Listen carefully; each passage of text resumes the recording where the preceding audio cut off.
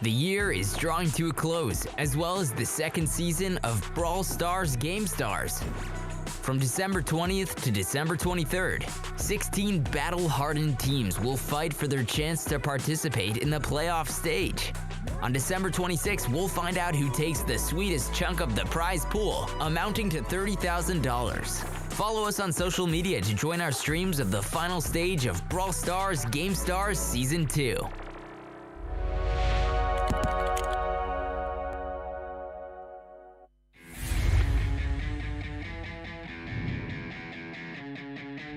Going to be healing himself so much with those bats already. Crazy Clan is so stacked up, they're basically asking to be hit with the triple bats, and Meow is going to be taking so much damage, healing himself through the majority of it, but getting taken down in the end. Now he, though, does get good value with the Scrap Sucker, no way, and he is so deep on the enemy side. Semantic still manages to pick up the kill. Rama could...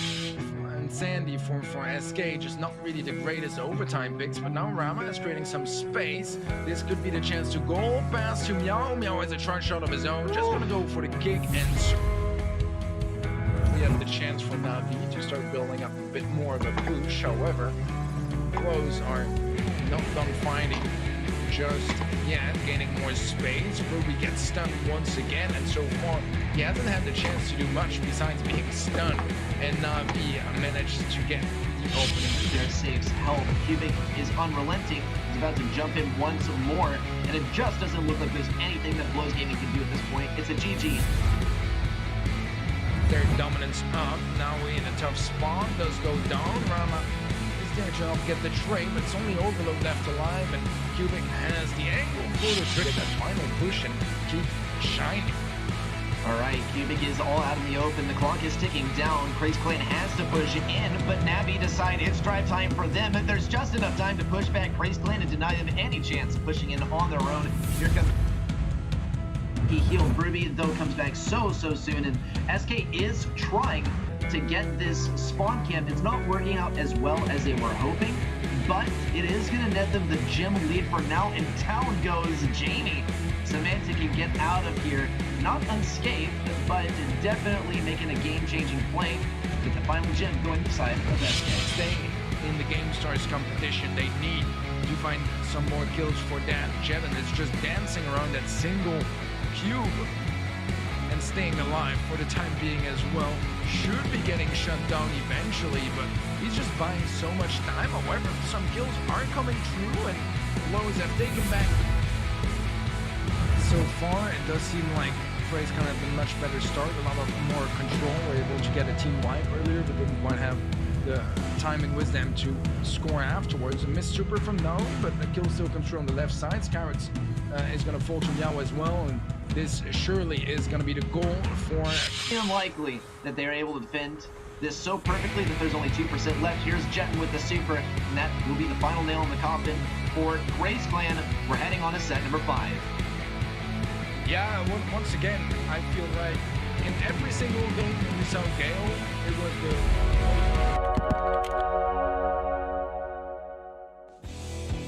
Supers are charged, and the Brawlers are craving to use them in the second season of Brawl Stars Gamestars. The final stage divided into 2 stages.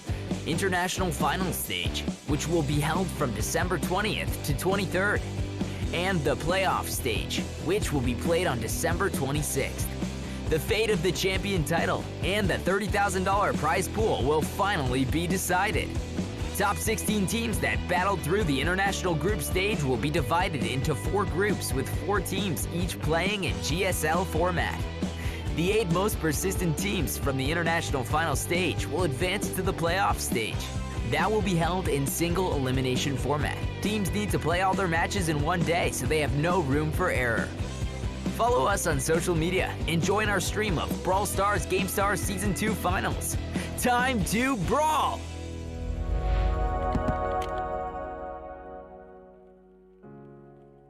Welcome back, everyone, to Game Stars. We're going to be getting into match day number 3 of the International Finals. I'm Ready Set, and I'm joined by the lovely Teddy. Teddy, we got some great games going on today, some great teams competing as well. Honestly, I think of all of the days of the International Finals so far, this is looking the most stacked.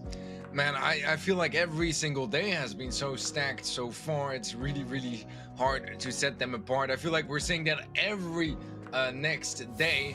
But to be fair, it's kind of true. And we've had some upsets. We've had some revenge stories yesterday as well. Today, it's going to be the turn for Replying Totem, Bunker Esports, AC Milan Clash, and Escobar Knockers to make things work.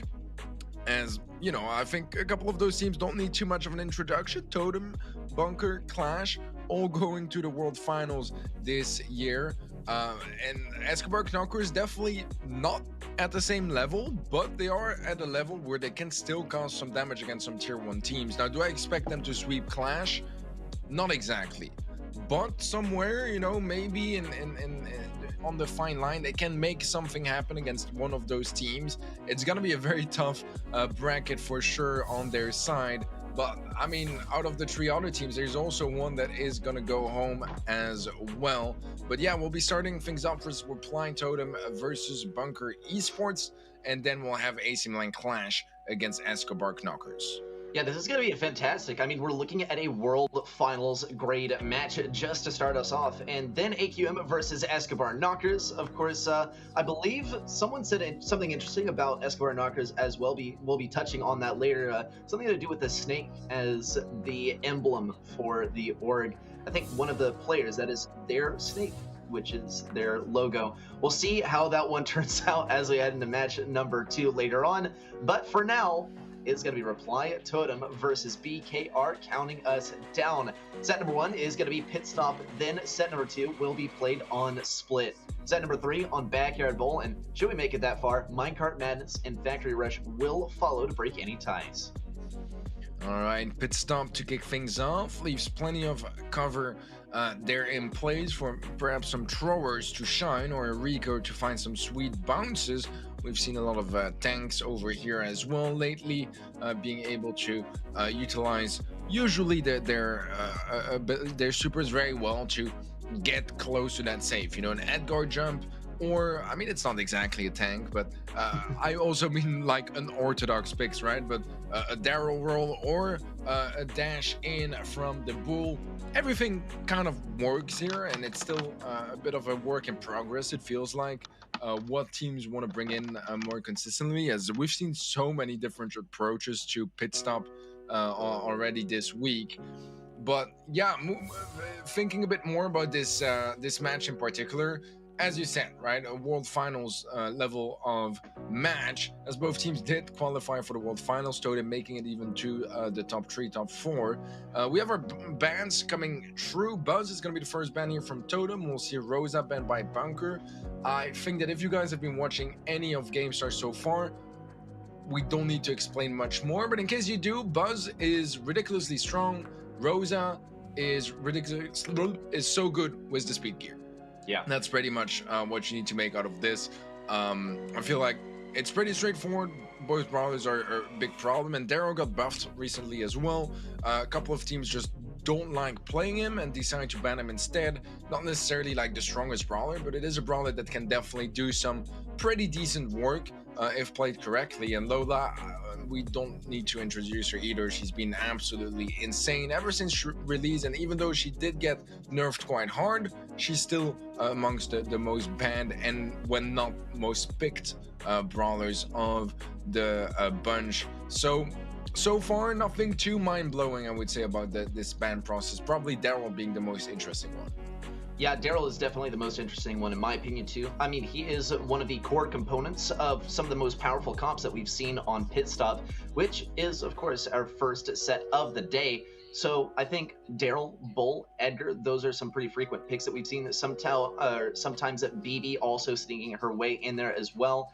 And now, as we are preparing for our first match, our first game of our first set as well, I do think that BB could be making an appearance. Bull, you mentioned it, Teddy, is a super strong pick here, not only for breaking open those walls, but just for getting to the safe in general, and also for staying alive on the safe. He does have that gadget. It does seem like Bull's gadget choice is still an either-or situation.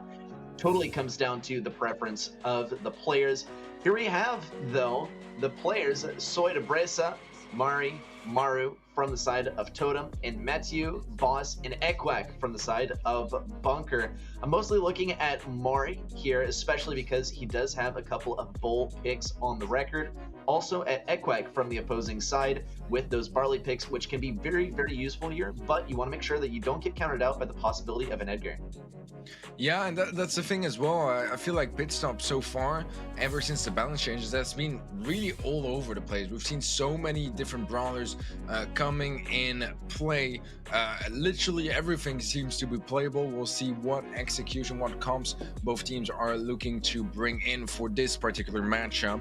But looking at this head-to-head quickly, I mean, Ekwak is a ladder warrior, right? He is one of the kings of ladder, almost, I would say. So far, stats-wise, doing a little bit better than his counterpart, but on both sides, Katie is fairly close, and I'm assuming that Bunker had to play a couple of more matches, justifying the big difference in total all around the stats. Yeah, and another thing that I will say probably is if you look at sort of the ratio between the kills, deaths, and damage, it does look like Mari is dealing out more damage. That is not always a good thing, but it does show that he is capable of bringing it out, and here he is. What an awesome background, too. That Santa in the background is a little bit freaky. Hopefully, that will be cropped out at some points, and here we have, of course, opposing side. Everyone looking so ready to be getting into this match. Everyone just making those last-minute preparations before we hop in. Dude, how is that book called for children where you have to like find some guy? I Spy? That is like. Oh, where's Waldo? Yeah, well, he Ekwak is dressed as Waldo. He is.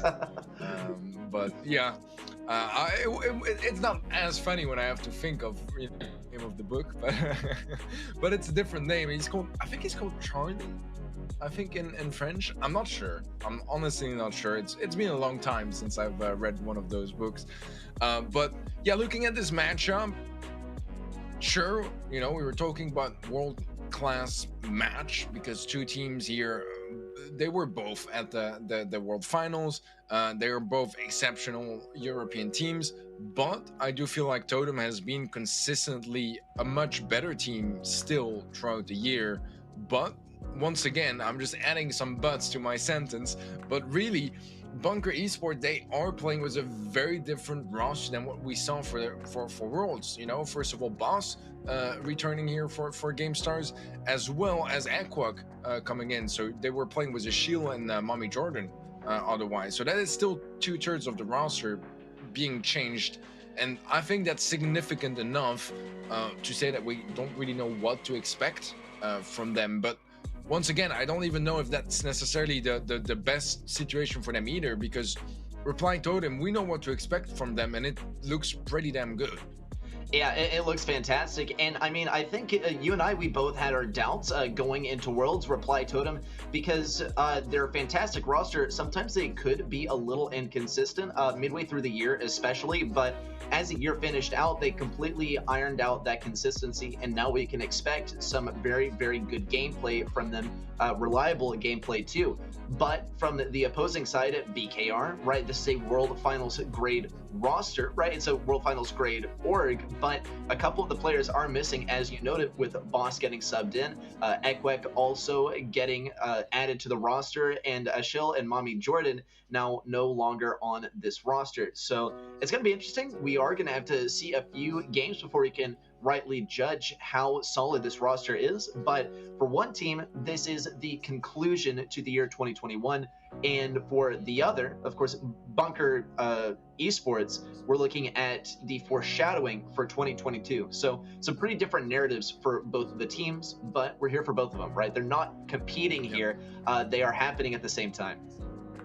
Yeah, I would just, to make sure it's clear for everyone, as far as I know, this Bunker roster is not an actual roster, right? I think it's a little bit more similar to Tribe, where they just got Lena for that event. I think that here, as far as I know, but I might be wrong, I wouldn't know that either Boss or Ekwak are doing anything long-term with Bunker, but still, we haven't seen much from this 3-player squad. And the reason they play those events, I mean, obviously you know, they want the cash and all that stuff, but it's also to see if it actually works, right? If they can get some decent results. If they do, they might be looking to have some more conversations and make some plans for next year. But that's all a part of the process, and that is going to be starting now with game number 1, Reply Totem versus Bunker. And already Maru going down there as he gets taken out by the charged B shot. Maru will be able to get a little bit of damage on that save, but it is a strong push that is moving forward in favor of Bunker. Yeah, I must say from Totem, a smart pick from Maru on the Edgar. We'll see if he's able to take out Darkroom. Does so swiftly. Meanwhile, Mari also getting the victory over Ekwek near the safe. Does pick up the kill as well. Down goes Maru though, and now it's down to Mari to get a little bit more damage on the safe. Great defense here by Darkroom, and that's going to open the doors for Ekwek to pick up some damage and a kill on the right side. Great wall break as well from Darkroom. That's exactly how we like to see Colonel Ruffs use. We'll see if he's able to get the kill on Maru. There it is. And now Bunker seems to be reclaiming mid, especially on the right side. Darkroom is doing a phenomenal job, but with his last set of sandbags now rolling out, this is going to be a doozy versus Mari. Yeah, a lot of aggression once more from Replying Totem. More damage pouring down on that red safe, and it's down to less than 10k HP, taking more and more damage by every second, and Totem almost making it look easy so far. Won't be able to close it out with that push just yet, but they're close enough, and the Bunker are definitely feeling the pressure already here in the first game. And it looks like that's going to be Maru taking it down too already. That is going to be Totem establishing so much pressure during that first game. And I must say, Bunker Esport, they did come prepared for a few picks here. I would say especially the stew. They anticipated a little bit, but here's the deal, is it wasn't enough, right? We saw Darkroom doing a fantastic job on the right side, but that does not mitigate the fact that we did see a lot of struggle from Ekwek on that Colt pick.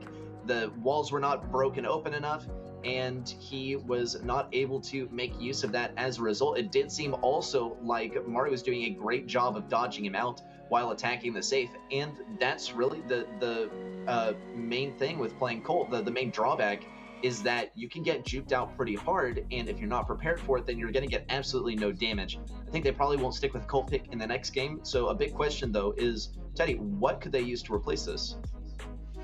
Yeah, it's quite complicated, right? I feel like Edgar is one of those brawlers, similar to Buzz as well, right? That is just so annoying to deal with. And sure, you can use some gadgets to shut them down, but once again, they'll get plenty more supers than you will have gadgets to use against them. So it's hard to really find that balance, especially with those brawlers that have so much mobility and that can just so quickly just jump on top of your face and just eliminate you from existence. So I don't know, man. I don't know. I feel like they could go for obviously any mirrors, right? That is the most straightforward way to try to not necessarily counter, but fix your comp and make sure it holds up. Or they could maybe try to bring in, I'm not sure, maybe some more damage dealers. I mean, the B can do decent work against the likes of Edgar as well, but Stu and Ems bring some different perspectives as well that are just not that much easier to deal with either. So overall, I do think that Come From Totem can do so much work, but we've seen so far, Bunker have decided to be a bit more on the mirror side of things. We'll be changing things up a bit with the Spike instead of the Ems though. Very interesting gameplay here from Bunker. It is going to be working out so far. They are keeping a minor advantage on the damage to the enemy safe. Here comes Boss trying to get a little bit more damage on Maru. There's the kill as well, and he has opened the doors for a big push, and Darkham also picking up a kill. This is looking fantastic for Bunker. It all started with, first of all, Ekwek jumping in on the safe all alone, and I first started to think this is the Ladder Warrior showing through, but no, it was not at all. Boss was able to claim some damage on the left side as a result, and Bunker will be taking the win handily following that. This is fantastic. We started off seeing Ekwek, first of all, switching onto the Edgar away from the Colt and getting an early game victory on the Edgar lane. He sure, gave some damage to Maru, but it was absolutely fine because he started the push into the enemy safe, opened the doors for Ems, and that was the end of that. So I think great gameplay, great shift in the comp from Bunker Esport. I think, honestly, they could even play the same comp once again and be pretty safe with it. Yeah, I think there were some very important interactions that were also just won by Bunker, you know, a couple of close fights, especially around the M's, where she survives with just a couple hundred HP, but that's more than her opponent that is dead, and that means that you get to, you know, pass through, deal some damage on that save, maybe even boost the damage depending on the gear that you're running. So it's tough to stop, and it is unfortunate that those matchups are so close and still end up going the way of Bunker, but they did, and Totem were not really able to find an answer to it, which is why they lost that second game 1-1, and now it is anyone's set here in this set number 1. And honestly, it's hard to really set them apart, besides, once again, the fact that I feel like Totem is just a little bit better overall, a bit more consistent throughout the last couple of months.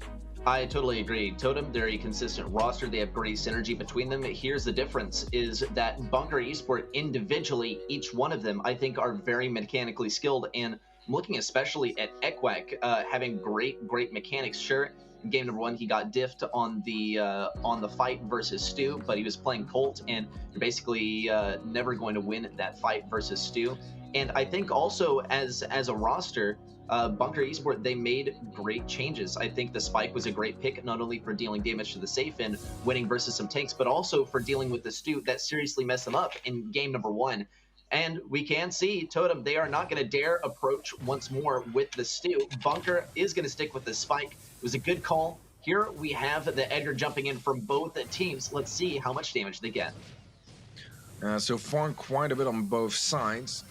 Very even until now. Bunker managed to just edge out the damage count a little bit, as they're in front of Bunker by 21%, and the push still solidifies this boss. Is in a strong positioning, able to find Maru. And jump in from Aqua follows, and this is going to be a lot more damage. Once again, pouring through onto Totem's save. They dealt a decent amount on Bunker's side, but this is looking like GG's, to be honest. I don't know how they expect to win that base rush and why they thought that just 1 in defense was going to be good enough, but it certainly wasn't, and that is going to be Bunker taking the first set. And it was honestly a bit of a weird final game, to be honest. You know, there was just not that much going on. I feel like Totem, for some reason, decided to give a bit too much space, in my opinion, to Bunker. Just let them sit there, and that is about enough for Bunker to make it set 1. And it's not really the result we're expecting here, considering how much better on paper Totem have been. Yeah, I totally agree. And here's another thing, is something I noticed towards the end of the game, is that Totem, they don't have a lot of issues giving away just a little bit of damage to the enemy team in order to push up. But the deal is that they gave away just a little bit too much, especially on their defense. It's Ems versus Ems. Now, that's pretty much going to be a stalemate, but it's going to be even worse if you, the defender, go down to the person playing offense. And it's exactly what we saw. Ems from Bunker Esports gets the kill, and that totally opens things up onto Totem's save. We did see very good gameplay in game number 1. These were really strong picks from the side of Totem, especially the Stu. Seriously mess these guys up. But Bunker respond in game number 2 with their Ems, with their Spike, with their Edgar. Each one of these brawlers stood out in its own way, and they stuck with it in game number 3. A spectacular call that Totem was not necessarily ready to face once more. Yeah, Bunker able to reverse sweep that first set. Now, it was a bit of a base rush. Things got pretty crazy, but they make it work. And in the end, I mean, they do have quite a bit of more kills, quite a bit more damage. And actually, in fact, less damage on save. But I think they'll take the 2 wins anyways. Yeah, this is interesting. Look at Bunker Esport getting more damage and more kills. That's what it is all about. In basically every mode but Heist, interestingly enough. So I wonder how exactly they managed to get better kills, better damage, and also win both of the games of Heist. Something that we usually observe is that the losing team gets more kills and more damage as well, but we are kind of used to seeing people get dominated by the tanks, and I think that could be a major component. Could see some more tanks as we head on to set number 2. It is going to be split, and this is when we get to see that legendary Gale and Frank combo. Doesn't sound like it. No, we are going to see once more Bunker staying on one of the picks that really messed up Totem already. It is going to be Ekwek on the Edgar. Yeah, so far this is looking pretty good for Bunker. Totem don't really seem to have an answer just yet to this question, and look at that. Bunker are starting to lose some control. First on the right side, second on the left, as Mara goes for the jump in, gets a sweet kill, and Totem are starting their comeback. But problem is, Bunker have taken back control of the right zone. Yeah, and they can't sit on this right zone for as long as they please. Ekwek, it's going to be tough to push into. Soydebreza is leveraging his range, and Mari comes to assist.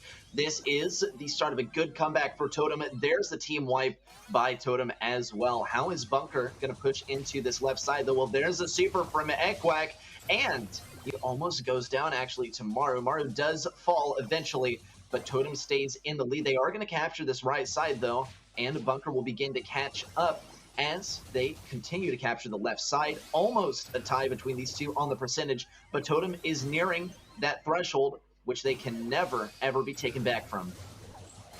Yeah, only a couple more percent. They should be able to close this one out. Mari will be the one to do it, and Totem will take the first game of the hot zone.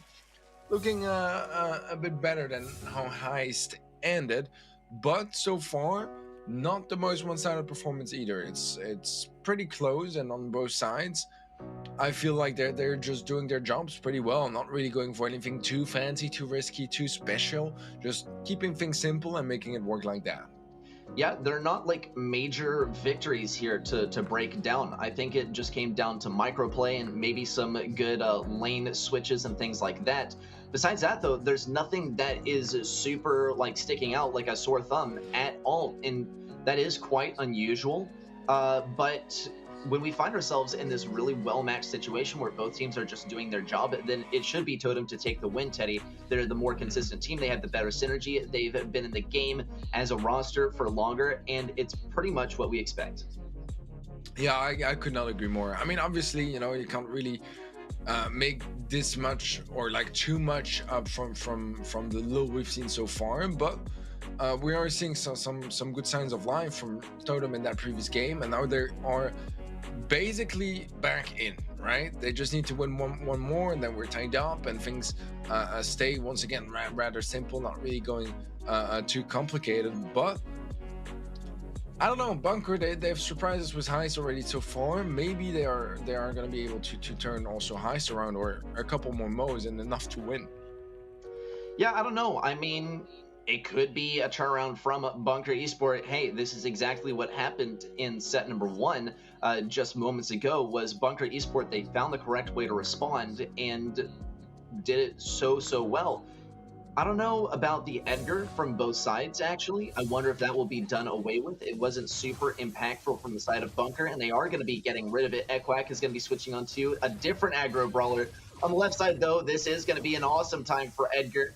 And Maru gets a great dodge on that last hit, is going to win him that 1v1 interaction.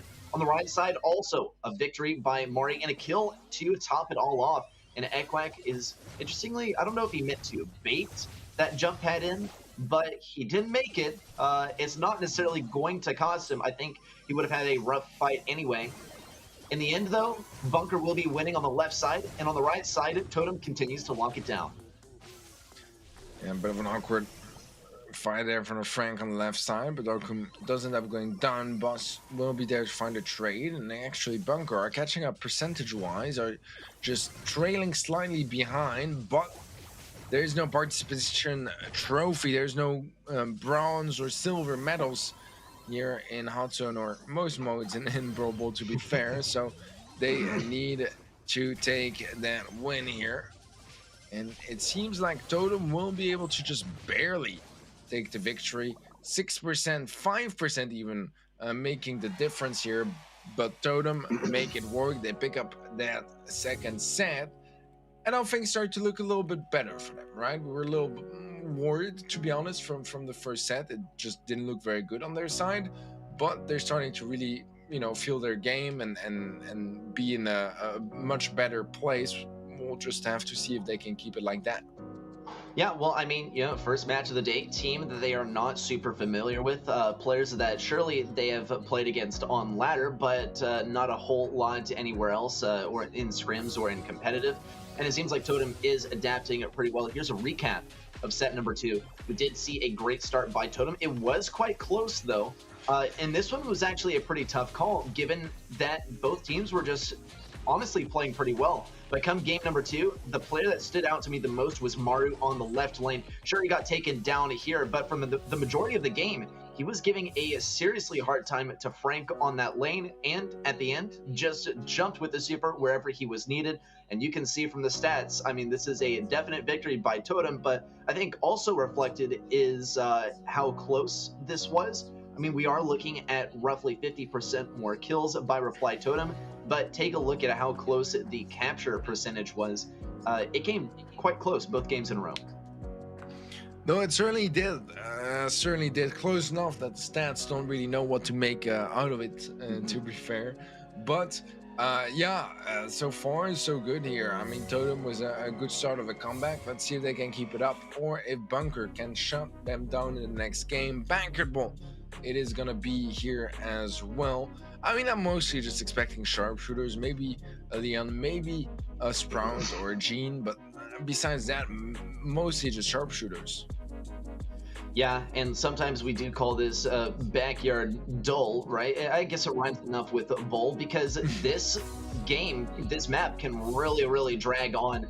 Now, thankfully in GameStars, we actually have not been seeing it drag on as much. We've been seeing a lot of diffs here, but given how close these first couple of sets have been, just on the individual games as well, this could be a close one. We'll see how it is handled. We are already going to see the Leon from both sides match with a sharpshooter. On the right side, though, this is where the big difference could be made. Darkum is going to have to play very defensively, and Mario is going to have to extend up quite a lot.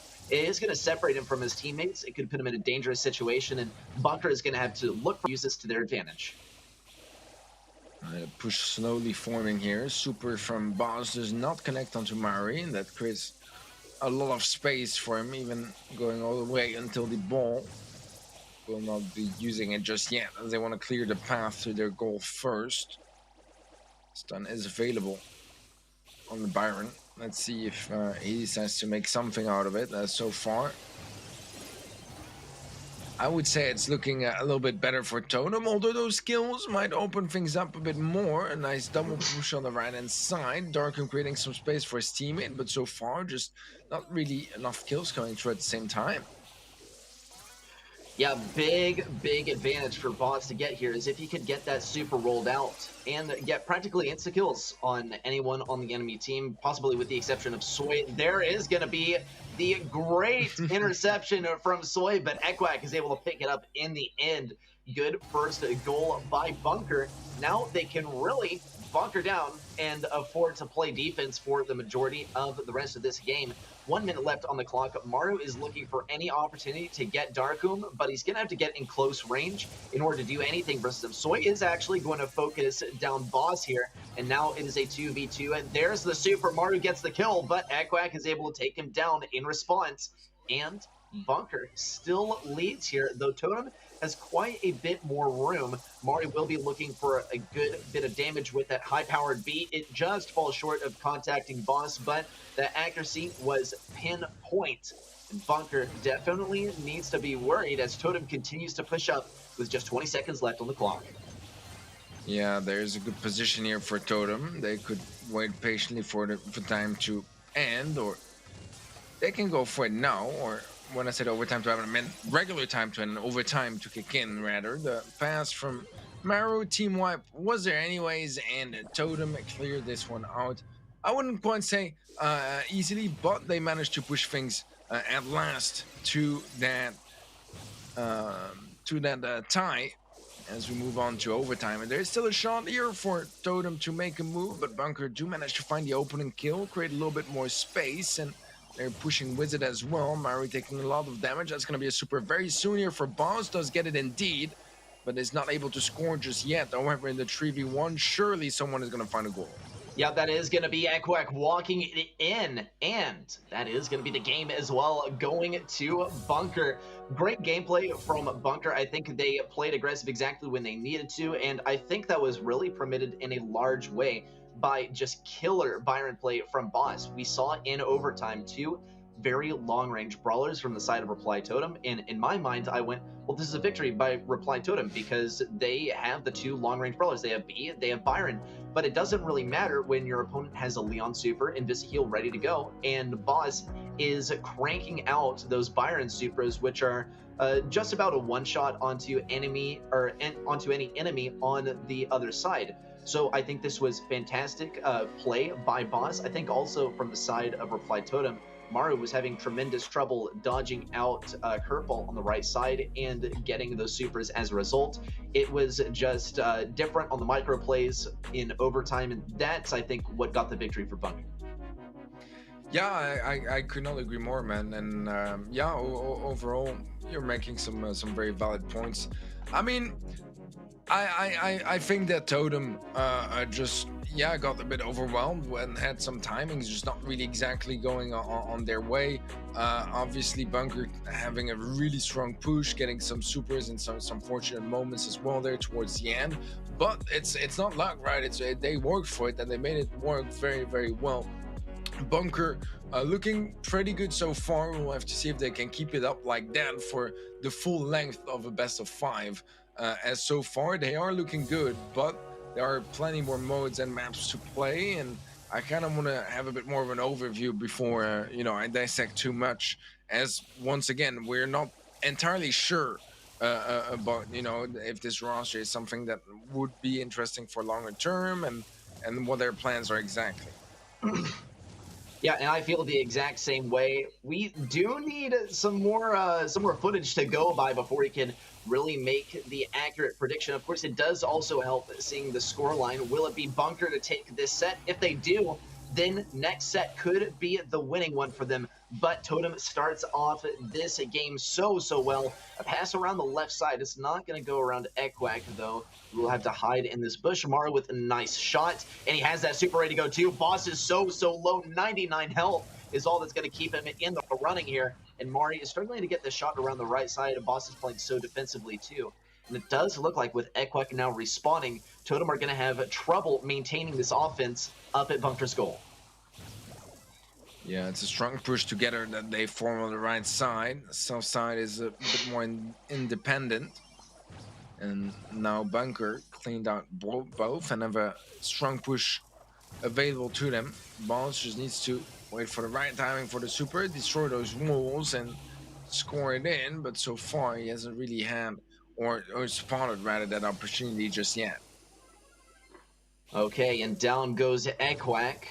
Mari now having to play versus Boss once again. Boss is going to get that super down, healing himself and dealing damage to Mari in the same blow.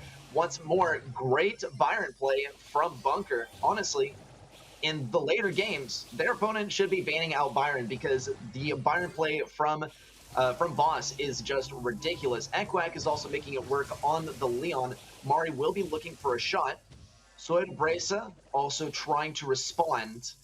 Still no goals though. Roughly 20 seconds left on the clock for someone to make a play. It is going to go to OT, and it looks like it's going to depend mostly on who has the supers and who has the better ranged brawlers. Yeah, overtime makes things a lot more simple for sure. A couple more seconds until it kicks in all of the walls and bushes out of the way. As now it is full and open goal and a big shot for both teams to score if they get there in time. It seems like we're back to a bit more of a fight for the middle, trying to collect some of those opportunities. They want to find an angle, but they don't really have a super yet. A great defensive kill there from Darkoom. Going to be opening things up and leaving a chance here for Bunker to make a move, but once again they don't really have too many supers and they're struggling to really get in a position where they can be useful with that ball. So far, a couple of tanks, very low HP, but still alive. Gonna be passing forward as his teammates are not entirely sure if they want to go for that ball. Well, there's a big heal from Maru.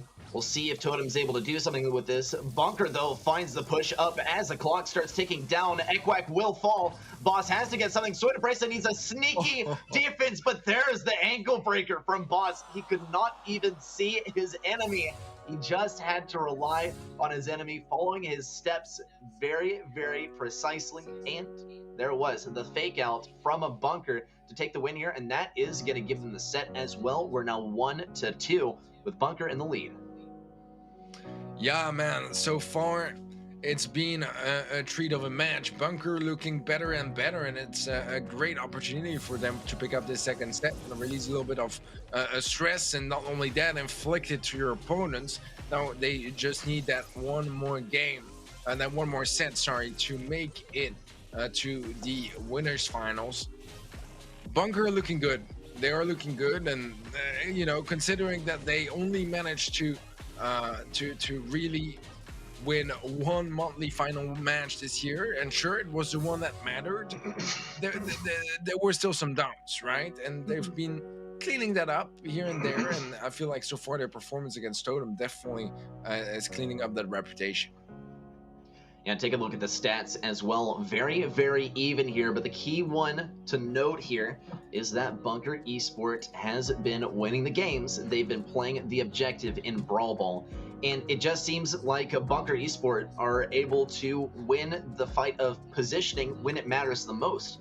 And that makes me hopeful for them in the upcoming sets, where it is so important to play around the objective when the timer is ticking down and when the time is absolutely right.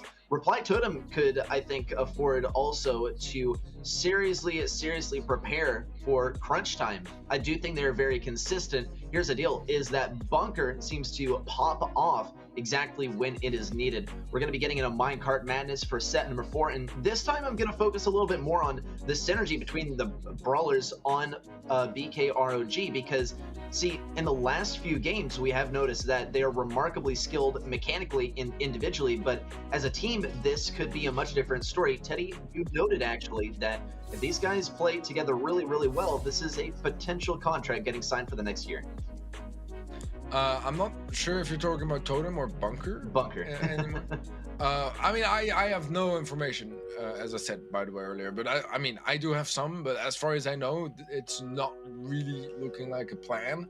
But as I also said, you know, those moments are a good shot at showing what you're worth, whether it's as an individual or as a squad, and in this case, you know, representing Ace's Bunker Rock.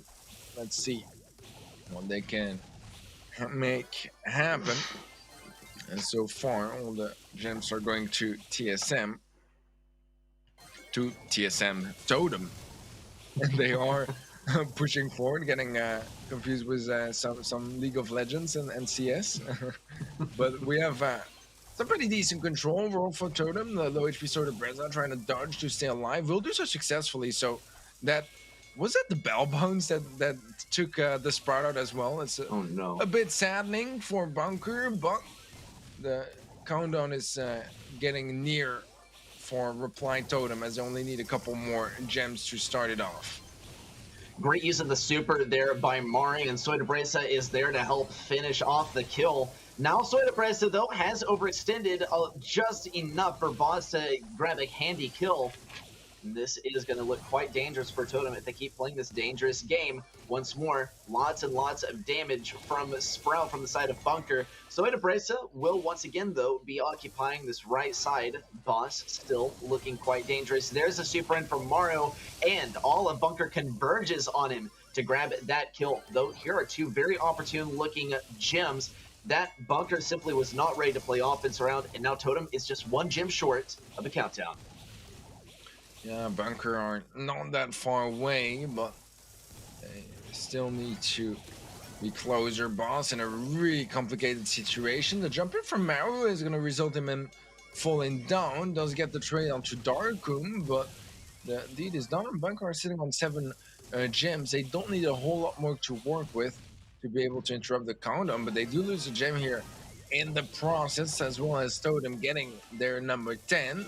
And now I'm not sure if it's gonna spawn in time. I think that gem number 10 should be spawning about in time, but you still want to be rather close to it, and they will be able to get just a 9 as one was actually stolen. That is going to be Reply Totem taking that game and getting closer and closer to pushing things here to fifth set. That's the goal now for Reply Totem. They want to go all the way, and they're one step closer at making that happen. An amazing clutch up there at the end by Crow to grab that one single gem. That was the game decider right there, and he had to fight his way out of a 1v2 to make it happen. And now Reply Totem are doing the same exact thing that carried Bunker Esports, in my opinion, to success in the last set. So they've shown that, hey, look, we're capable of this too, right? And this is a consistency that we needed to see from Reply Totem. They have not been having bad sets. They haven't been having outstanding sets. They have stayed pretty much at the same level, and it's Bunker Esports, which is the team that is fluctuating a little bit. Sometimes they play amazingly, and sometimes they do struggle a little bit. In this case, I do think that they had a little bit of trouble with their picks, especially with Sprout on one side, and then with the Bell mechanics at mid. I think Reply Totem did such a better job of playing Bell right up until the very end, and that slack was picked up by Crow, and that is exactly the sort of team dynamic that you need. When your teammate's struggling, you're able to pick up that responsibility as well. And I wonder if that's going to continue into the next game, but my intuition is telling me yes. Yeah, there's only going to be one way to find out. That's when we get back in the action. Man, so far, Bunker are trying to do the impossible, and that's taking out Reply Totem here. But Totem are striking back. They are fighting back. They're almost all tied up again, but there's still some more work to do. And Totem, they need to make that work here. They don't want to drop down to the elimination bracket. Sure, I don't think any of the 300 teams are really that scared of Escobar Knockers, to be completely honest. But if you can avoid that danger, you might as well, because losing here doesn't just get you to the elimination bracket, it gets you on the bottom of the elimination bracket, which means you'll have to play 2 more matches to qualify. If you lose a single one of them, you're just done so. And you are done. So let's see how Totem handles this one in game number 2. If they win this, they're head to set number 5, all tied up with Bunker. If Bunker takes the win, though, they are headed to a match point. So far, though, Totem has taken control of mid. No doubt helped by the minecart. Now they are going to have to play around this minecart. Bunker knows it's time to push in response, but Totem doesn't really waver too much. Mari does have to back out, and there's the kill as well. Let's see if Bunker is able to keep this, though. A big factor would be if Meg is able to get that super out quickly, but there's the kill by Soy de Bresa, and it is going to be a story more in favor of Totem than for Bunker as we continue. Yeah, slowly the gem count building up for Totem as they hold on to that center control and get every gem spawning of the mic on top of them. Push from Boss is able to get a nice spin there onto Soda Breza. The mark is going to be a miss. Meru is able to get a nice triple slow. Equak is now maxed up and ready to defend all of those gems. Equak has to keep these guys back in order for Boss to pick up the gems, and he's going to do just that. Boss will now be equaling the count of gems from the side of Totem, but all of those gems topple to the ground. We'll see if Darkum is able to get out of there. No!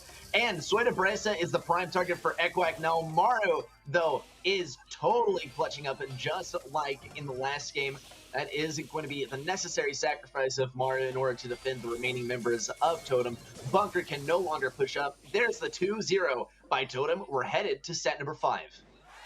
All right, set 5 is going to be here to decide things off for this match, and so far it's so left and right, and some of those games are so incredibly tight that it's really hard to feel like Totem have that much of an advantage. And I still think that overall they are a more accomplished team and have more experience as a team, but nevertheless, man, they're doing some awesome work overall, and We'll see if that fifth set can go their way as well.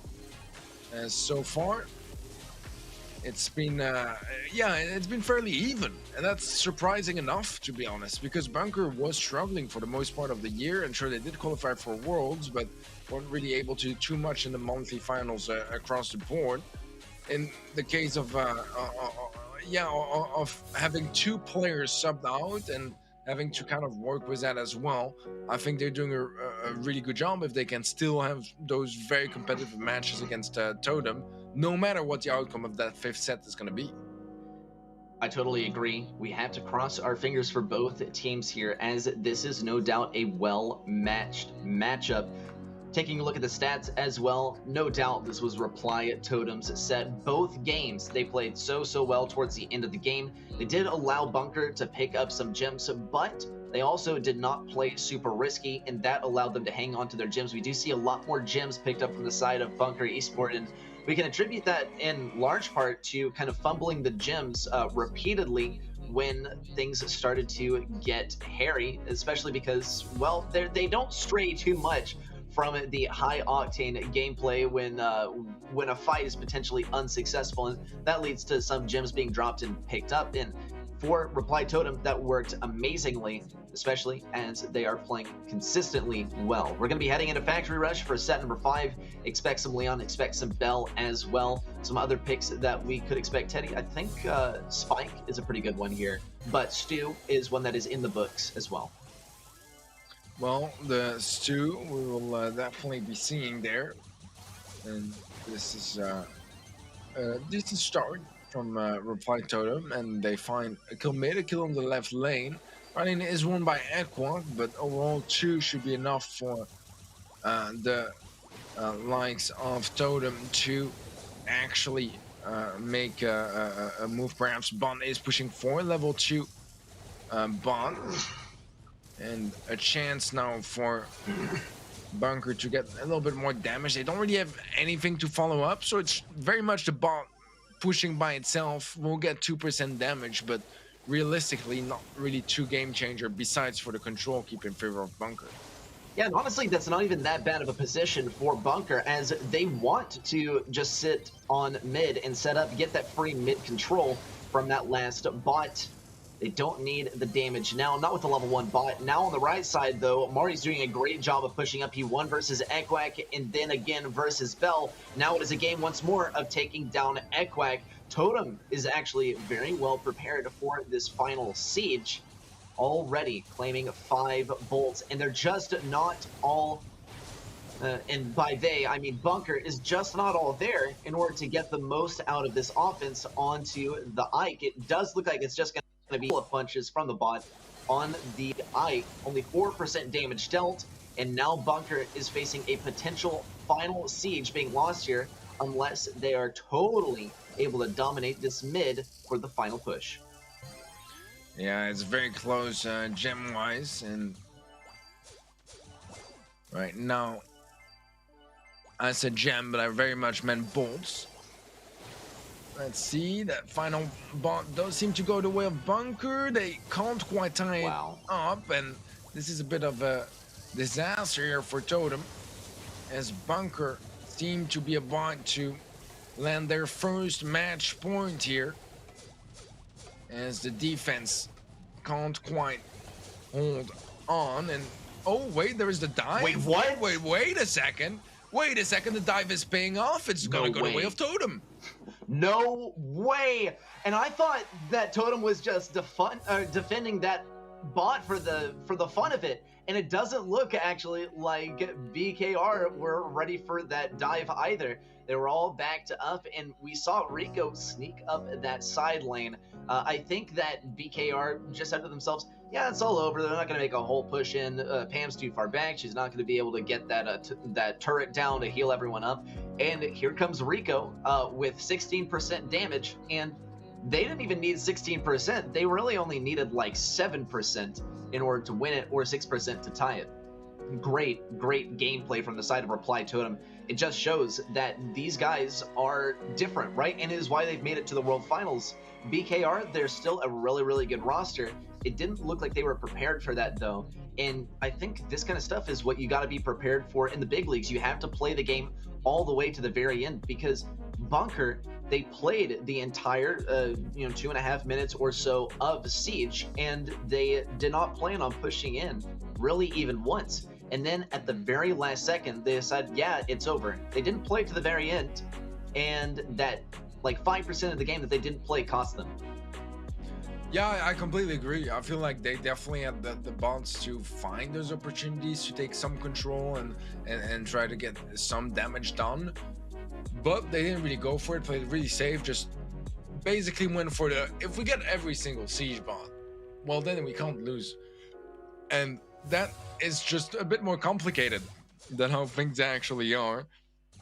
Let's see, not too many wild adjustments, as now we have a match point in the hands of Totem, and especially from the way that they unlocked it, this is possibly going to be very frustrating for Bunker.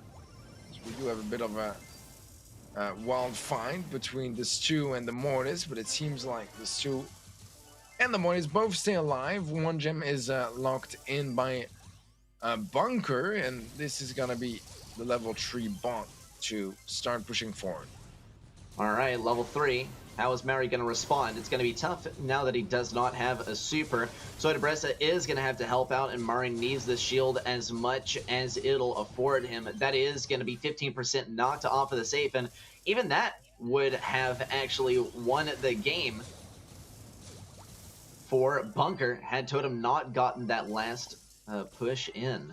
We'll see if Totem is able to keep up the mid control now, though. It does seem like the play style and the comp choice from Bunker is going to be to win every single fight at mid and never let a single one go the way of Totem. Obviously, though, that's not going to work out. A level 5 siege spot goes the way of Totem, and now Bunker have to think of a way to defend, even without Bell's super, unless Suedebrace gives it to Boss. It doesn't look like it's going to happen. It's going to be a rough defense. Yeah, this is very, I mean, not that much damage, decent amount, enough to give the lead back to Totem. But what worries me the most is that ball count from Bunker, to be completely honest. They're leading by 3, they are on the retake, but it does seem like they're getting shut down, and that bolt count is just not going to be nearly enough for the likes of Bunker. This is looking like a final bot from Totem. They already have the lead, and we've seen what dives can do, but can that happen again? But this time around for the side of Bunker, I'm not sure, man. I don't feel like that's very much on the line. Yeah, it does look like a Totem victory here unless Bunker is able to pull off something crazy. They need a big defense and then a lightning offense, but it's just not going to happen. All they got time for is to make a statement for their next opponent, which is unfortunately going to be in the elimination round. That will be Totem taking set number 5 and thus the match.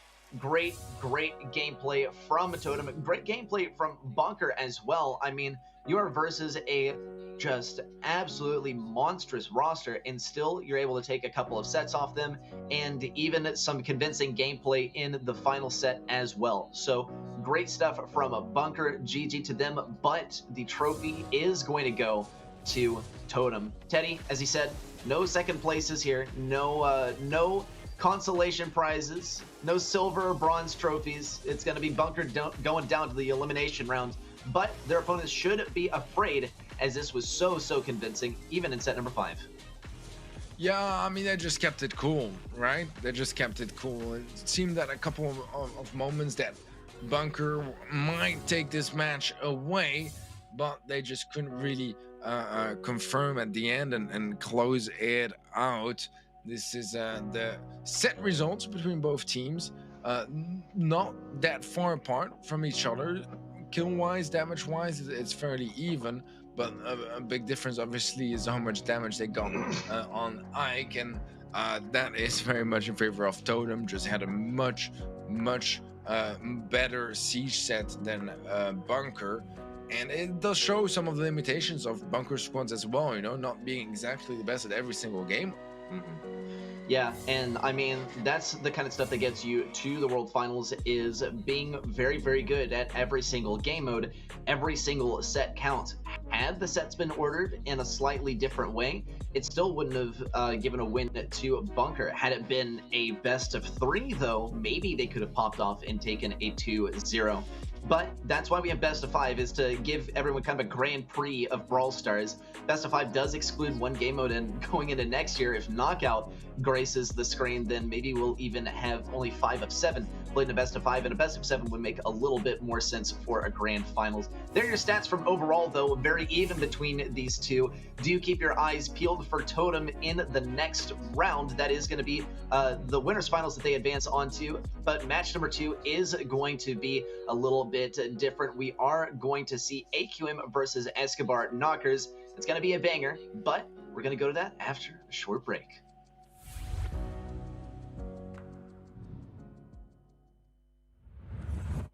Hello, I'm Umberto and my nickname is Inso.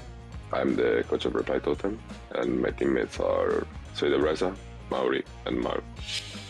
Well, the group chase was kind of easy because we only had to play one match versus Frutas, but it was a close match, so GG's to them and we're happy with the first place. In the next stage, my team and I want to face probably Navi because they had an exceptional Worlds run and I think they're on a good level now and we want to face them. Thanks for watching us, guys. Hopefully there are some Italian fans supporting us, and go Totem.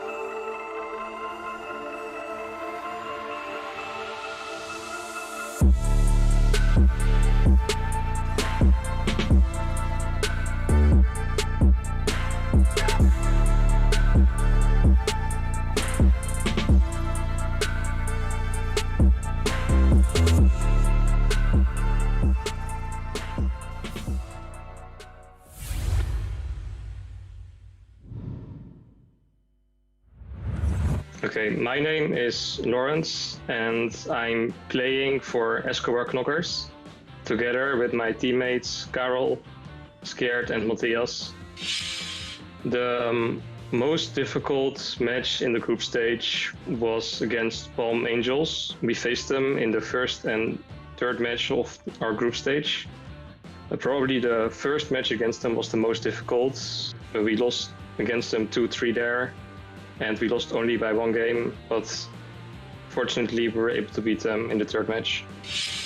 The team we would like to meet in the final stage is SK, because I think they are a very good team and it will be very interesting to play against them.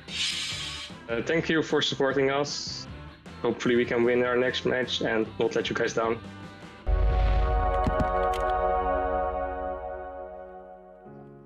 Welcome back, everyone, to GameStars. We're going to be getting into match number 2 for the day. We're looking at AQM versus Escobar Knockers, as I have recently learned is pronounced. Teddy, this is going to be a fun one. Escobar Knockers, they are a great team, but AQM is also AQM. I don't know if it's necessarily the same members that they usually have, especially as Lena has joined Tribe Gaming EU for GameStars, but we will find out shortly. Yeah, as far as I know, the roster is consisting of Guille, Yanshi, and Ikenos. I think that Yanshi also left the roster, but is still competing with them for this event. So that's something to take into account as well. For Escobar Knockers, I mean, it's a team close to my heart, just because they are Dutch, and so am I, and there's not a whole lot of pro Dutch players or even just competitive players in the Netherlands. So I'm always, grateful that I have those guys to represent the country. But realistically, they're not exactly the best team either in this group. They definitely are the weakest team of the group, and it makes things a little bit complicated to really, cheer for them and have too many hopes on them.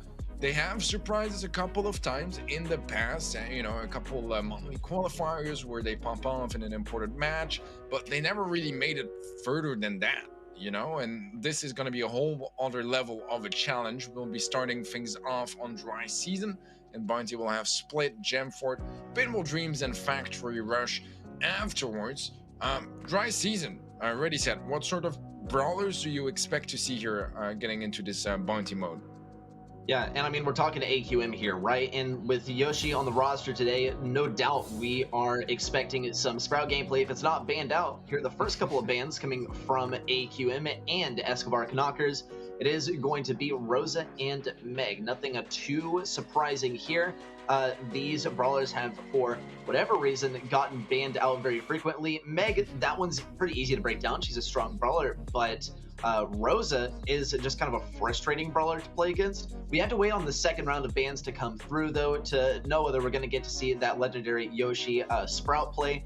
Also, we could see Guille on the Barley at some point. Here, the second round of bans, and yeah, nothing super specific that is going to allow Yoshi to play his wonderful, wonderful Sprout. It is going to be Buzz and Poco banned out. That is going to limit the amount of tanks that we can see from the side of Poco, and from the side of Buzz, if we make it to Siege, that is pretty much going to enforce the Mortis play. Yeah, that's a very, very, very good point. I mean, it's always interesting, I think, to see a team like Escobar here in this sort of matchup bringing the Poco as a ban. I always say confidence ban, right? Very, very often, but it doesn't have to be. It doesn't have to be. I think in this case as well, they know it's Clash. They know they do like to go aggressive, and they do know as well that if they have a chance for a matchup like this, Clash, they're not really going to hesitate to go for some more straightforward and simple comps. I don't think they... I'm not going to say that Clash are not going to take this match seriously. That's not what I mean. But they definitely feel like this one should go rather smoothly. And to be fair, so do we all. Does that mean that there's no room for surprises? Well, I mean, we saw yesterday Craze Clan did beat SK in their opener match. It was the other way around afterwards, but you know, those sort of things do happen. And I know, as a matter of fact, that Escobar Knockers, they are capable of making it happen, but it still seems incredibly unlikely for it to work out against a team like AQM. And take a look at the stats between these two team captains in a way. Guille, look at those stats, 46 kills and only 15 deaths. That shows you that AQM not only have been gathering some spectacular stats throughout their journey here, but have also not had to play a whole lot. Different story from the other side. Lawrence has gotten battered and bruised on his way here, still though ascending to the top. I mean, you're looking at a positive KDR, loads of damage, loads of times getting the star player, and well, you know, he plays ladder too. He's got that 43k trophies. We're going to get some looks at other players on the roster as well, but these are the two that we do expect to have those awesome player face cams this time, so make sure you're watching out for it and checking out their reactions. I do think actually that Escobar Knockers are going to expect a really tough match and are going to be really happy if they can take some games off of AQM. AQM, though, as you mentioned, Teddy, they pretty much expect this one to go their way, and a lot of us do as well, but we're always hoping for the best possible gameplay, and that's just the spirit of competitive. Yeah, and then here's the thing as well, you know, I know the guys from Escobar Knockers rather well, and I can tell you as well that I'm not gonna say they would be satisfied taking a couple of games or a set or two from AQM, but they would already see it. They see this match already as a great occasion to face a team of that caliber and learn from what happens here, you know. So it's I'm looking forward to see how this unfolds as we are ready to jump in. We are not going to be seeing the Sprout on Yoshi. He'll be rocking the Piper for now on. So far, playing it rather safe. Vomit Recipe, without really connecting a shot before, means that the target will survive. And although that does create quite a bit of space for AQM to push forward, they need to be careful with it as well, as they do lose the player in the end, and that is enough to give the star advantage to their opponents. And this is a little worrying start for iChaos. He very narrowly missed that self-heal with the super.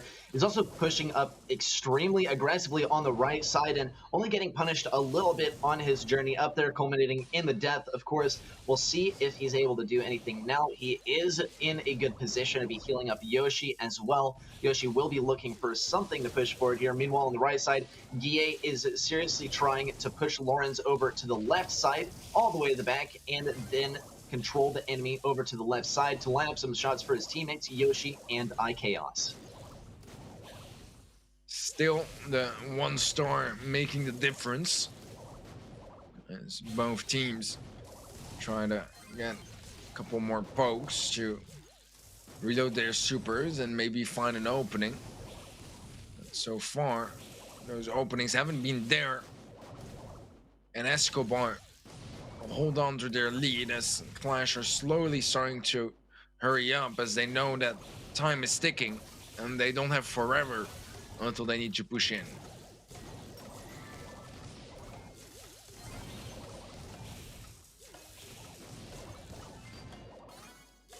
Okay, Escobar leading by just 3 stars and now 5 stars. Great situation for them. They are going to be taking this first game off of AQM. Amazing situation for them. We are going to be expecting a spectacular matchup from where we stand now. As Escobar, they've taken a single game off of AQM, and I think AQM are realizing that they cannot expect this game to go so smoothly, or rather this match to go so smoothly. We saw, most importantly, I think, and most telling of the mentality of this team is iChaos right off the beginning of the match, pushing up super aggressively on the right side and getting punished really hard for it, very narrowly missing the self-heal that probably would have given him a kill on the enemy side if he had been able to press forward afterwards.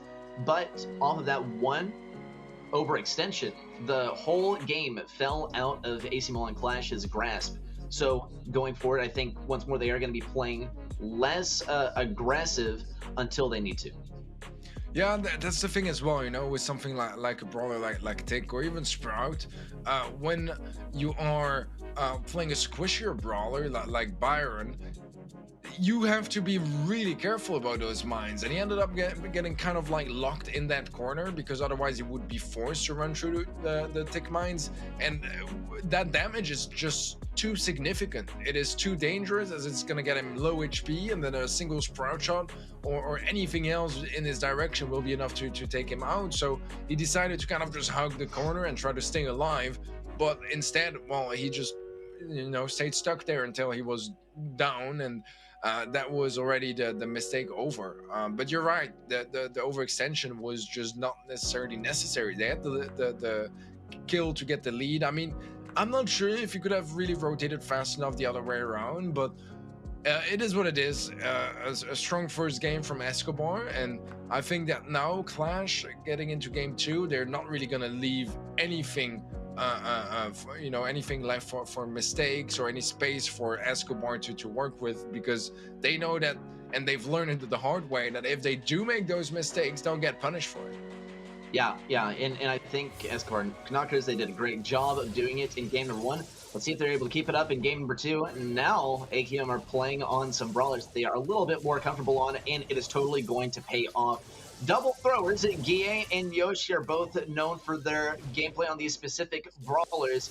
iChaos also known for the B play, and it is a great call as well, given that they are facing the tanks with a kill, even though Escobar Knockers has picked up that blue star. Scared is gonna have to be playing like he's a little scared now, as he doesn't want to give away that blue star, which will surely never return to his grasp, given how defensively AQM are capable of playing. All right, Clash still in the lead as Escobar are trying to create some semblance of space. Scared is low HP, ends up going down. Matthias in the complicated position here. Doesn't really have 1,000 places to go, and Def is the only one that will be welcoming him here. Our beautiful will pick up and plays back down by Yoshi. Blocked Mortis from getting anywhere dangerous, and AQM, as I said earlier, they're not leaving any room for mistakes, playing it very safe, and so far, honestly, playing it perfectly. Let's see if they're able to keep it up. Escobar Knockers does need to catch up by 7 stars, or even 8 if they're not able to get that blue star back from iChaos. This could be a big play on the right side. Lawrence is going to get hit by 2 Tick Supers in a row. Great way for Guille to cycle those out, and he's able to push back Matthias. Now, bad iChaos, or regular iChaos, I don't know. It does seem like he is better iChaos, has picked up the kill, and AQM will be establishing the scoreline at 14 stars to 1. And that 1 star, y'all, came just from the blue star at the beginning. So Escobar Knockers did not pick up a single kill that time. I think we are seeing AC Milan Clash returning to their normal form. And even though Escobar Knockers got a great game off the beginning, maybe they weren't facing an AQM that was taking this match as one that they really need to go all in on. Yeah, I agree. You know, I feel like overall that there's chances that AC Milan Clash had never heard from any of the plays from Escobar. You know what I mean? That's kind of the difference of skill there is between the two of them. And it's definitely going to be a really tough match for Escobar, but they've shown already that they can be a threat, that they have the good signs that you need to and expect to see from a Brawl Stars Pro player, right? That you, you know, basically do all the standard stuff in your job, and part of that is making sure that if there are mistakes that are being made by your opponents, that you try to use that against them, that you try to use that to create some space or just capitalize on the kills. And I feel like they did a really good job at that in game 1, and in game 2 Clash was just there like, yeah, we're not having any of that, and we're just gonna play it really safe, and we won't leave any place left, any space left for said mistakes, and it was really clean and flawless. To be fair, on the side of AC Milan Clash, really nothing to say about it. Yeah, and flawless is not just a compliment, right? It is a statement of fact. Only that blue star went to the enemy side, and AC Milan Clash picked up so many kills.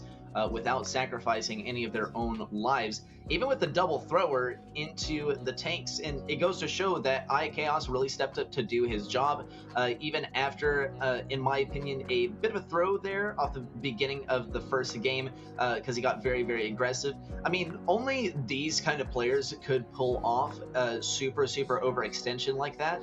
And you know, sometimes it's not going to work out because not everyone is able to do it, like even in the rarest of scenarios. So I think it was a calculated risk and the odds worked against him. Let's see if once more AQM are running a similar strategy. We are going to see iChaos shift onto the Piper this time. A great call as Escobar recognized that that tank strategy does not work at all, but well, especially doesn't work when you're facing against a B, and AQM are now able to say goodbye to the B and pick up a better sharpshooter for picking up kills versus these long-range control brawlers. Man, I feel like Scared almost had that kill onto iChaos earlier and just barely survives that encounter off. Means it's still far when are going to be leading by just one star, that precious blue star. And Escobar needs to start looking for an entry frag. And Kie is kind of taking a beating on the right side from Scared. 1-2 shots, almost a third. There is going to be the super making its way around, but Scared is not going to be touched. Great adjustment from his teammates, and a well-timed hedge are going to protect him for now. And still, AQM is only 1 star ahead. They are winning, but that could really quickly change with 45 entire seconds left on the clock. And Scared now getting an effective push up. This is a good rotation by Yoshiro on the right side and a great kill by iChaos onto Lawrence around the left. Now Escobar has a much tougher offense. They are going to have to pick up the kill on iChaos in order to make this win happen. But it is going to be quite tough as he is very out of reach, even by Overgrowth from the right side. All right, the pinch is starting to come true on the left side, but still struggling to really get up close. Now the final push starts, and there is yet another kill from Yashi. iChaos not quite going down. iChaos actually finding yet another kill, and that is going to be AQM taking the first set. And it just feels like night and day from one game to the other here on the Escobar Knocker side of things.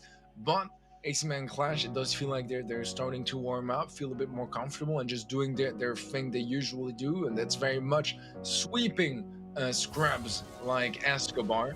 And we'll see soon enough if they can bring that into set number 2 as well. All right, set number 2 is on the way, but first a reflection on set number 1. We saw a pretty dominant game by Escobar in the first game. Then we move into game number 2, and AQM is stealing the entire show and stealing all of the potential kills as well. 14-1 was the scoreline for them.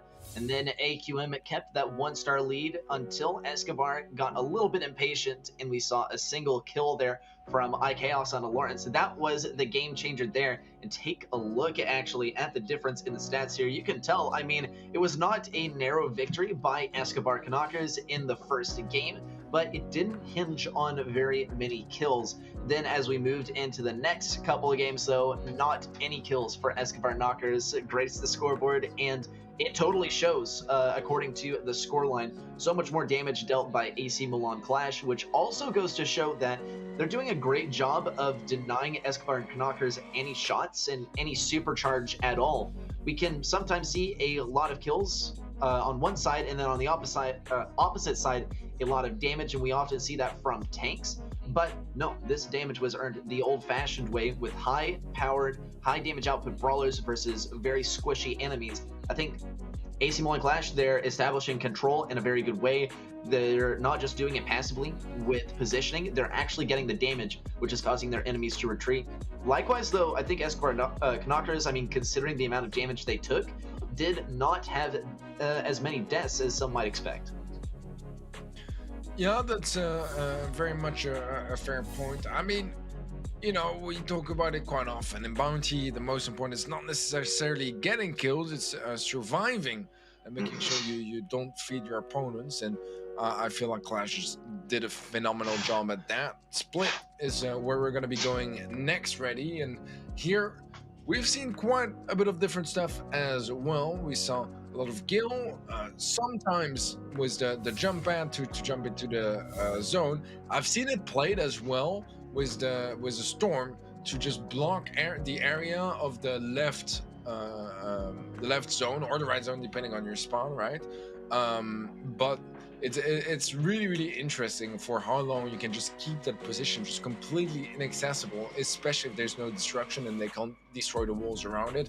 The value is kind of nuts, but yeah, right now there's definitely other brawlers that could shine here too, right? Something like a Rico could do a lot of work. Meg is going to be banned, so we won't see that. And obviously with something like a Gil, I wouldn't be surprised to see tanks, and we'll see the two tanks joining in with the Gil for Escobar. And so far it seems like AQM have an answer to deal with them, and that's going to be the Bam and the Surge.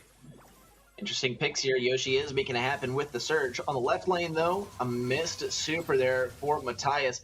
Now, iChaos will have to defend versus him. Matthias isn't going to make it easy, though. It is going to be tough for iChaos to get that super up, especially getting stunned down by Matthias. Now, Escobar is actually quite close on the scoreline, but this right zone absolutely still belongs to AC Milan Clash. And a great scrap sucker there by Guille to completely disable Lawrence on the offense. This is looking quite dominant by AQM on the right side. Once it's captured, Guille is going to get to circle around to the left side, and this right side is just going to be left alone. Escobar Kanakos can do whatever they want with it, but the left one is the lane to win, and it does appear to be an AQM game here. There are a lot of spins from Yoshi, which is telling me that AQM wants this to wrap up just a little bit faster. They're trying to get in their enemies' heads to make this a faster match. Yeah, well, so far, AQM are not really able to get into that zone. And it seems like Escobar are just keeping the game up, but to be fair, they're only 22% behind. If they manage to find an opening kill or two, it's still very much make something happen. The TP from Yashi is going to make things a lot more complicated. Does get knocked back, but still lands the final shot, and iChaos always do a step into the zone for half a second, and that is going to be GG well played. But first, he's got to just walk around the perimeter, you know, making sure that everything is safe before actually entering the location. But yeah, all right, sure. That's going to be game for AC Milan Clash, and this is kind of what I was expecting after that first game. I mean, I was there like, okay, wow, Escobar actually are causing some real problems to Clash by winning that first game of the match. But as we are moving more further and further, it just doesn't quite feel as overwhelming as it was earlier. The presence from Escobar, they're starting to really fade away, and they had some chances here, don't get me wrong, but definitely not nearly the same kind of stuff that we saw in the first game of the first set. So Clash looking very much awake and ready here, and they don't need all that much more anymore. If they can keep it up like this could be one of the faster matches of the group stage. Yeah, I think it probably will be one of the faster matches of the group stage. I think that Clash pretty much gets to dictate the pace as well. You saw that match could have ended just about a minute faster had Clash not played with their food there towards the end. I believe it started as iChaos saying, hey guys, you think I could take them all on my own? And they said, yeah, I don't know, go for it. And Guille and Yoshi just sat completely still and let him try to 1v3. It didn't really work out. There were some points where I thought maybe it would. There were the spins from Yoshi as well as the Protesto, and then it all finished off with iChaos doing his daily rounds around the point, and of course, as you said, Teddy, making sure there's nothing dangerous, right? He wasn't guard Rico, but he definitely had the spirit of a guard Rico, and I think once more he will be guarding that left point. We'll see if the Rico gets picked here, and yes, in fact, it does. Once more, circling around to the left side. Sandbags could be a big help in dealing with iChaos here. Lawrence isn't going to be using them quite yet. There are the sandbags now as he got them into the position he wanted. On the right side, though, AQM is having quite a bit of trouble with the Gale and Frank combo. It does seem like Gale and Frank was the move rather than Gale and Jackie going up the right side, and it is going to give a really nice lead to Escobar Knockers. Matthias able to find a nice kill. Yeah, she will be staying alive, does find the trade. That means that Clash are going to be starting to catch up as if they have both zones under their control. However, the jump from Matthias comes in. The follow-up kill does as well. Escobar started off great in this game, but Clash are taking the lead and looking to go the distance as they're almost at 80% capture. Okay, Escobar Knockers have had the rug pulled out from under them, and Gabe looked like he had the rug pulled out from under him as he did get drawn back by that attraction gadget from Matthias. Matthias is going to really have to try to pull Gabe off the point, but it's just too late. AQM will handily be taking set number 2, even more dominant than the first. In the first game, we did see Escobar Knockers get at least one game. This time, though, not only AQM playing with their food and just having a fun time messing around, but also taking this one 2-0. We are going to be heading into set number 3 momentarily. If there's a single win by AQM, then we are looking at a match point. But first, we got some highlights from set number 2. All right, first off, some great TPs from Yashi on the Surge. Kel's honestly doing a terrific job on the Rico as well. It's, for a reason that he is considered still as one of the better Ricos in the game. And he definitely made it happen here. Stats-wise, I mean, it's a lot more kills for AC9 Clash. They did die more, but it could be also from having played more maps or just in general, the current situation. So right now, man, I feel like Clash are just looking so good. They're just looking so good, and I'm not sure how Escobar are going to be able to stop them.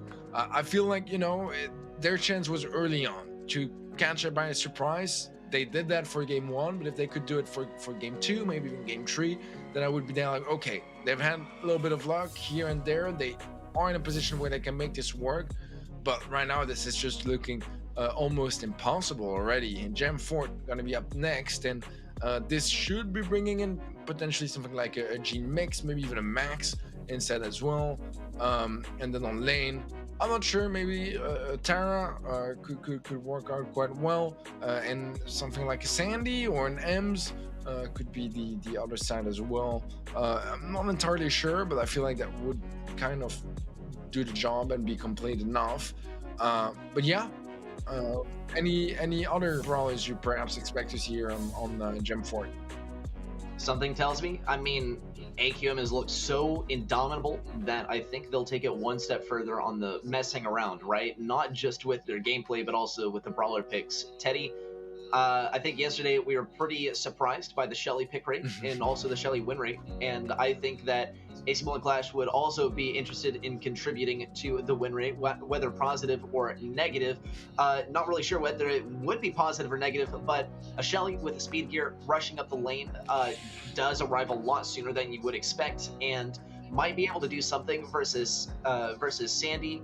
If Shelly's also using like a shield gear, then that could absolutely help.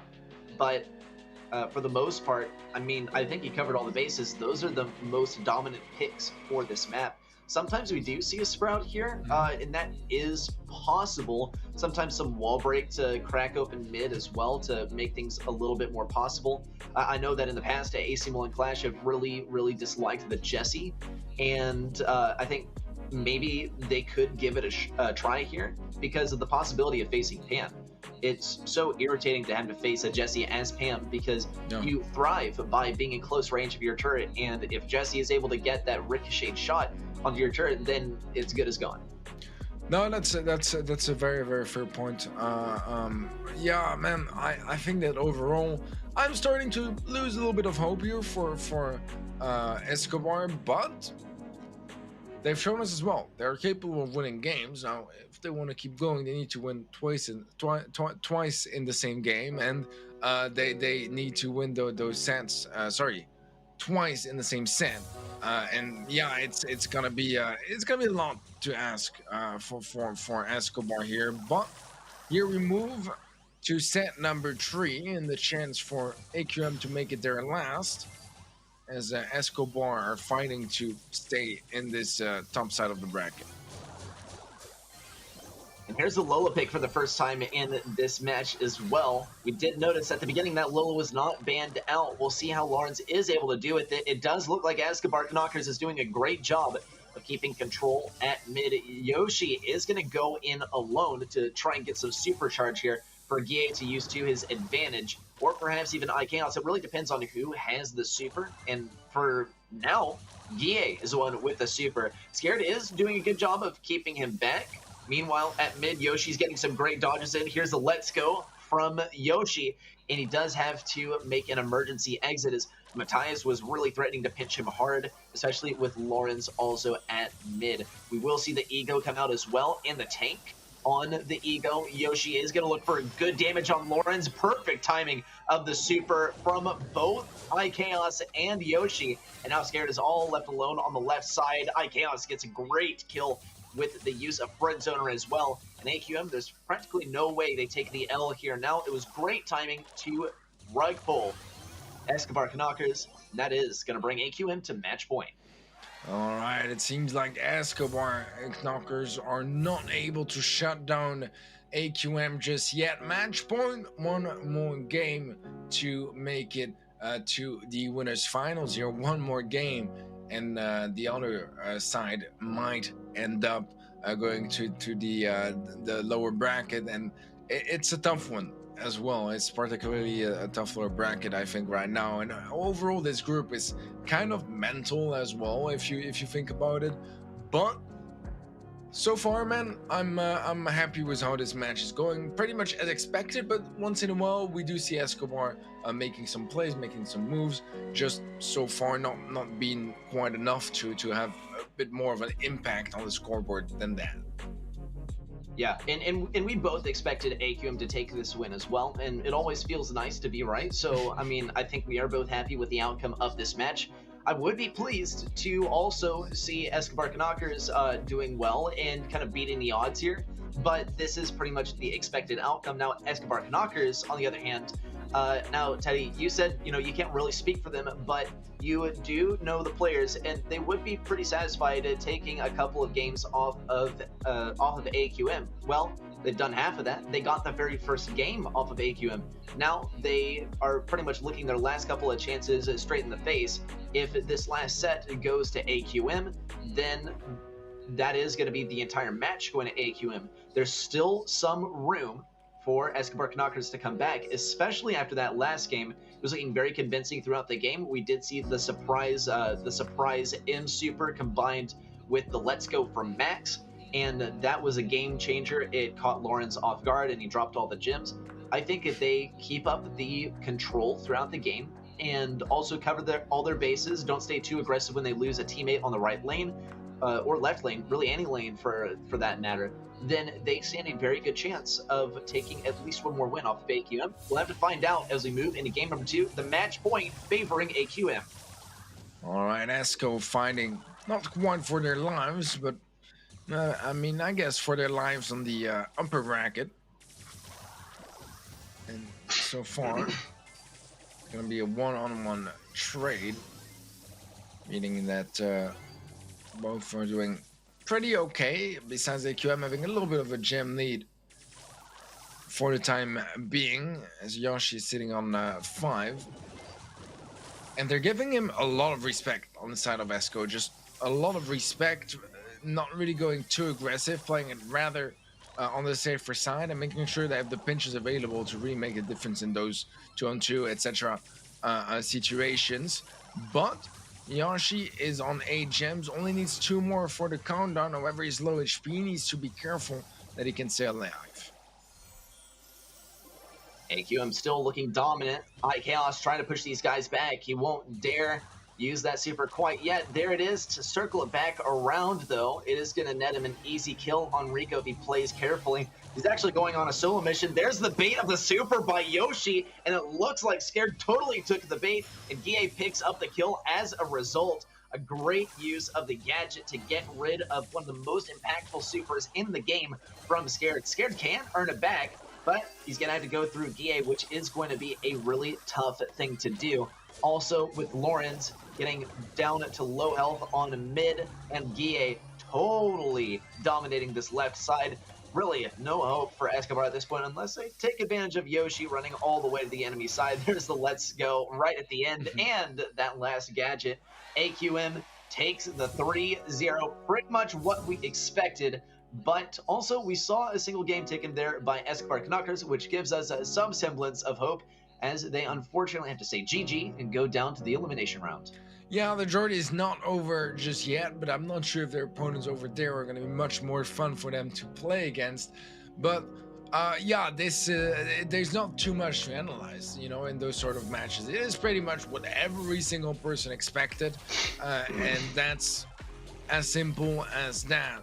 A great job from AQM, of course, overall, just finding some good value and being very well aware as well of what to go for and what not.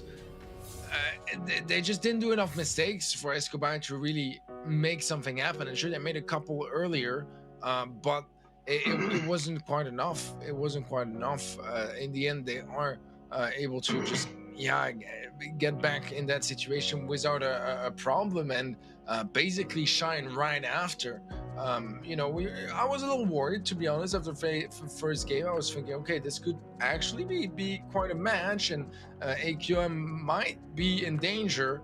But then, yeah, it just didn't really feel that way, to be completely honest. So overall, just GG's, and Clash was the better team. Escobar Knockers fought their best, had some chances here and there, some potential opportunities, but that's where it ends. Opportunities, they were not really able to convert them into anything more tangible. Yeah, look at these stats. I mean, so dominant by AQM. Take a note of their most used brawlers as well, or at least their best brawlers, right? The ones that they won most with. But I will say most of their games were wins. A lot of Piper, a lot of Tick, and a lot of Rico as well. Their opponents waiting for them in the winner's bracket should definitely be looking out. It's going to be Totem versus AQM coming up next. We are going to go to a short break to give our teams some time to prepare, but I encourage you guys to prepare as well. We're going to take a short break. See you guys in a few minutes.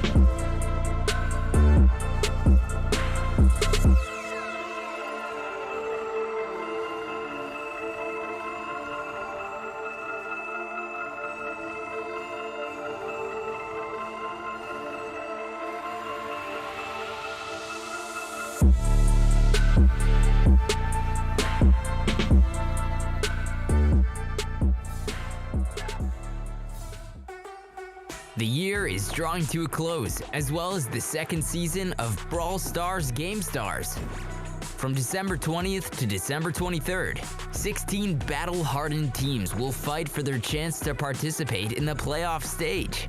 On December 26th, we'll find out who takes the sweetest chunk of the prize pool, amounting to $30,000.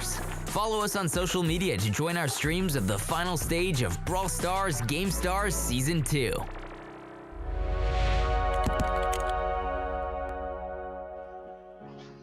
Welcome back, everyone, to GameStars. We're about to get into the third match of the day. It's going to be Reply Totem versus AC Milan Clash. Whoever wins this will be going on to the final match day, the international playoffs, to compete for a $10,000 prize awaiting one of them at first place. Man, this is always one of my favorite matches in EMEA, especially since it is always a bit of an underdog story, right? Clash on paper are the superior team, but what happens so often is that somehow Totem, they are the team that beats Clash pretty often. It's become a bit of a tradition at this point, where somehow they just take them down and then they choke against another team that was, you know, the old Totem. But I'm looking forward to this one. It's been a while since I've watched it, and it's always a lot of fun to witness two great teams with a lot of talent and a lot to show to us. And there's only gonna be one of them making it straight through to the playoffs. The other one will have to play through the decider match where they will be facing the winner between Bunker Esports and Escobar Knockers. Yeah, Teddy, you touched on the typical rundown. Usually it is Totem to take down Clash, but hey, we love character development as well. And as 2021 draws to a close, I do anticipate that we could see some development starting to emerge. Or hey, I don't know, maybe it's a 2-year thing instead of a 1-year thing that Totem takes down AQM. Here are our maps as well. Nuts and Bolts will be counting us down, then Backyard Bowl, and then some pit stop action. Should we make it past those, though, Hard Rock Mine and then Shooting Star will follow to break any ties. Nuts and Bolts is an interesting one, Teddy. I do think we'll probably see the Buzz Band, which will open the doors for some awesome more display. Yeah, that's a fair point. We've happened quite a bit already so far. A lot of possibilities comprise on this map in particular, but I think it's usually easier to you know, have a bit more of an understanding of what we can expect or not once we get our bans to come true. But yeah, regarding this matchup in general, this is definitely going to be an interesting one and one of the highest quality ones of this group, but we'll see how it actually goes down. Buzz, as you said, is going to be the first ban from Totem, as a matter of fact, and then Rosa will be removed by Clash. I believe that Clash have been banning Buzz quite a bit themselves, so we might even have a redundant ban by having the double Buzz ban. So there's only going to be one way to find it out. That's been getting the knowledge of the band's number 2. But Rosa, you know, really great at the moment. Does work so well with speed gear. I think I've explained it about 50 times already so far, but indeed we do have the double Buzz band. So Tara Teddy still has you know, the predictions right. But yeah, not too much of a surprise. They ban it every single time, even in the international group stage as well. Daryl is going to be banned again by Totem, so both teams here pretty much just going with their usual bans. Nothing too fancy, nothing too specific, nothing targeted to any of the opponents or comps that they expect their opponents to play. It's very straightforward, just banning 2 brawlers that you don't want to play, or you don't feel like you're going to be better at, or whatever the reason is. If you want to just make sure that your comps are a little bit safer regarding that brawler potentially showing up and disrupting your plans, those are all valid reasons to go for those bans. But yeah, we don't need any introducing for any of those players. Some top class from EMEA regarding the brawler picks. The 12 Rico from iChaos is probably what strikes the most here to me. Yeah, it definitely stands out to me too. We'll probably see that happening in pit stop and maybe even a little bit earlier. And Teddy, I will once more applaud you for the perfect prediction of the duplicate ban there by AQM. It was spot on, and I think it is going to allow us to see some Mortis. Now, typically from the AQM roster, though, they have one player who plays Mortis, and that is Lana, and he's currently out playing for Tribe Gaming EU. I wonder, though, if iChaos will be the one to pick up the Mortis this time for that mobility they need to start collecting some of those bolts. Here we have iChaos and Maru also face to face. Maru, I'm definitely looking at as well. I think he will bring out some great Edgar play when we make it onto pit stop. Of course, that is set number 3, so it's either going to be the decider or it's gonna decide that we head on to a set number 4 or 5. We'll see how it turns out, though. I do anticipate this to be a closer match than we saw in our last one with AQM, and maybe up there with the game versus BKROG. Yeah, what worries me slightly and also explains the big difference in kills and deaths between the two players is that Totem actually didn't have the best run through the international group stage. Not entirely sure how it even went before that, but in the international group stage, they struggled a little bit. They almost actually got eliminated in the group stage, but they barely managed to win the match. I believe it was double match point against Frutas, which once again is not the best sign for Totem fans, considering Frutas, although a good team, shouldn't really be too much of a problem for Totem to beat, but it seemed like it was. Looking at Soy versus Guy, it's a very similar story overall, just very much a lot better for Guillet, right? Just dying a lot less and getting even more kills. It's a very different contrast, but once again, it depends on which opponents you face in your group, etc., etc., etc., how many matches you've played, obviously, as well. So it's not the most about the comparison, more than kind of having like the profile from each player, right? And seeing what they've achieved throughout the season. And it seems like Mauri is going to be the only player with a positive KD on the side of Totem, which so far makes me just wonder how they even got to this stage. You know, if it wasn't Totem, I'd be asking how they even get to this stage with so many death and so little kills. But they somehow did. And the question is, can they keep going? Can they keep pushing? Because right now, Clash is in their way to the playoffs, and they are definitely a very, very tough opponent to face. Yeah, I mean, I guess if you always win Heist and you always win Hot Zone, then you can afford to accrue a lot of deaths without getting a whole lot of kills. The question is, what is that last mode? Because, well, I mean, we're only going to get to see Heist and Hot Zone once each, so we still got to see the victory for some other mode. And here we have the player cams, and once more the very creepy Santa Claus in the background. Maybe it is a maybe it's a good luck charm. Let's hope so for Totem. As oh there we go. That's great. I'm sorry, man. It's a little creepy, but but I love it. It's a good luck charm, I'm sure, and let's hope it brings you a lot of good luck in your upcoming matches. Oh, it doesn't even have a body. That's just funny. Teddy, I didn't think they watched the broadcast, but maybe some do. Maybe some do. Maybe some do. I mean, at least he made them spin, right? Let's see if they spin in game, especially you know. Yeah, I think that's supposed to be a Santa mic spinning. I think that's some pre-match VM. Oh, okay. Okay. I didn't really see the Santa mic. It just looked like regular Santa, but now that you say it, it does make sense.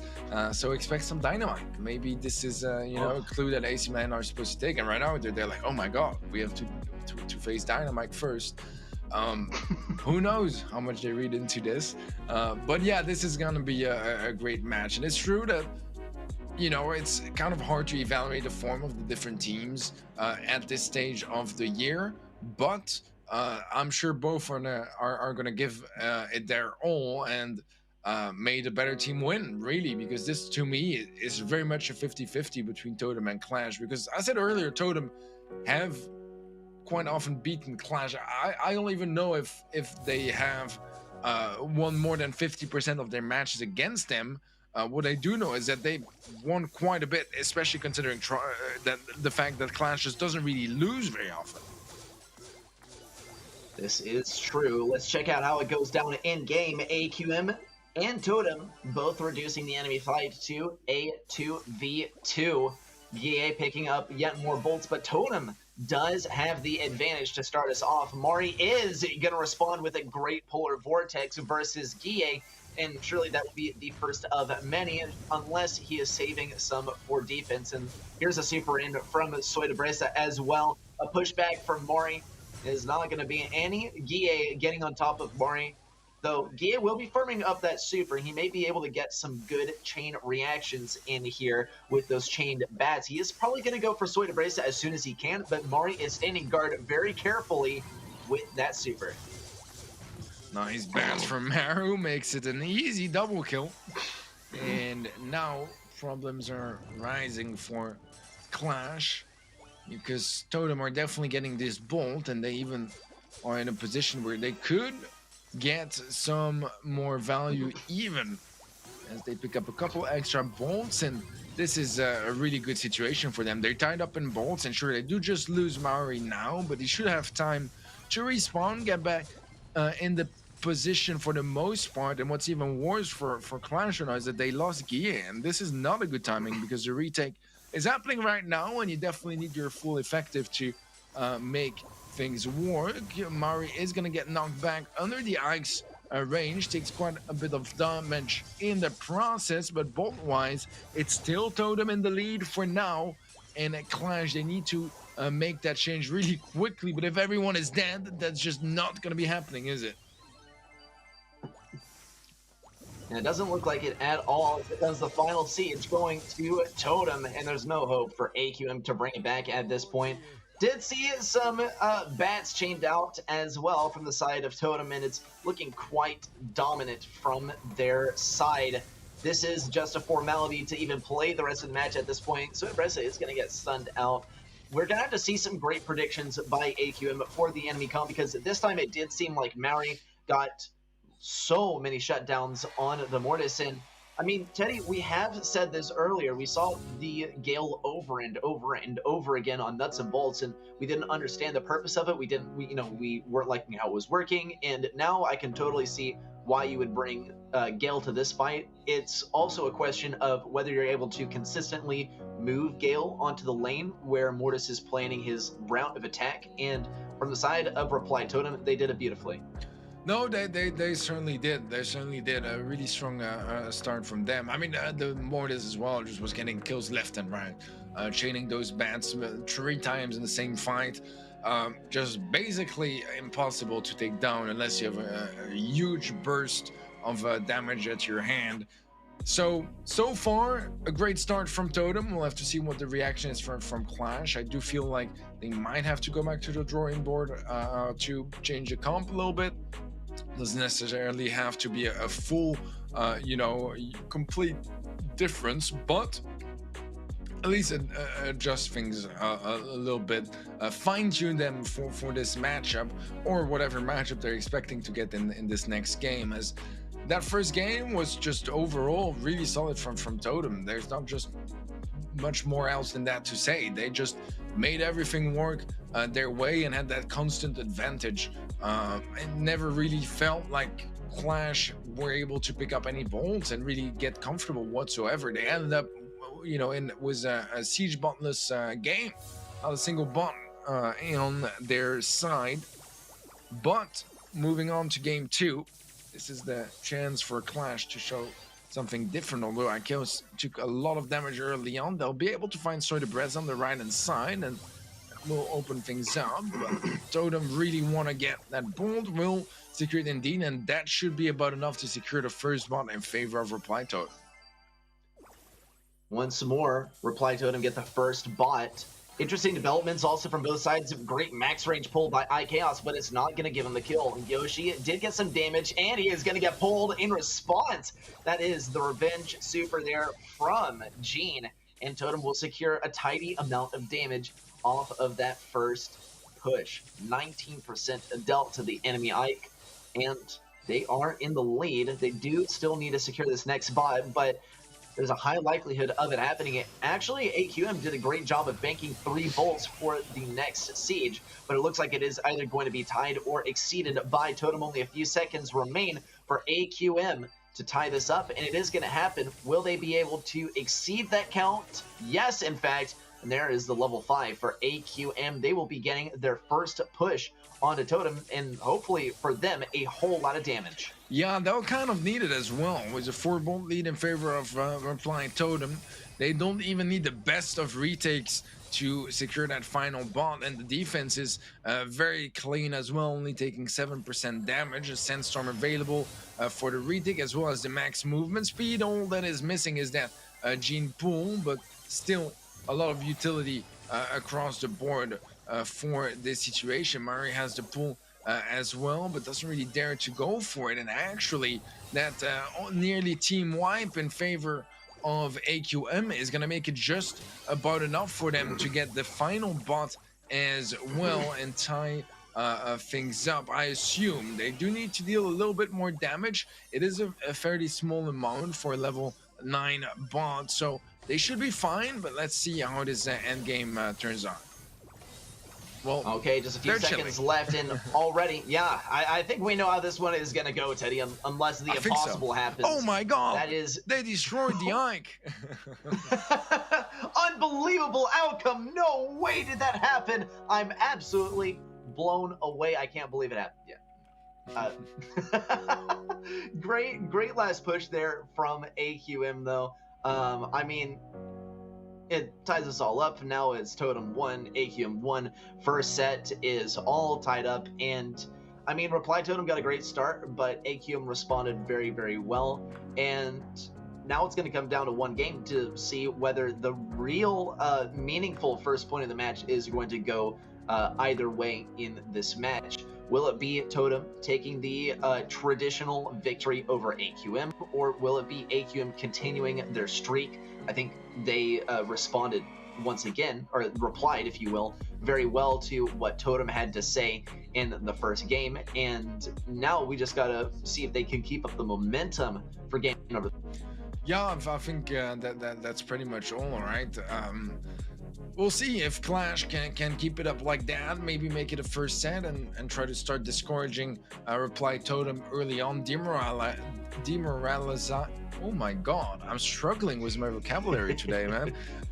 Demoralizing them was a bit of a set steal. I mean, not quite. They did deserve to win that last game, right? But it was very close to be a siege bot for Totem or a draw, and then it would have been more likely than not a win for Totem. So yeah, this is the sort of game that is tough to lose, and if you start losing immediately in the next set, then at the end of the set, it just really adds up and leaves that uncomfortable feeling present. But it's still absolutely anyone's game, anyone's match, and I feel like right now they seem just very well paired for this group stage match.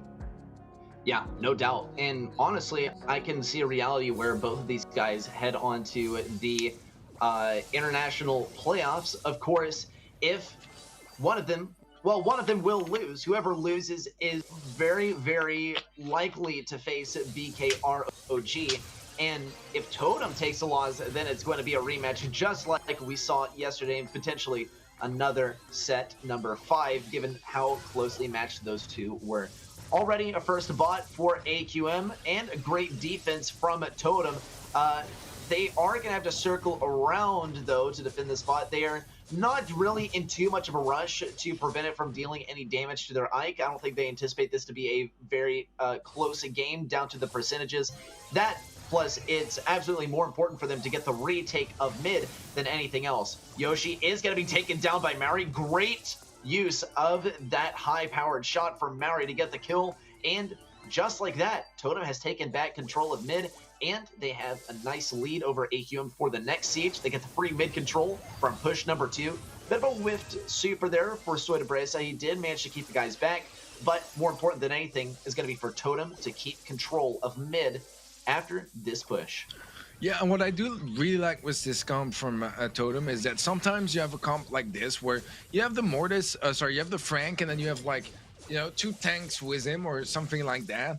And the Frank destroys all of the walls, and that's very nice and stuff, but at the same time, the tanks really need them. And in this case, with those long-range brawlers, they're happy to have those walls out of the way, at least a certain amount of them, as it makes it a lot easier for brawlers like B to really shine. And we've been saying that the more the map was getting opened up, so far a little bit of a lead still for Reply Totem. They will be getting the second bot, level 9 bot as well, but are going to be behind for the final bot. Oh, this is the final bot, and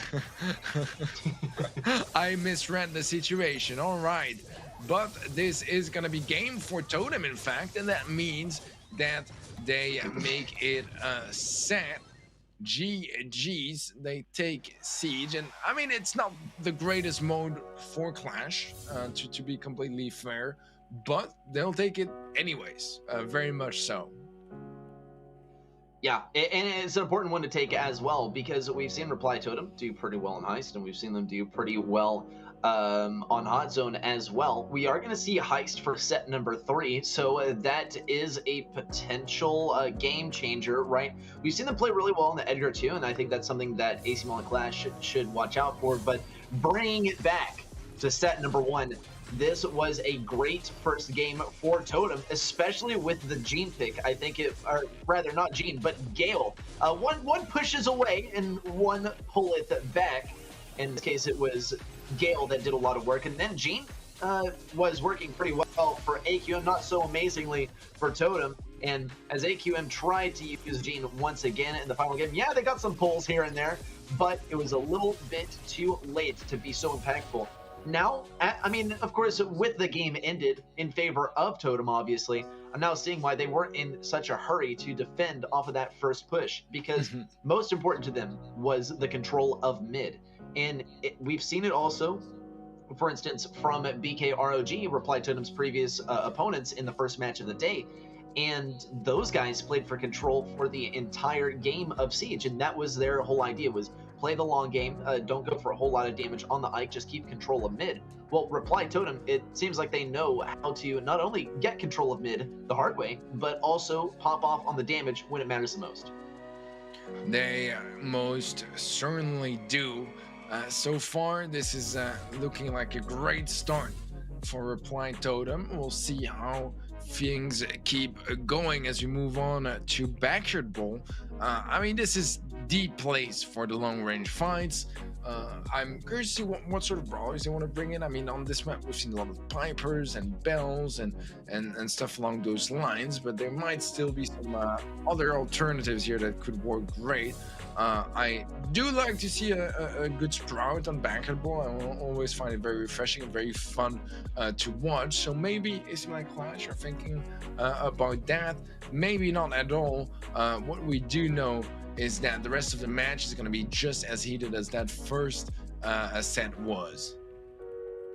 Yeah, no doubt. I mean, it is going to be very, very close, and there are not going to be any points to take breathers at all, so make sure you send it for our next set. It is going to be Brawl Ball, Teddy, as you mentioned, and I think, yes, Piper, Bell, very, very strong possibilities. Something that we saw from both teams previously when we played this map was actually Byron. Now, Byron is totally available here, and I think Byron would be a pretty strong possibility. Something we did observe, though, was from BKROG, the Byron play was stronger. From Totem, it was a little bit weaker, some shots not connecting. We are going to see the Byron play from both sides this time, so we'll see if it is a Byron diff by AQM. If not, then we can really conclude that BKROG, they are just good with the Byron. We'll see how it turns out, though. We also have the Colette from Totem, and this is a kind of a strange pick, and Teddy, I doubt you were expecting this either. Yeah, you can counter out tanks pretty well, but a lot of players consider Colette to be bottom tier at the moment. Yeah, it's a bit of an odd mix. I mean, it's always worked quite nicely with Byron because you can get healed while placing your super, and the shield from the super can help out as well. But beautiful goal from Maru, able to just get the quick self pass, dash, and goal as Reply Totem open up the scoreboard with about a minute and 30 seconds left on the clock for AQM to make a move. Gia also doing a great job of locking down the left lane and getting a kill on Maori in the process, and a kill for Soy de Bressa on the right side. It does get taken down by the curveball, and that's 2 for the curveball kill count for Gia. It just seems like it's so hard to predict where those projectiles are going to fly. Just a general rule of thumb is, okay, you walk clockwise and you walk towards the middle of it, but that's not always going to work, and especially when you're trying to dodge out that last bit of damage, it can be quite frustrating. Gia is absolutely using it to his advantage, and here is the lane locked down on the left side. Do we see the pass up to iChaos? Yes! Oh, and a bounce pass to Gia! Great stuff from AQM. This is what we always love to see from AQM, is sometimes they just make the most amazing goals that are just, they're pretty to look at. Are they practical? In this situation, yes, but they are really nice and entertaining. We'll see, though, if that can take them all the way to a victory here. Clock is ticking down, and Totem continues to push up very impressively. All right, about 15 seconds left in this game, and we have a Team Y just before overtime with Totem setting up positioning for next encounters. Looking to find an opportunity to score, and that is confusing, but it is going to end up with Totem still having a bit more of the reins in this overtime. Looking to maybe go for a pass here, sort of. Breza would like to get his super, takes a lot of damage, gets taken out. Maru is going to be very low himself, gets hit by a curveball in the end, and this is looking more and more like Clash have a good chance at scoring. Let's see how Maru is able to do on the Byron on the left side, though. Maru is going to play defensive here. Still 25 seconds left on the clock for Totem to bring it back, and they're doing a great job of pushing up versus AQM. If they're able to keep them here, then they can go back to the drawing board and take out the Colette. They need to get something here with Soy de Bressa, though he is going to fall. Will someone be able to defend in the meantime? And there is the super from iChaos. A 50-50 prediction there by Maru. It's unfortunate for him that it didn't go his way, because had that ball not gone into the very corner, then I think he would have gotten a just spectacular prediction on where that ball was going to go, and a great defense. Though that is going to result in a victory for AQM. They are very, very good at Brawl Ball. It's great to see that form of consistency as well. And that is going to bring our score to 0-1 for game number 1 of set number 2. Yeah, that's the detailed outlook from Ready Set. Exactly where we are. No, but for real, a great response from Clash. It took them a lot of energy, and it felt at a couple of moments like Totem were going to take that game away. I mean, to be fair, they did score first. They did have a push right before overtime kicked in, but neither of them were really where they managed to capitalize. So in the end, this is a nice way to get back into this match for Clash. They still have work to do, but it's starting to look better and better, and at this point, that's as much as they can ask for. Yeah, so I'm super excited for our next game. I do think that AQM could tie things up 1-1. It would guarantee a set number 4. I don't think we were really expecting a Totem to sweep anyway, though we do expect them to perform pretty well on pit stops. So should they win this set, should they bring it back, then they have a very strong chance of ending it very quickly. I don't think AQM are about to let that happen, though. I don't know if it's necessarily the same situation that AQM faced versus Escobar Knockers, though. I don't think they were not taking these guys or I don't think they were expecting, a swift match off of set number 1 just from the get-go in game number 1. I think they know exactly who they're up against. Let's see how they play versus the enemy's weaknesses. This time it is going to be Guille playing the B, Mario also playing the B, and surprise, surprise, Totem have gotten rid of the Colette. Yeah, I feel like, it's fun to play. It reminds me of Kaboom Canyon was a Byron was you, and you know you get the shield from the star power, and it's all fun and games. But I don't know. I don't think it's particularly amazing right now, indeed. However, that push might be. Oh, can he get the kill there? Sort of Breza won't be able to connect the shot. It's going to give a little bit more space for AQM to get out of their goal position and start going for some more wide peaks.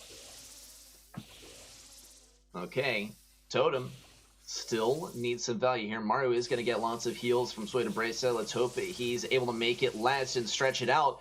Already taken so much damage from Yoshi and iChaos, and he'll do so once again. Yoshi has the super ready to go. He does have the kill shot on Maru, and great use of the gadget by Maru to stay alive just a little bit longer. It's not going to take him the distance, but it does show Yoshi that he cannot assume that he's going to get that insta-kill every time when he does have that super ready to go and a vulnerable target. Could see the let's go any moment now. Maru is going to wait for Sueda Bresa to come up here, and not even yet. Maru is going to wait for Mary to respawn. There's a let's go on both of them. Meanwhile, though, Guille is able to return to the battle, and check it out. Ego not taking much damage on the left side as well. Sueda Bresa will not be getting too much damage. Mary also will be looking for a slow, gets slowed in the process himself. iChaos now taking lots of damage on the left side, but still getting supported by Yoshi. Mary looking for the last shot on his killer bee.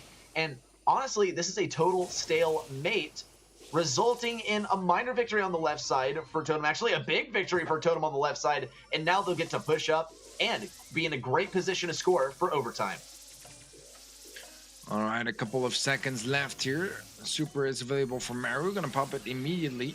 Maybe Mari is gonna attempt to go for the charge shot, but instead goes for the slow. I don't dislike that either. Trying to weaken up that defense, as Maru does get beamed and it's going to be very low HP, so the Browns are forced to use quite a bit of ammo to get him back to full HP.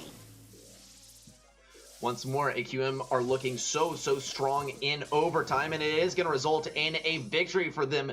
0-1 here once again for AQM, but that's not going to be our set score anymore. It was 1-0, and now it is 1-1. We'll be heading into set number 3 momentarily. What a great game for AQM. Goes to show that Brawl Ball is such a strong mode for them. They're basically unstoppable on this mode, even in Backyard Bowl, where every single game does go to overtime.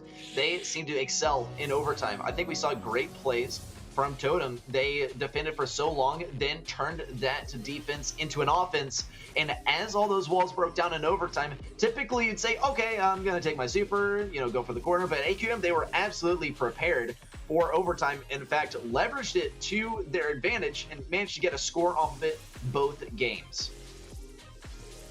All right, so far this is a close match, but only one can make it true. And yeah, Clash looked like a whole different team in Brawl Ball. They looked so uncomfortable earlier. I wasn't exactly sure what, where, or when anything happened, but right now it does seem to be, getting a little bit back up there. Some great chances on their side of things. Well, it's a very slim damage lead as well, but yeah, this is the match, right? Totem versus Clash. I just hate and love this match at the same time, and so far I feel like I need that extra little peps from their gameplay, and I'm sure they'll bring it on at some point to make the difference. But yeah, pit stop is gonna be where we go up next, and our chance to maybe see finally some bull action. And we love the bull action here. From the other side of, well, actually, I don't know. I think bull is pretty likely to be run by both sides, but if we're talking about the side of Totem specifically, I think Edgar is a strong possibility. They played the Edgar really well, even to the strong play by Ekwak, and that was, of course, in match number 1. Now facing AQM, no doubt AQM is anticipating it, but Edgar is not really one of those that you can come with a strong counter to. I'd say probably the best bet is going to be Stu, which also means that Reply Totem can anticipate the Stu play.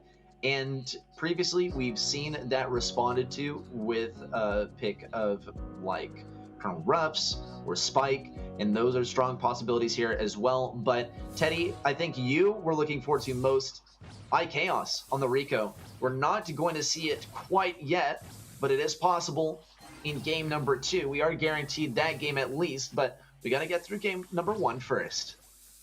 All right, so far we have that Emsmere matchup mid. The Spike is not really able to find too many connections just yet. First blood actually from Guille and sort of Breza, never mind, able to make something work. Guille gonna be chasing Mari here, and eventually, yup, he takes him down. And that is gonna give a little extra control to AQM early on. The only problem is they already took 25% damage on their red eye. On their red safe. I keep getting confused between both words. Well, it is nice that the enemy safe is a different color now, isn't it? Well, let's see. So Debresa is going to be going for some control over here versus Stu. That is the ideal lane for him. He's not going to throw down that life plant just yet.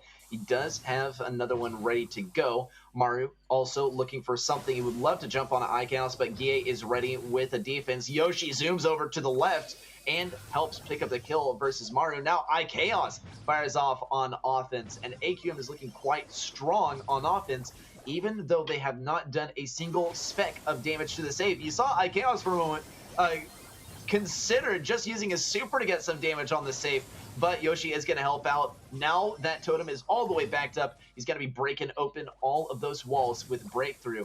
Now on the left side, Guille has to be contested. He has the super ready to go in order to deal with Maru, but of course iChaos is going to get jumped on. It does deal with it pretty well, and Guille picks up the kill.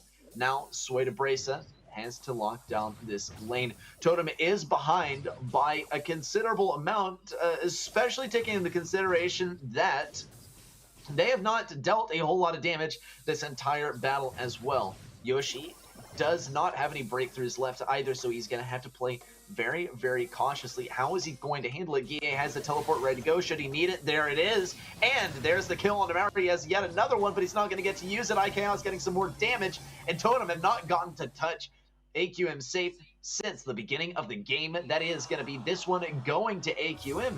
And honestly, they have made me eat my words here, Teddy. They are not as strong in Heist as AQM, apparently. Yeah, no, it doesn't seem like it so far. I think that from memory, that was the worst mode for Totem throughout the year. That was Heist. But I think from memory, right? I'm not 100% sure. And so far it does look like it. Yeah, it certainly does look like it. Clash showing a much better performance until this point in this mode. And yeah, Totem need to find a response soon. Otherwise, it's going to be a second set picked up by Clash. And that's where the problems really start arising for Reply Totem. Yep, so we are getting prepared for game number 2. Should AQM take this game, that'll put them at 4 wins in a row, which would be just so massive versus Reply Totem, who already did drop a single game in set number 1, and now on the 4-game losing streak, it is looking like a potential sweep from here on out by AQM, which is kind of odd. The tradition is that Reply Totem does get the victory over AQM. We'll have to see how things turn out. AQM will be sticking with the same comp. Totem will be switching it up, though. They got to do something versus the Stu. Obviously, Spike was not cutting it, so Maru is now going to switch onto the Colonel Ruff. Sueda Bresa also looks for the value versus Ems with the Barley pick. We'll see if he's able to get around the right side. But from where we stand, this is looking like not only a pretty strong team composition as far as damage that could be headed onto the enemy safe from the side of Totem, but also a very specific counter to AQM. It'll be an amazing show for AQM if they're able to still get the win while being hard countered on 2 separate brawlers. Yeah, that is definitely gonna be a bit of a nightmare. Yoshi, I think, messing up his gadget or super, not entirely sure, but not really dashing much as he dashed against the wall. Guille is able to get into the back line, and he's definitely going for a flank rather than for damage, and he will get punished for that. Maori still alive though, still finding value, still being problematic. Let's see. Was about a minute left on the clock. If Totem can hold on to that lead. As so far, Totem safe is still perfectly safe.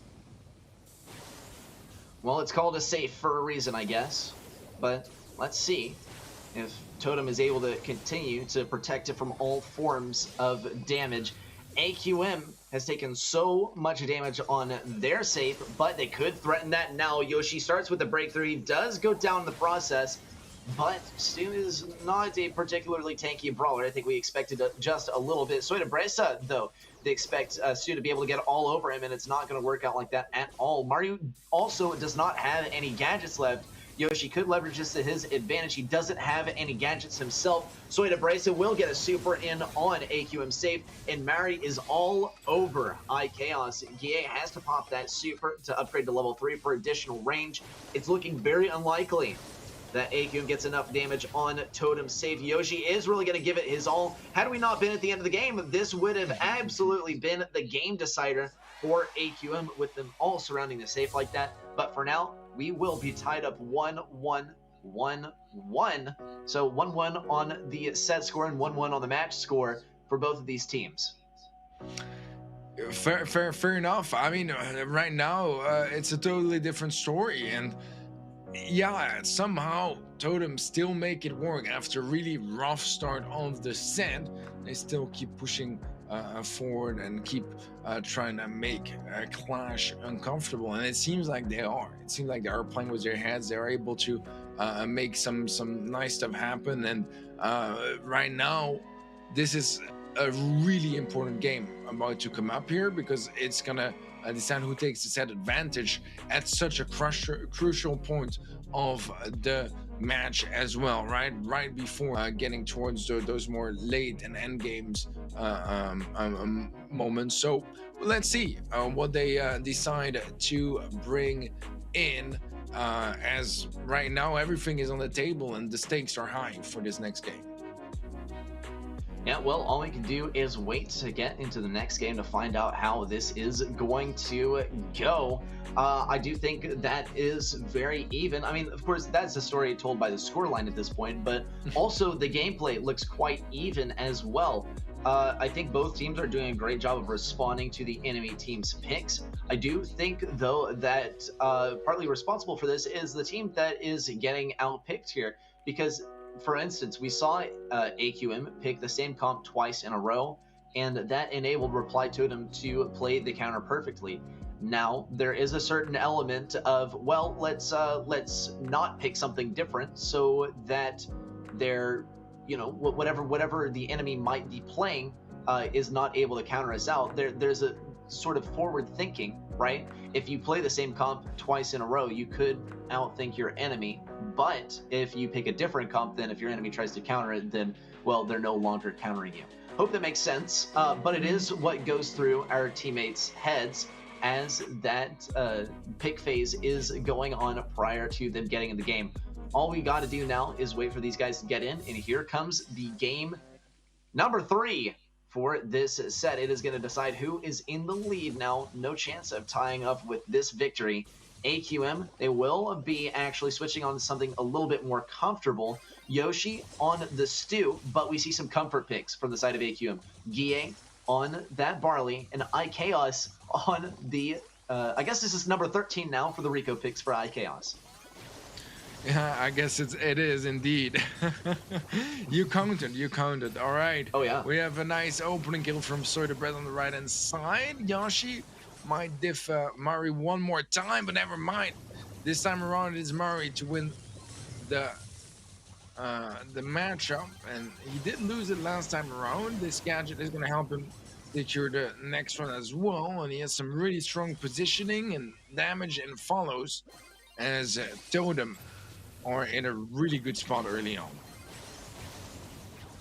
Okay, Let's see. AQM once more taking loads of damage. Maru is also going to be getting that off that super. IKOS getting countered out by Maru and by Soy de Breza. This is a really bad lane for him. Hopefully he's able to switch over and allow someone else to take on this lane. But it just seems like Totem is out doing these guys on the mechanics. They are totally diffing AQM here, and here comes a bunch of damage from Maru as well. Already a 60% damage differential, only a minute left in the game. It almost doesn't seem like enough time for AQM to bring it back, but anything's possible.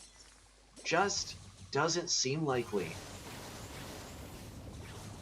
All right, 45 seconds left. The super from Gear does connect on the save, but that's not nearly going to be enough, as right now Totem still have that massive lead. Mari breaking open a couple more walls, and the damage follows once more. 18% left as Mari pushes forward. Might even consider closing things out here. 2 players from Totem trying to maybe help out in the defense, but I think they've given up, and I think they know that this set is going to reply Totem 2-1 in their favor, and now all they need is one more set to secure their spot to the playoffs.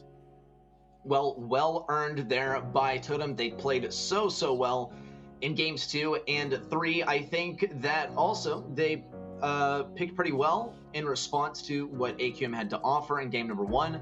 And I don't know if it was a misplay or what, but AQM, their brawler picks in game number 3 just were not it versus the same picks that Totem had been bringing in game number 2. And this is exactly what we were talking about, Teddy, with the complications of choosing the same comp twice in a row or picking something completely different. You don't want to counter your enemy, and then they turn out to not play this game same comp once more.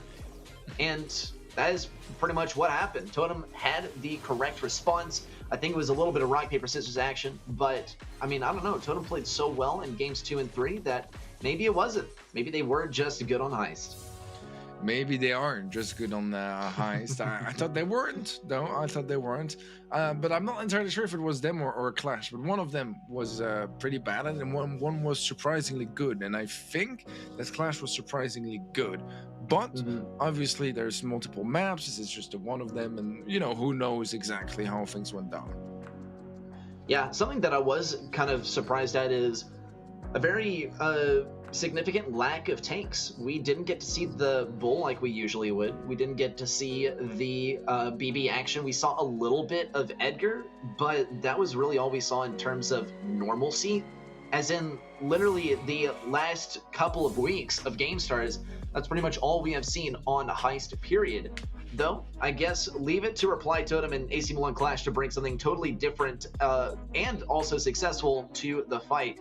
Set number 4 is going to be on Hard Rock Mine. If Totem win this, they're going on to the international playoffs. And if AC Milan Clash win this one, well, we got another set 5 heading our way. Shooting Star would be set number 5.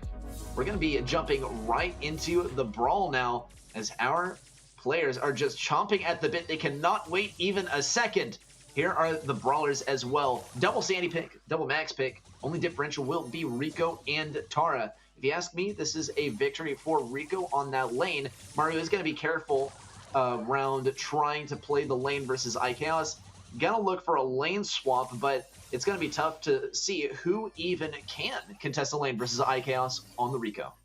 Yeah, it's going to be a bit complicated, and it's true that with a bit of research, they could have expected the Rico pick. I mean, after all, it was played 13 times, 14 counting this time. But yeah, it is a pretty standard pick on the map in general, but especially, I mean, we're talking about the god Rico himself. And so far, we are at 4 gems each. I think slowing down a bit was that Sandstorm, giving some space for AQM to start building their gem economy. Okay, Totem still relatively matching the gem count from AC Milan Clash. Mario does pop another gadget. It quickly goes down. Soy de Breza needs something versus IKOS, but there's no stun, and IKOS heals up with Bouncy Castle, and he has a Bouncy Castle to spare as well. But there's the speed on the Soy de Breza and Mario. It's not going to last long enough to really get them anything of value. It just gets them back into position. Bad positioning, mind you. iChaos is still shutting down this right side.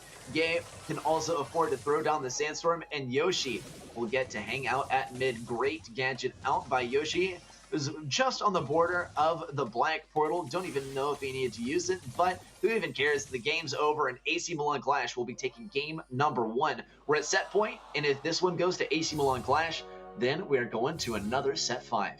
Man, we've had so many different set 5 matches in this GameStars, both, I mean, not quite in the group stage, but here in the international finals, we definitely had our fair share of them. And we'll see if we get yet another one going all the way between Totem and AC Milan Clash. I told you at the beginning of the match as well that this was looking a whole lot like a very close and tough match, and that it could really go either way, and so far that's absolutely how it feels as well. Yeah, I mean, it has been really topsy-turvy, going back and forth and back and forth. It seems like they are just trading objectives here. They're just trading sets. And now, I mean, if AC Milan Clash takes us next game, then that's exactly what it's going to be. And it's going to end up with a set number 5 on the way. That said, though, I think that in this last game, AC Milan Clash really did just outpick Reply Totem on a single brawler.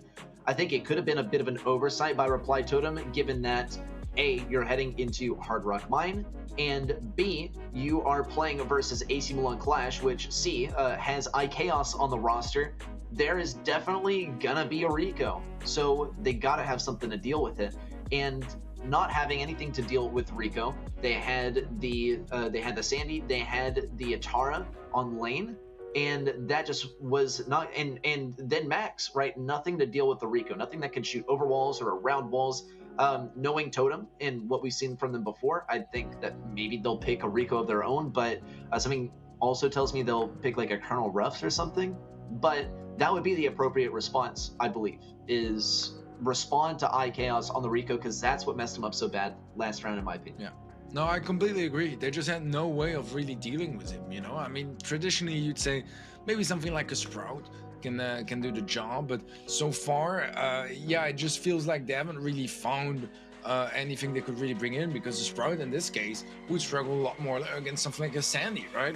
With the Sandstorm and being caught off guard up close. So I don't really know what the answer is here.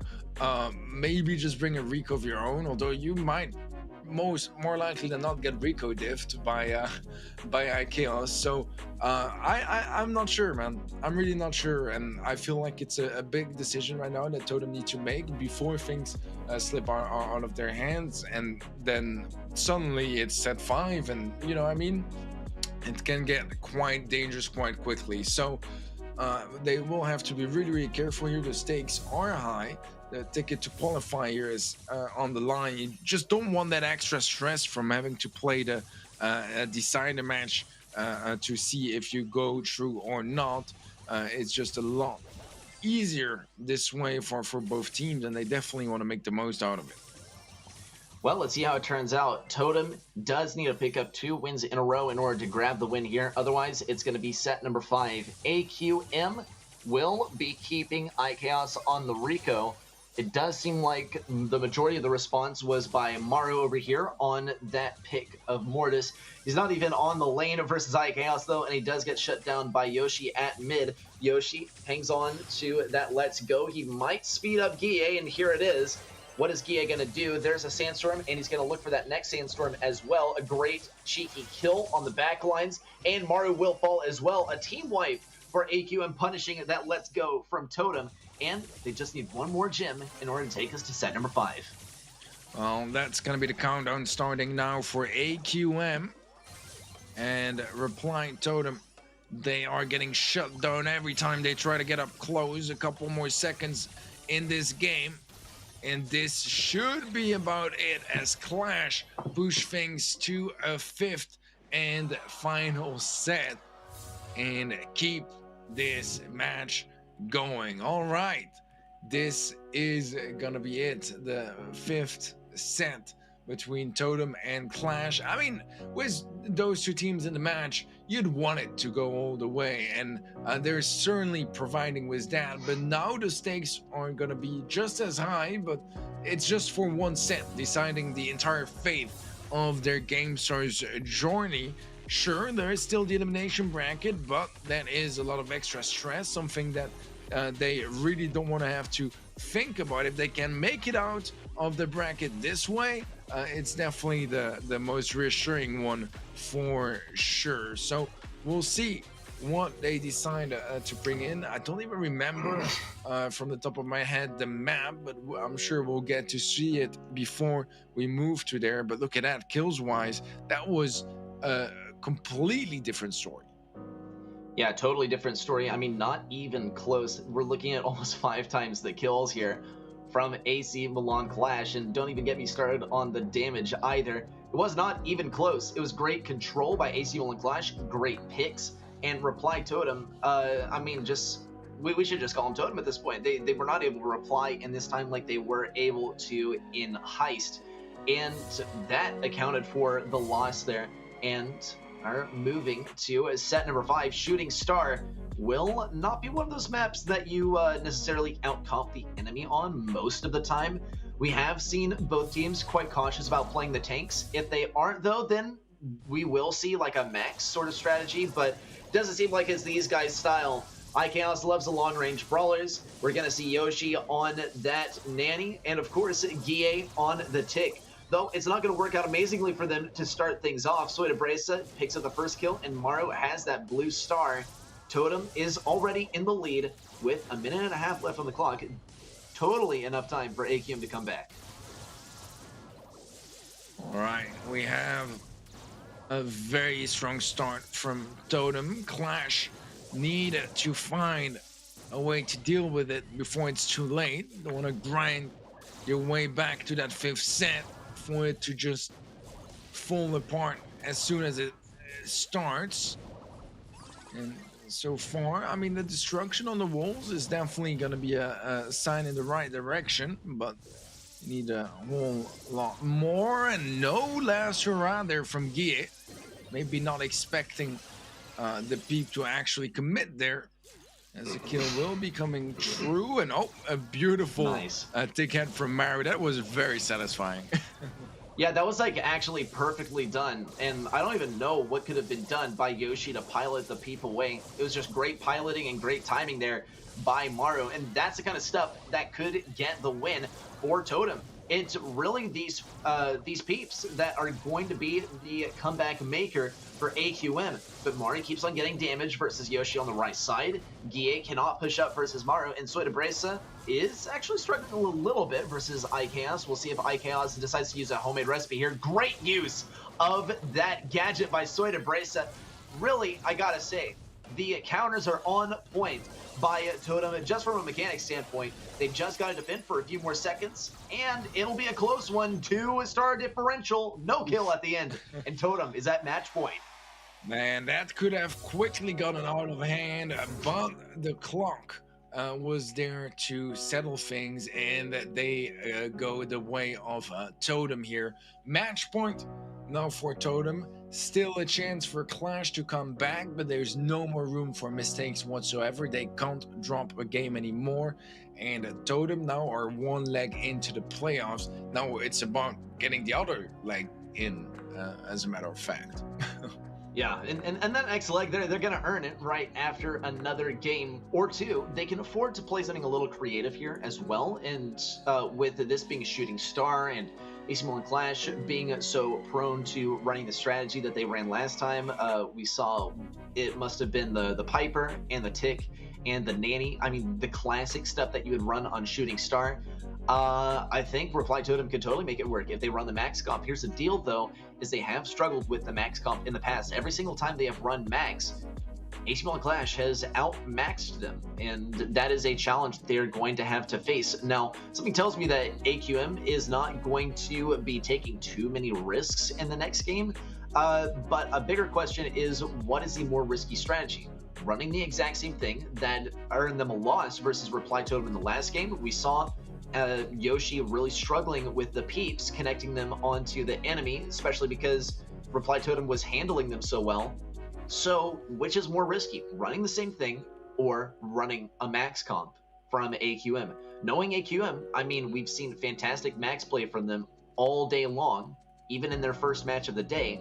And now I think would be the time to leverage that comfort factor and also kind of try to push down that nervous feeling of, wait, this is supposed to be the risky strategy. Are we sure we want to run this? It's match point for the enemy team. Yeah, no, I think you're absolutely right. I mean, the stakes are high here.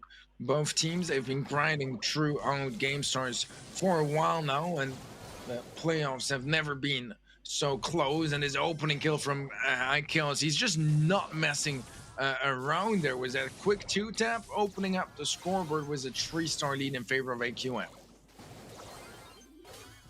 All right, Totem is already shutting these guys down, and it turns out that the more risky play was, in fact, to go with this strategy. That tick super from Guille will be demolished, and iKaos will fall. AQM is at a deficit now. Mario has to stay aggressive. Oh, and he's going to get punished so hard.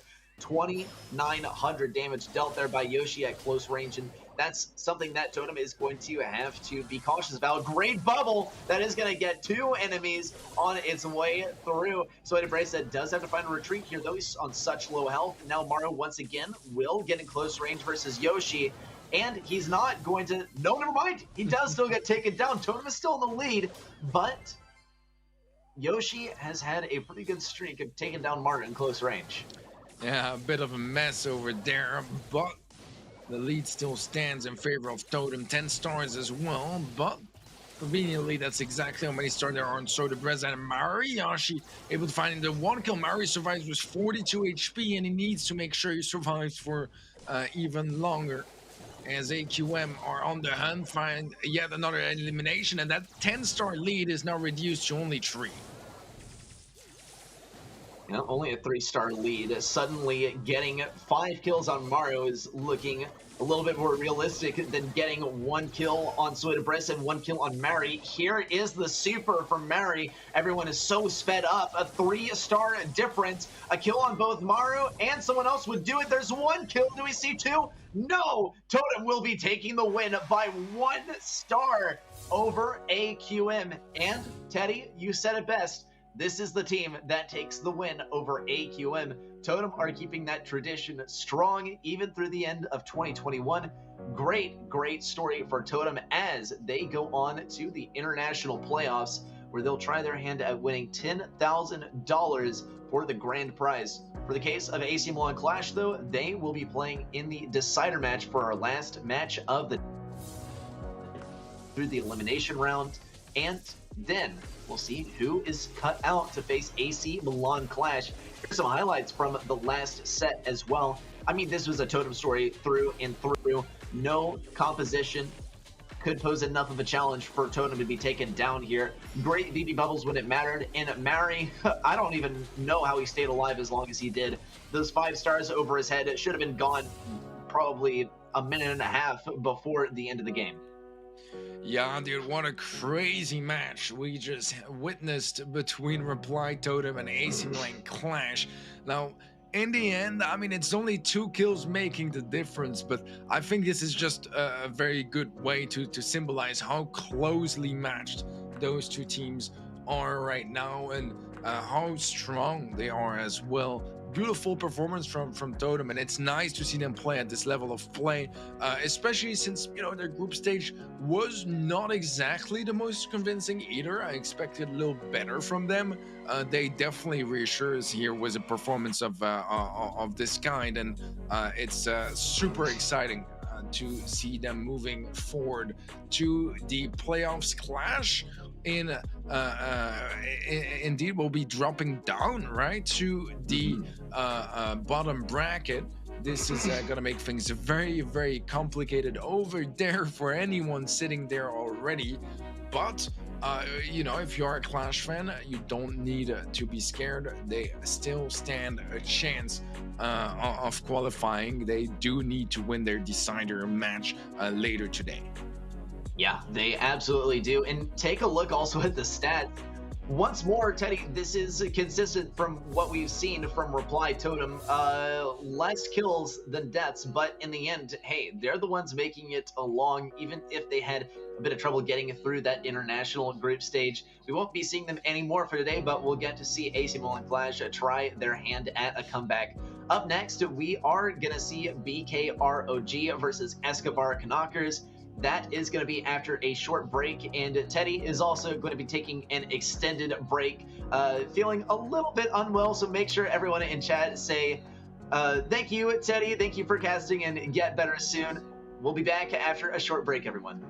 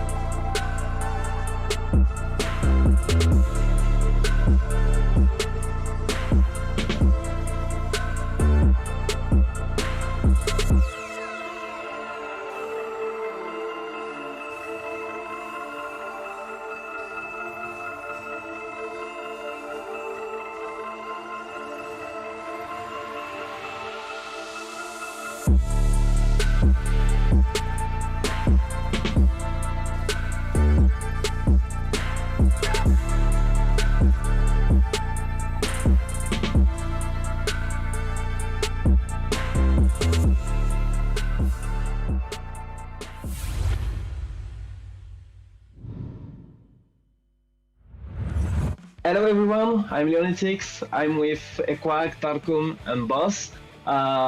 We represent Bunker Rock Esports. During the group stage, I think we have a good phase. We play against some good teams, but in my opinion and the opinion of my team, the most difficult match was against Craze, because they are really good teams. They play really well. We lose against them, but we will try everything to don't lose again. For the final stage of the season 2, we don't have any preference in terms of team to face, because actually we know all the teams are good. So we are just here to play at the best level, and try to improve skill and levels. Thank you everyone for your support. I hope you enjoyed the game. Take care of us during the end of the years and all the holidays. Have fun. Welcome back, everyone, to GameStars. We're about to get into our next match. Our first elimination match of the day is going to be Bunker Esports versus Escobar Knockers. As Teddy, of course, corrected me, it is pronounced. This is going to be a real interesting one. Of course, I think we do have a general idea of how this one is going to go, but we love an underdog story. Of course, I do believe I'm speaking for most people watching when I say that the anticipated winner of this matchup is going to be Bunker Esport. The thing is, will they go the distance? Whoever wins this will have to fight their way through AC Milan Clash. Whoever faces AC Milan Clash, if they win, will be going on to the international finals. That's right, only 2 teams qualify from this group of 4. As has been the case for the entirety of GameStars so far. We started off with that international group stage, and now we're in the international finals for the 3rd day. Tomorrow, by the way, is the last day, so keep your eyes peeled for that one. It's going to be a total banger. But for now, Bunker Esport versus Escobar Knockers. We got to hear some stuff from people from both of the teams. We got to hear from the side of Escobar Knockers, and just now, before we came back from that break, got to hear some from BKROG, or Bunker Esport, whatever you want to call them. I do like calling them BKROG or just BKR. Rolls off the tongue a little bit better. With that though, we will be preparing for this match. Of course, first we need to get a look at the maps, and here they are. Going to be getting started on Nuts and Bolts, then Hard Rock Mine for set number 2. Set number 3 will be played on Layer Cake, and should we need to break any ties, Dueling Beetles and Pit Stop for set number 4 and 5. It's going to be an absolute banger, but it's also going to be kind of a predictable banger, I do believe. We'll see, though. We will see. Escobar Knockers, they did take a single win off of their matchup, which was AQM, and they do have the potential to take some significant wins off of BKROG. Nuts and Bolts is going to be a good one to start us off. We are going to have to also get a look at the bands when they roll through in just a moment to adequately gauge how this one is going to go. I do believe that if we don't see a buzz band, we're seeing buzz for sure, and if there's no buzz, then that pretty much lays the way for all of the different meta brawlers that come with the possibility of Mortis. Here we have the Mortis ban, which is an interesting one from Escobar Knockers. From the side of BKROG, gonna see a Rosa ban. Interesting stuff. I wonder if we're gonna see a buzz ban to follow that up. Bunker Esports would, I think, be more prone to banning Meg or something. From the side of Escobar Knockers, though, if they're banning Mortis and also banning Buzz, then they're really just looking to disrupt BKROG off of the first set alone. Now, that didn't get them success over AQM in their matchup, and no, we are not going to see the Buzz ban. It does look like Escobar Knockers don't want to play versus Mortis, but they are fine playing against Buzz for that matter. That Rico ban could mean big stuff versus BKROG. We'll get a review of who exactly would be playing Rico anyway pretty soon here. But for now, there is the Stu ban as well by BKROG. Stu is a great one for dealing with Mortis. Mortis is not going to be in the Brawl anymore, though, so that is not a useless ban, but it is not going to be as impactful. It's also going to mean that we're less likely to see brawlers like Spike and Colonel Ruffs that I think Escobar Knockers do really like to run. We did see them run some Colonel Ruffs versus AQM. So now all we can do is wait and see how this matchup goes. We are going to be getting a look at some stats here as well to see what the most likely picks are for both teams. Now we do see actually Scared, pretty partial to the Sprout, the Daryl, and the Tara. Now keep in mind, we have seen the Daryl ban a lot today, and with the Daryl still in play, maybe we'll get to see some from Scared. From the side of Carol, though, does really love that Mortis, but Bell could be the game changer here. We got to see some wall break in order for that to be a real possibility here on Nuts and Bolts, but it's not going to be the case at all. I do believe now that Stu is banned out that most of our wall break is gone with the exception of Frank. Speaking of top left, Matthew is particularly skilled at that Frank. That Spike is not going to be making too much of a splash here either, now that Stu is not a possibility as he is banned out. Boss also has done a spectacular job, especially on the B, in my opinion, and I think we could see that continue. Ekwak also really stealing the show with two particular brawlers. Of course, I'm talking about Leon and Edgar, and we see that displayed on the graphic as well. These two, he did really, really well with, even though they didn't take the win in their first match of the day. It still was a nice bit of gameplay from his side. So that is going to be basically a review of all of the brawlers that our teammates are specializing in. We did not get to touch on Lawrence too much, but we do expect Lawrence to play a lot of Pam. Maybe not here on Nuts and Bolts, but on our maps that will follow it. Now, all we can do is wait and see. Just anticipate, very hotly anticipate this upcoming set. We're going to be getting started on Nuts and Bolts, as I have mentioned. Siege is one of those that can go either way. There are ways that you can play it a lot smarter, such as being very careful about your bolt economy, being very good at collecting the bolts. You can also choose when to play for the objective rather than for kills on the enemy team. Now, playing the objective can sometimes mean getting kills, as getting kills makes it a lot easier to control the area and get the influence that you need around where those bolts are about to spawn. But that said, kills do not get you more damage on the enemy Ike, and they don't do too much in means of getting you bolts. In fact, well, I mean, that's not going to pick up a bolt for you and get it all the way to your Ike unless your enemy was carrying a bolt. But the whole idea is that they don't pick up the bolts at all. So now, still waiting for our players to get ready. I do think that Escobar Knockers are now, after knowing that there was a strong likelihood that they would take the L in that first match of the day, now they're seeing a more realistic matchup.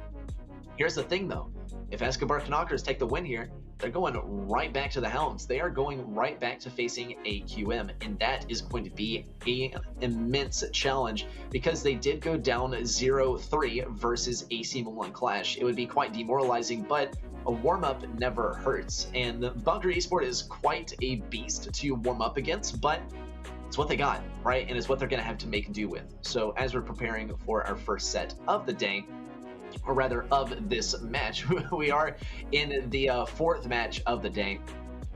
All we can do is anticipate what they are going to play.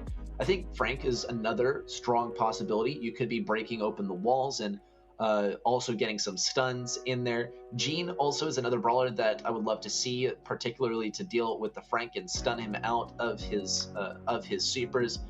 As a result of the wall break that Frank can bring, though, I think we'll also see B on the same side as Frank. It does seem a little bit counterintuitive. Wouldn't Frank want to have those walls up? But the thing is, Frank doesn't need to have those walls up. He has so much health. The other thing is, it is a little bit useless to be so worried about which walls are up and which aren't when you're a brawler that destroys ridiculous amounts of walls with a single super. So we are still just waiting on this game to get started. I'm sure everyone in chat is hoping that we get started. No pins in this competition. There have never been pins offered in any Brawl Stars event except for the World Finals, in case you were wondering. Any other questions that y'all might have in chat about the matchup or about the format of GameStars in general, please throw those my way. It does make things a lot more interesting to have that kind of interaction with chat. When we were solo casting for the first few days of this tournament with the international group stage, it did make things a lot more entertaining, and I would love to hear what you guys have to say and what questions you may have. With that, though, we are going to be getting into game number 1, and there is the Buzz as well. Buzz is advanced, so he's going to be played. That's pretty much how it goes. And actually, this is going to end up being a mirror match. Barley for control at mid to play control around those bolts and also to get big damage on the safe. I think actually, with Barley in the mix here, we could see some one-push attempts, especially with Bunker picking up every single bolt so far. BKROG now have this super. Equac is going to use it actually for control rather than damage. It's more important to him to get near to the safe and use his main attack than it is to use his super. There is a great dodge of the attack from Scared. We are going to see Equac actually go down to Carol. He walked into his attack, which is quite unfortunate. Darkum somehow is not going to be able to get that grapple on Carol. It looked as if it should have connected, and he's going to use his gadget to get that connection anyway. No stun, though, and no kill as a result.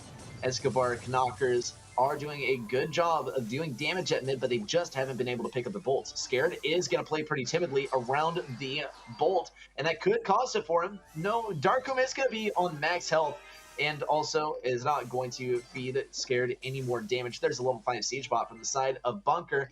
They are 0 bolts behind. In fact, they are just tied up with Escobar. This is looking like it could be a done deal for Escobar unless they are able to push inadequately. After the last push, they didn't get a whole lot of control at mid. They got loads and loads of damage, but only 3 bolts. And here is going to be the final push from mid. Lawrence could really use a super here, but he's not going to get it. Boss is the one with the super. And there is the actually... what on earth is that? Is Boss? No way. That is actually quite funny. Boss is using the jump pad gadget, and that is going to send Lawrence all the way back into his own spawn. Definitely a strange one. You wouldn't typically play a Gale here without the Vortex, but for Bunker, it simply works. And Escobar, there's no hope for them anymore. Equac with the spin, Boss jumping in, showing us that, well, it can be used for offense as well as defense, as we saw. That is going to be this game going to Bunker ROG. Escobar, they put forth a good effort, but they weren't able to win any sieges, and unfortunately, that might be something that you need in order to win a game of Siege. Hello, everyone in chat. No pins, once again, Science, but I appreciate the commitment. Thank you for tuning in once again. It's great to see you back, man. Yes, that is going to be game number 1 going the way of Bunker ROG, and I think I do speak for a lot of people when we say that was, for the most part, the expected outcome. Escobar Knockers, they did have a rough time versus AQM, which is expected, but Bunker Esport, I mean, we're looking at a very cracked bracket today. Bunker Esport, this is a Worlds ready team, and or maybe not ready for Worlds 2022, but this org, this roster with a couple of changes here and there, went to Worlds, had a rough first match day, but still went to Worlds. They did, to their credit, face versus Totem, which did take 3rd at Worlds, but for whatever it's worth, Bunker Esport are still a top team in the world, and Escobar Knockers cannot claim the same until they earn it for themselves. They're not going to be doing it with game number 1. They do have the chance in game number 2 there. Though, both of our teams are going to be preparing for game number 2. I wonder if we'll see Frank. Something tells me no, we'll not be seeing Frank, especially with the presence of Buzz. Getting those stuns, getting that long range control, and those I don't know, I guess bolt collections. He's rounding them up, just going wherever he may please. It does seem like he is kind of rounding them up as he does throw that grapple to get wherever he needs to go, wherever he sees fit, and getting mobility with the gadget as well as stuns with his normal super. We'll be seeing as we prepare for game number 2, our teams are going to be getting in here. What are the comps going to be, though? Well, of course, Buzz is a no-brainer. Escobar, though, wonder if their strategy is no-brainer. I wonder why they're not running the Buzz. It's not a sin, but it's not a recipe for success either. Scared will be getting a bolt, though, off of Buzz. He is going to have to use a gadget in the process, but it might not even matter because he does have the outrange on Darkroom already. There is the level 2 siege bot from the side of Escobar Knockers. And here comes the bot. Ekwak will be looking for a super, possibly. He's not going to use it quite yet. He's going to use it actually to get the retake, it seems. And here starts the retake. That bot is taking so much damage already just from that super, and Escobar Knockers are forced to retreat from that super. Interestingly enough, though, Bunker is still being very effectively kept back. Boss does have to rotate over the right side in order to face versus Scared. Darkroom could get pushed back by Lawrence. There's a great bit of stunning onto Lawrence, and Lawrence gets a good pushback on Darkroom, sending him all the way into Escobar's Ike radius. Bunker still has only secured 1 bolt this entire game. And here's level 9 siege bot from Escobar Knockers to top it off. And on top of that, they'll be getting a couple of bolts in the bank for the final siege. Darkroom is going to look for a stun. He's not going to get it. In fact, he's just going to get pushed around by Lawrence and then tapped by Scared. Once more, Boss will be keeping this bot from doing any damage to the Ike. It is primarily going to be Barley from Escobar Knockers doing damage to that Ike. 3-1 here on the bolt count. Escobar Knockers in the lead. Scared gets a good kill with the teleport. And Bunker still cannot seem to pick up any bolts. There's 1, but that's 6 less than they need to even tie things up. They could get a dive here, but they'll have to start by picking up enough bolts to make it happen. And it's just not going to be in the realm of possibilities. It's impossible from this point for Bunker to take the win. But now what we can do is reflect on how exactly they're going to prepare for the next game. Boss might have a Polar Vortex ready to go. There it is. They were ready for that final push. Ekwak doesn't have a super. There might be enough time. 8, 7, 6, 5. Ekwak will try to push in, but he does not have enough time to get significant damage on that Ike, just 4%, and that is way less than they needed.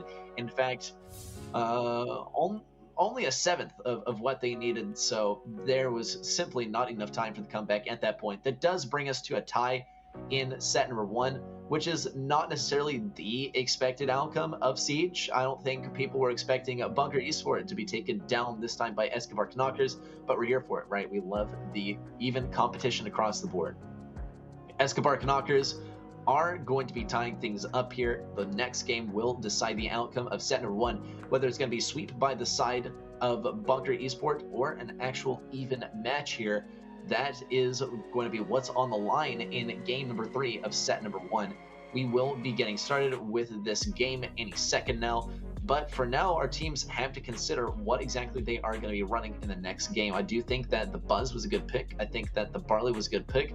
Here's the deal. It worked way better for Escobar than it did for Bunker. Here's another thing to consider, is that the Gale was doing so much work from the side of Escobar, and from the side of Bunker, yeah, it was getting some good defenses, but it wasn't getting any defenses of mid, which starts with you winning the first siege, and it's going to rely heavily on that Buzz matchup. I think there's going to be more emphasis from Bunker Esport on the Buzz matchup. I think Escobar Knockers did a great job of accounting for that as well with the Surge pick. Let's see. Nope, no Buzz matchup. It's going to be triple throwers from the side of Bunker. This is a weird one, but it could net them the win. Ekwak is going to be playing the Dynamite here. Doesn't hit that first stun, but he doesn't even need to. And there's a wall break as well. Lawrence is not necessarily going to be more vulnerable, but Scared, no doubt, will be more vulnerable. He's going to go for a couple hits on Darkroom, and he will actually help finish off the kill in combination with Lawrence. And here is the first bot as well. Ekwak could very handily get the lane victory over Carroll. He does outspeed him. Carroll is going to be playing very defensively. Boss, meanwhile, will be attacking this safe. Ekwak would love to get a couple shots off, but it doesn't matter too much. There's a block off on the right side, and now it's all about the left. Fortunately, Carroll is able to respond with a super, and on the right side, Scared has a gadget being put to work. He only has, I believe, 2 more gadgets.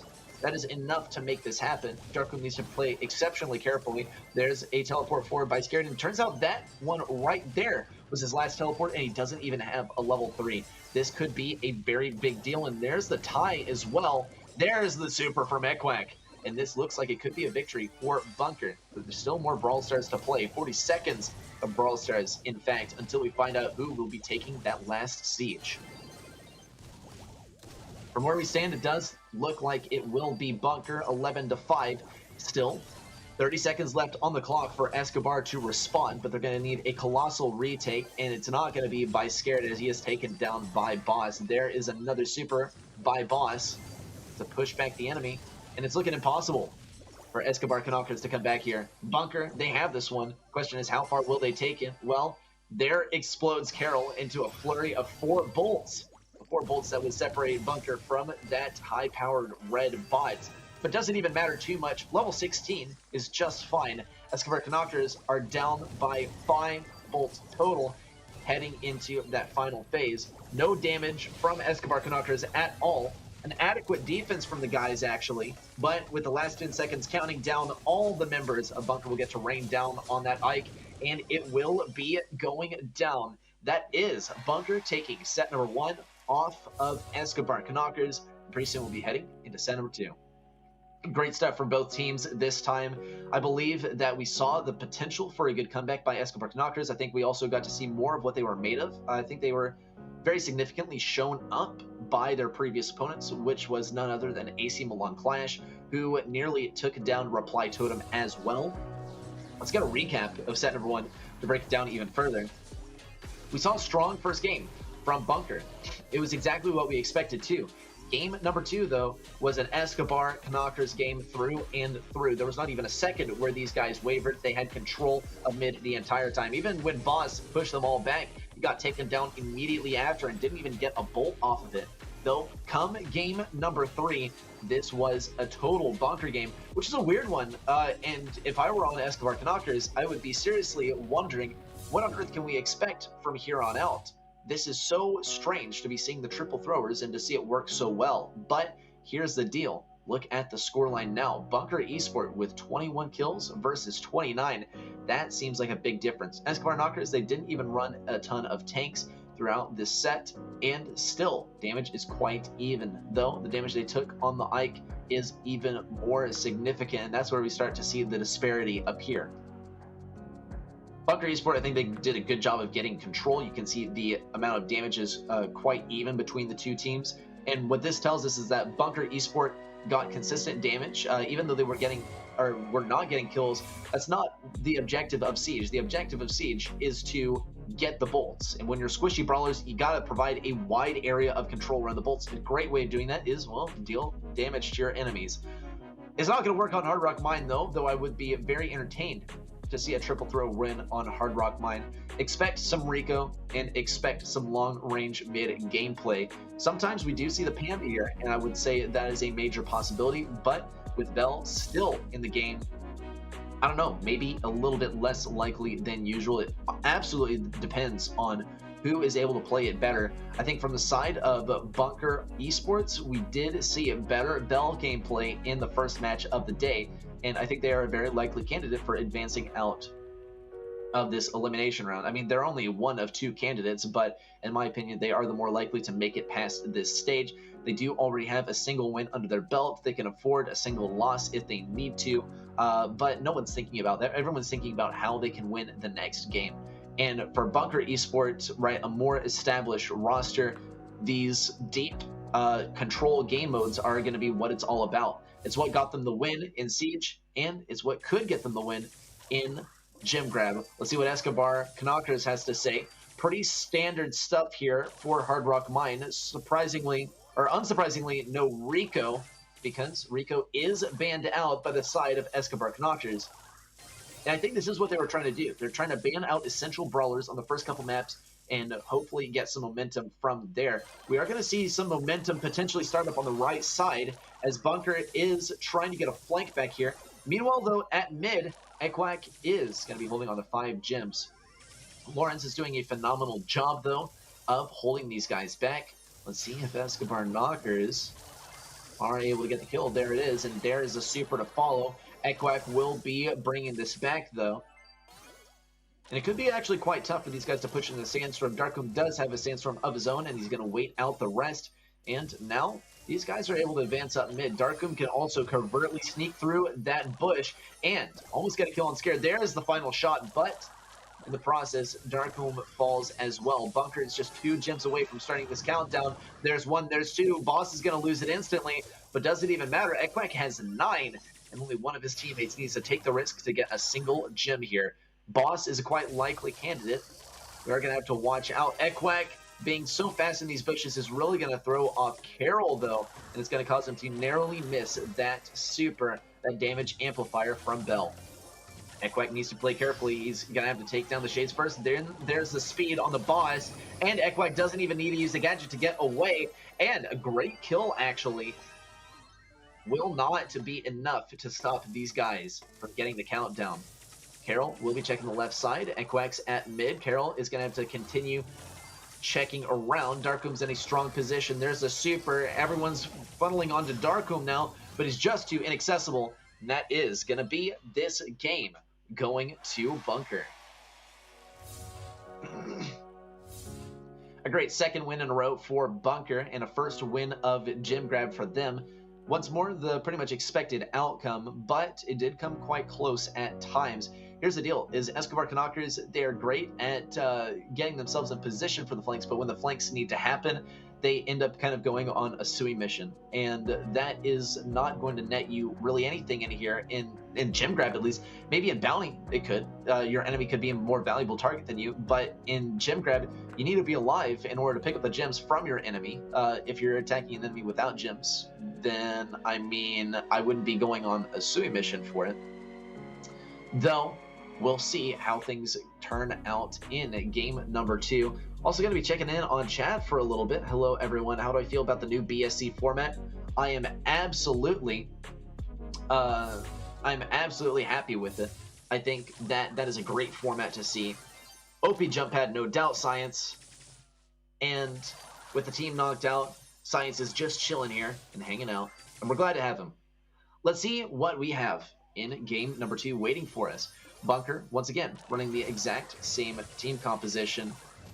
And Escobar Knockers will be playing the mirror match, actually. We'll see how it works out for them. Scared will be going down quite swiftly.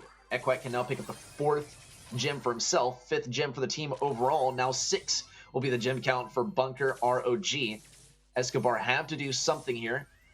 Really helpful would be a max super. On the left side, though, Scared gets taken down. Lawrence tries to get the flank on the right side. Now Carol is all the way behind, and all the members of Bunker ROG are getting in quite close proximity to Escobar Knockers' spawn. Ekwek has 8 gems. He's going to go for a 9th as it spawns. There's a countdown. Boss stays aggressive. Scared will probably fall. No, 3 shots is not enough to take down a Sandy these days, apparently. A great kill there by Scared to take out all the Shades, and, of course, Tara in the same go. But Ekwek and Darkum are the power players right here. They're the dynamic duo up on the right side. A big super. Darkum will get sucked in, but no explosion damage from the center of that black portal. Ekwek's quite vulnerable, but no kill. That is going to be Bunker now, taking us on to set number 3. Pretty much, once again, the expected outcome, but hey, in a similar pattern, we have seen Escobar Knockers take at least 1 game in set number 1. And that, for what it's worth, is some sort of momentum. For now, though, the momentum is absolutely in the hands of Bunker Esport. They will be heading on to set number 3 with a couple of wins under their belt. Before we do that, though, we need to get some highlights of set number 2 to really adequately judge how this one played out. We know the outcome, but what was the journey there? Well, it did start with a bit of a rough ending there for Ekwek. He did still manage to pick those back up towards the end. Game number 2, similar story. We saw Escobar Knockers actually going for some pretty big flanks, and at some points it did look like as if it could have been successful. Carol, as well as the Tara there on the left lane, could have gotten a very big play had they been just a little bit closer, but you can see that the mentality is there, and it's the competitive spirit that they have within them that has taken them to this stage and will be at their backs in set number 3. Here's the stats as well. Twice the kills for Bunker and a lot more gems. Admittedly, there were some times where their gem carrier did go down, but someone was able to account for it. And I think That's something that Escobar Knockers could stand to employ in their following gym grab games. No more gym grab games in this matchup though, so it would have to be versus AQM, and they're going to need all of the help that they can get going forward. We are going to be moving on to Layer Cake, and this is going to be, well, very, very rigid matches. Always going to be the same length and no ties. And that, I think, is going to make this a little bit more consistent. The real inconsistency will be along the lines of those brawler picks. Are we going to see tanks? Are we going to see long-range brawlers? Big questions raised by those possibilities. Let's talk, though, a little bit about what could have been done better by Escobar Knockers in the last game that Bunker Esport were really good about. Here's the deal. When Bunker Esport, their gym carrier went down, someone picked it up instantly. How is there someone there? Well, Bunker Esport, they were always ready to rotate into each other's responsibility as soon as a player went down or was out of commission for a little bit, as in they took a lot of damage but didn't die. Escobar Knockers, though, they spread themselves very thin to the point where they were not necessarily like a single unit fighting together. They were not a horizontal line across the map. They were more like 3 individual actors going for their own objectives, and in many cases that worked towards the advantage of Bunker. A lot of Sandy versus Tara diffs resulting in wins for Bunker. Let's see how Escobar Knockers are able to do this one, though. They did bring the Poco double tanks, and it is really going to counter out what Bunker has to offer here. There is the stun by Carol, and he is going to probably get away with this one. Ekwek could use the super, but this might be a fruitless effort. I think this is a comp diff for Escobar Knockers, and Bunker played it safe. Escobar Knockers went for something crazy, and it's absolutely going to pay off. Nowadays, we need to be a little bit more sparing, though, and myself included, about calling the tank comp crazy, because it works. And it worked for Navi and Worlds, and they are leading by example. Lots of damage on a Scared, though. 2 to 5 now. A single kill on a valuable target from the enemy side could result in a victory. Carol is the name of that target, but there's the kill from Lawrence on Ekwek. This is a different story now. We need at least 2 kills on the enemy side. Now, even more, as Scared is able to chain these supers together, and with the healing of Lawrence, that is going to be a lot of damage. Bunker are in for a really, really poor match here. It is not going to be a win streak for them. In fact, Escobar are totally going to be breaking that momentum. Darkum absolutely within his right also to be throwing up that pin, as there's pretty much no coming back for Bunker at this rate. Escobar, we're looking at Carol with so much health. He even has a single more obstacle to work around. Boss, for the 5 millionth time, will be taken down by Scared, and the healing from Lawrence is just so overpowering. It's not the most entertaining composition to watch, but it is one that works, and is going to give a 29-6 victory for Escobar Knockers. Great momentum breaker for Escobar Knockers, but if I were BK ROG, I wouldn't even be that worried, because they just got comp diffed, and it wasn't even an out of this world diff. It was just, you played tanks and we played control and you won. And it's literally as simple as that. I don't think I mean, you can really look for the details in that, but that's as complicated as it needs to be to explain why the game went the way that it did. So what I think will happen in the next game is Escobar Knockers will be facing against a tank comp of Bunker's own. And that will be a true test of whether they have the mechanics to make it happen. Because at this point, there is no way that Escobar Knockers switches off of this tanky comp. And Bunker Esport, I think there's no way that they play any more long-range, gradual damage control comps. So they're going to have to play something fast-paced, something that does a lot of damage in close range, and they're going to have to practice their ability as well to push the enemy into a tight area towards the back of their spawn. That's what we're waiting for in set number 2. Or rather, set number 3. Let's see what people are saying. All bots? Imagine. I don't see any bots on the screen. Oh, bots in the chat. Yes, it is only Nightbot talking in chat, unfortunately. Though I would like to see some other people talking in chat, some other familiar faces or new faces as well are always welcome to say something in chat and keep me company, because Teddy did get a little bit sick and had to head to bed so he could get better. His voice was dying, and that's never something you want to do to a person. So now we're just preparing for game number 2. Bunker Esport, no doubt, is making the majority of those preparations. Escobar Knockers, on the other hand, probably know exactly what they are going to run, and it's going to be exactly what they ran in the last game. Let's get it. Game number 2 will be getting started for BKROG. They're going to be starting things off with the Daryl. We know Ekwak loves to run those aggro brawlers. Boss already will be trying to get some damage as well. Missed super for Scared, and it's going to cost him as well. Big super from the side of Carol, and a double kill will ensue. Bunker is still behind after this, but only by a blue star. It's not the end of the world. Boss is also missing that super from where we stand. Boss needs to get a lot of heals. A lot of heals roll out from Darko, but it's just going to feed Scared's super. Now Ekwak falls, and Bunker will be losing their whole team at that play. 7-14 now. Blue Star still in possession of Escobar Knockers. Bunker need to get a good push in here. They have about 2 more chances to make it happen, and then after that, it will be a GG. The question is, for whom will it be a GG? Well, Boss and Ekwak do a great job of starting to bring back the momentum, and Darkum has the super. Here's the deal, though. There is the Frank super on the enemy side. Carol is lurking in the bushes with his super. A nice bait of the super, I guess, from Frank. There is going to be a lot of health pouring in onto Ekwak. 1 kill for Escobar Knockers, and a lot of knockback onto Carol, but no kill. Still, 2-star difference, and just enough time for a single more push.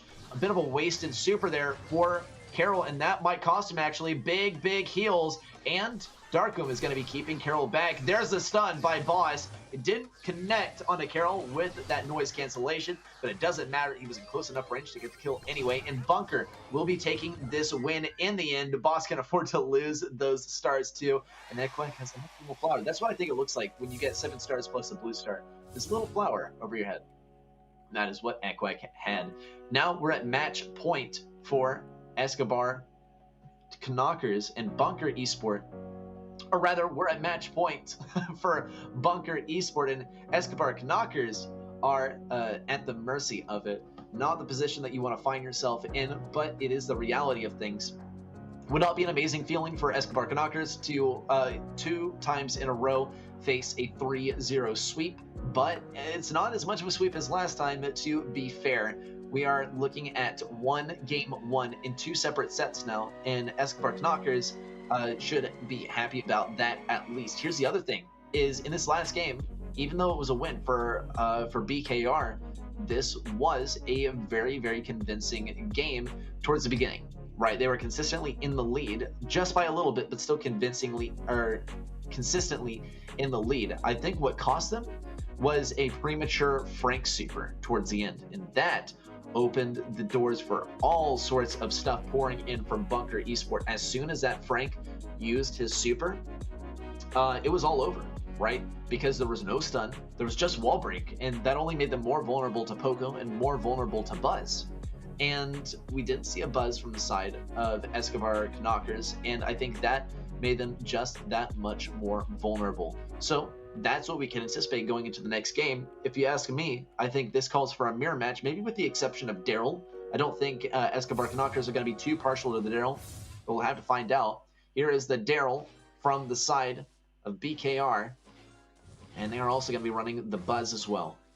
They're holding on to that blue star. Ekwak gets a whole lot of healing and great stuns. Kill onto Buzz, and a kill onto Poco as well. Does end up falling to Scared, but it may not matter at all because now he can afford to lose that star. Boss also getting stunned out. Big heals by Darkholm. Big stun by Carol, and the chain stunned by Carol, but Ekwak gets all the way over to the left side versus Scared. Darkholm needs the damage versus Scared, and he's going to go for it. Is it going to pay off? There's a heal, and Boss has a bunch of weakened targets to work with here. Carol has a stun. Boss is going to get stunned. Is there enough damage to take him out? Yes, Lawrence does pick up the kill. Now Lawrence is quite vulnerable here, and he's too vulnerable for... Never mind, he stays alive. What? He heals himself, and Darkum is left for dead as well. 50 seconds remain, and 15 stars are on the side of Escobar Knockers. Blue Star in their possession too. Very aggressive play by Boss. He's going to get punished instantly for it. And Darkum, nearly avoids getting hit by that grapple from Scared. Ekquak is probably looking for the prime opportunity to go in on Lawrence, but Carol will do. There's a chained super and the heals from Darkum as well. Carol will go down. There's a kill by by Buzz from the side of Escobar Knockers as well. This is not looking good for Bunker, but they have one last push in them, and Scared is the best target to go for. Ekquak is going to shift gears and go for Lawrence. There's the almost a kill onto Lawrence. He needs that last bit of damage, 18 to 22, but the remaining members of Escobar Knockers are too high health to deal with. Great gameplay from both sides, but Escobar Knockers are going to be taking the win. Great stuff from them. Convincing things from Bunker Esport as well, but not a victory for them quite yet. They were on the match point, and I don't think they fumbled it at all. In fact, I think Escobar Knockers really just played well, and Bunker Esport didn't make a whole lot of mistakes. This is literally just what happens in this matchup. I don't think there were mistakes on the brawler picks. I don't think there were mistakes mechanically. I think both teams played very, very well. It was very, very close all the way until the end. But yeah, these matchups are quite inconsistent, and it's why it's great for teams like Escobar Knockers when they're facing a team that is so talented, but it's terrible for BKROG when consistency is literally what gets you contracted in a professional organization. Here we have game number 3, and this is what we saw right towards the end. Clock ticking down, and Ekquak picked up the kill on Lawrence. He had to decide who to go for, and it was a really tough decision. If he did not keep on engaging Poco, then Poco would have healed up the remaining brawlers, and if he had engaged the remaining brawlers, well, he absolutely had the arsenal to do so. He had enough shots, he had the roll to make it happen, he had the stun, but it did not come through. And here you can see from the scoreline too, Escobar Knockers racked up a lot of kills, a lot of stars on those first on that first game actually versus Bunker Esport. Here's where they are trailing though, is on the damage front. As soon as Bunker Esport knew that it was time to play those tanks, they absolutely took these guys to town. That plus the game where Bunker Esport did not surrender a whole lot of health because they were playing low health brawlers and kept on dealing damage consistently to Escobar Knockers. That is going to be set number 3 coming to a close, and set number 4 on the way. Dueling Beetles. This could be a good one for Escobar Knockers once again to keep that momentum rolling in their favor. They have gotten a win now, and in my opinion, I know Teddy doesn't fully agree, but Hot Zone and Heist, I think they tend to work better for the team that is predicted to lose in the matchup. And that is my personal opinion. I mean, I have plenty of reasons for it, but at the end of the day, it is my personal opinion. And this is best case scenario, if you ask me, for Escobar Knockers, that these 2 particular modes are coming up for set number 4 and 5. Bunker Esport, though, nothing too worrisome for them. These 2 modes don't work against them necessarily. I would say that things that work for Escobar Knockers work against Bunker Esport, but I don't think it's really going to impact Bunker Esport's ability to play these next couple of sets, should we even have a couple of sets, successfully. So I think with our game coming up on Hot Zone for Dueling Beetles, we could see some strange picks, but I don't think that's going to happen. I think we are going to see some Edgar from Ekquak. I think we are going to see some B to deal with the tanks. I do hear that Meg, which is not banned out either, and that is going to be played by both teams this time. Actually, Ekquak will be playing on the Leon, and honestly, I should have known that he was going to play the Leon. He did play Leon even more than Edgar in these past matches. From the side of Escobar Knockers, Lauren predictably on that Pam. And it seems to be predictable enough to where Boz can pull out that Cat Burglar Jesse for the counter specifically. He needs to get a shot onto Lawrence to deal with the lollipop drop. It's not going to happen quite yet, though. A good double reflection from Pam onto Leon, but that's all he's going to get, and Escobar Knockers will have the lead for now. Equack does get in range, though, pops Carol out of the mech. Darkum can get a great swipe with that super, and Bunker, ROG are once more in the lead. Escobar Knockers continue to push up, especially on the right side, as Scared does have the super to work with, and it's going to enable him to get in range to pick up the kill on Darkum. Now, Escobar Knockers are in the lead, but Equack has a lollipop drop ready to go, as well as a super. Circling all the way around to the back, there's the kill on his Scared, and Equack escapes, not unscathed and not alive either, as Lauren catches up with him. Lauren's still, though, has to look for some control, some permanence on the point. Doesn't want to throw down the super quite yet. It is going to get instantly demolished by Boss, and this is the entire reason to play Jesse to begin with. There's the slow from Jesse's turret as well, and Lawrence is looking like a nice juicy target for that turret, or for Darkum, for that matter. Darkum still needs to charge up this next super, though, in order to guarantee a win on this game. If Bunker take this one, which it looks like they will, they are going once again to match point, this time with a couple of games of wiggle room to work with. 91-65 now. Escobar Knockers keep on racking up the points, but Bunker have an Equack. They have a Leon up on the right side. There's 1 kill and 2 kills, and no blue kills, no kills on a Bunker, as they will be establishing that dominance towards the end of the game and bringing us to a match point. Well played there by Bunker, well played likewise by Escobar Knockers, but one thing is clear, and that is that Escobar Knockers got totally predicted on the picks. Bunker Esport, they brought the Jesse specifically to deal with the Pam, and it worked absolutely beautifully. There were times, though, when we were a little bit uncertain.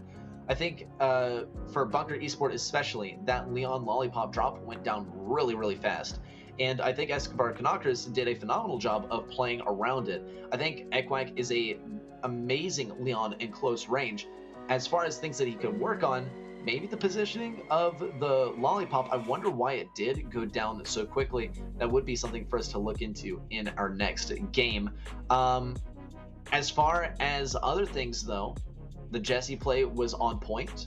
The slows came out at just the right time and were perfectly positioned to slow down Pam and her teammates, and also to get those valuable shots onto the enemy healing turret. I think as a result, Escobar Knockers are not going to be running the Pam. Pam is one of Lawrence's favorite picks, and I think he is going to have to wave goodbye to it for now, as Bunker Esport are very good with this Jesse, and they know to play. With that considered, we are still just getting ready for the match point favoring a Bunker Esport. This time, Escobar Knockers do not have more than a single game to, or rather, they don't have just a single game to work with. I think that Bunker Esport will have a much better time in this set than the previous set. Not only are you looking at comeback potential, and this is, mind you, comeback after a loss to Escobar Esports, or rather Escobar Knockers in set number 3, but also a comeback from a winning streak, right? Let's see how it works out. This is going to be the match point. BKROG with the Pam counter, but no Pam to deal with. In fact, Escobar Knockers are going to be once more copying the comp of BKROG. They do seem to love copying the comp of BKROG. We'll see how it works out for them. So far, BKR will be looking a lot better on this front, already amassing 30-5% on this first push. And there's the emote that I really wish I had, Equack showing it off. He will get some close range damage versus Lawrence and an escape with that lollipop drop. Lawrence does not have the super in time. There is finally the super from Lawrence, and a little bit of healing with the gadget will wear off. Darkum, though, does a great job of getting some damage with Meg. There goes the gadget as well, and a swipe, kind of a blind swipe too, but it did pay off. It got significant damage onto Leon, and Bunker maintains the lead as well. Scared is going to play cautiously. Darkum is great at lining up these shots, though 1, 2, 3 times in a row. He had an invisible Leon perfectly predicting his trajectory. And Boss is really driving this one home too with the bounced shots off of that turret. We're nearing the point of no return for Escobar Knockers, already at 90% and no signs of stopping. Escobar Knockers have to get a kill here. They will get some damage on a Darkroom, but that's it. Their fate is sealed, and Escobar Knockers will be headed home without a single set to themselves, besides, of course, the last set, and that in its own is going to be some bragging rights over Bunker Esport. In the end, though, it is a GG for Escobar Knockers. They will be headed home. Bunker Esports will be headed on to face a very challenging enemy. Not Deja Vu, though. It is going to be AC Milan Clash that they have to go through. Totem can get through AQM. I don't know about Bunker. We'll have to wait till the next match to find out. We saw great gameplay from Bunker in both of these games here. Escobar Knockers had a much harder time in this set. Even when they copied the enemy comp, I mean, that's only going to take you so far. There's a reason that BKR were playing that specific set of brawlers, and I think primarily you can even observe through Ekwek that he was playing the Leon because, yeah, Leon's good, but also Ekwek is good at the Leon. And that's not something that I can say with certainty about Escobar Knockers. They certainly had their moments with the Leon, but it was not a standout brawler for them when we took a look at their most frequently played brawlers. And take a look at the stats as well. I mean, more kills, more damage is what it's all about. Here's the stats for the match overall, and interestingly enough, more kills from the side of Escobar Knockers than for Bunker Esport. And I will say that was definitely inflated by the victory in Bounty, especially in game number 1. So many kills for them. In fact, that was a fifth of their entire kills coming from just one game. That is going to be this coming to a close. That is going to be Escobar Knockers' journey coming to a close, but Bunker Esports' journey will advance on to at least one more match. The last match of the day is coming up. It's going to be Bunker Esport versus AQM. It's going to be a real rough one for both sides, but we're going to be strapped in for the entire ride. I hope to see you guys after a short break as we prepare for this last match.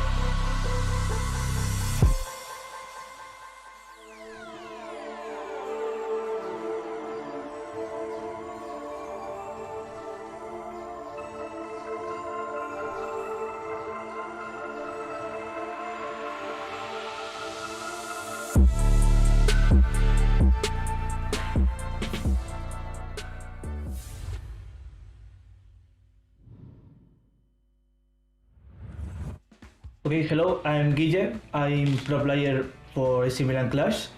And I'm gonna play this tournament with iChaos and Yoshi. Okay, so the fifth match are the most easy match, but I think the most difficult match was against Lexa Esports, the fifth match. Obviously, if I can, I want to face against Navi or SK Gaming. So for the viewers who are seeing this match and all the matches, I'm so happy. I like your support and I love you so much.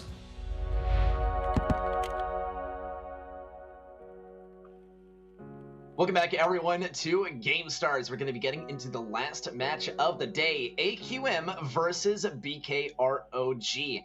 AQM, they had a rough match versus Reply Totem, the one team known to take them down, and Bunker Esports had an absolute gauntlet through today, first facing versus Reply Totem themselves, and then facing versus Escobar Knockers to take a win to end up in the decider. That's right, only 2 teams from this group of 4 head on to the international playoffs.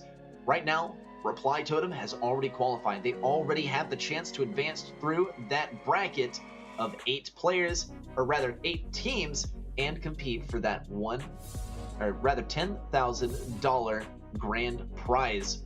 We're going to be getting started with AQM versus BKROG right now. Sneaky Fields will count us down, then Nuts and Bolts, and then Layer Cake. And should we make it any further than there, Split and Safe Zone will be our deciders. Safe Zone, I love this map, and honestly, part of me wishes that we would head onto a set number 5, but I think that this is going to be a pretty swift one.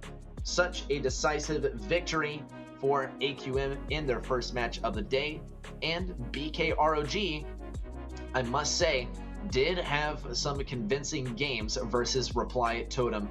Both teams had some convincing games versus Reply Totem. Both went to the 5th set. Here we have the bans though. Firstly, that Daryl ban and that Rosa ban.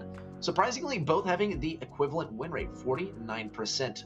Very, very interesting that it comes that close. We'll have to see what the other 2 bans that are rolling out are. Of course, when teams are quite confident, they will not choose to ban out some of the more powerful brawlers in the game. At the moment, Meg and Lola are some of those. Lola, surprisingly, has not been banned out a whole lot today and has only been played in 1 match. And when it was actually not that good. That 1 game was a loss. Here we have the next ban. BKROG are going to be getting rid of Rico, and AQM will be getting rid of Rosa once more. It's a duplicate ban, so that means we're only going to have 3 brawlers banned across this entire match. That is going to do it for our ban phase, and our maps are already set. Momentarily, we will be moving into our first map of the day. Rico, I think, is an interesting ban. I think we saw a lot of great Rico play from both of these teams, but one did stand out, and that was iChaos on the Rico. And iChaos loves to play his Rico, and iChaos shut down entire teams with his Rico. More importantly, we saw him shut down their first matchup of the day, and you can even see it on the stats, actually. iChaos with 15 times playing the Rico and only 3 times playing other common brawlers is a little bit hysterical too. Here we see Guille also picking up that Surge pretty frequently and the Tick when it matters. Yoshi also always on that Stew, and when he's able to, also playing that Max. From the side of BKROG though, Ekwag has really stolen the show with his Leon play, and should we see a Leon 1v1, I do think I'm rooting for Ekwag in that one. Boss though, kind of a jack of all trades here, multiple different brawlers played with equivalent pick rates, and Matthew, exact same situation. And that is 6 times picking 3 brawlers. I don't think that is good juju for Bunker Esport. Hopefully it does not work against them. But with that, we are all set and prepared for our first match. Those are the popular brawlers from each player of these 2 teams. I think, interestingly, Meg is not banned out, and I do anticipate Matthew will play that brawler. I think that AC Milan Clash is also quite likely to play that brawler too. just a good brawler, and we even saw it put to work in the last game of our last match on the hot zone. In some cases, it was the decider. When Meg gets that super, she is practically unstoppable in close range. She's going to smack you for like 4,000 damage, and it's just ridiculous. And even after that, even after she's popped out of the mech, she's still going to hit you a little bit more, this time probably at long range, and if she has enough health, then she can last quite a long time with that shield that she gets after popping out of the mech. I think this is going to be a great match. I think it's going to be a total banger. It could go a long way, but I don't know. I think still that AC Milan Clash is quite likely to take this one. Bunker Esport had a great run versus Totem. Here's the deal though. Totem, great team as they are, right? I think a lot of people would say AQM, it ranks higher than Totem. But the thing is, and the narrative has been all year, Totem tends to take down AQM. And that is very, very entertaining to me, but it also makes me a little bit worried about using Totem as a point of reference for comparing both AC Milan Clash and Bunker Esport with each other. Because it's not a fair comparison to say, yeah, they both went 2-3 versus Reply Totem, so they're probably equivalent rosters. For whatever reason, Reply Totem seems to get the victory over AQM quite consistently. The same cannot be said for Bunker Esport. Of course, we'll have to get into the match to see how this one goes. They are on their way to another tournament for the day, so they should be getting ready any second now. And here we go. AQM will be bringing iChaos on the Leon. Darkholm will be responding on the Frank, though. He probably could have gotten that one into the goal had he not attacked just a moment ago. Ye is going to do a great job of being just in the right place at the right time to defend that from being scored.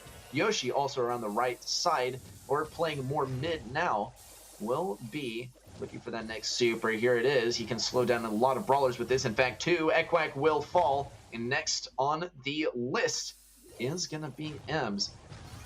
Great dodge of the stun by iChaos. Darkholm does pop that gadget. No value for him, but he does still get the kill on iChaos. And AQM, despite having that Sandy super down, will be shoved out of this area, especially by Boss. Gie, though, goes for the 3 shots in a row and gets it. Now he has to play around this box. Darkholm, once again, gets juked out of his super, but does manage to zone Gie to get taken down by Ekwak.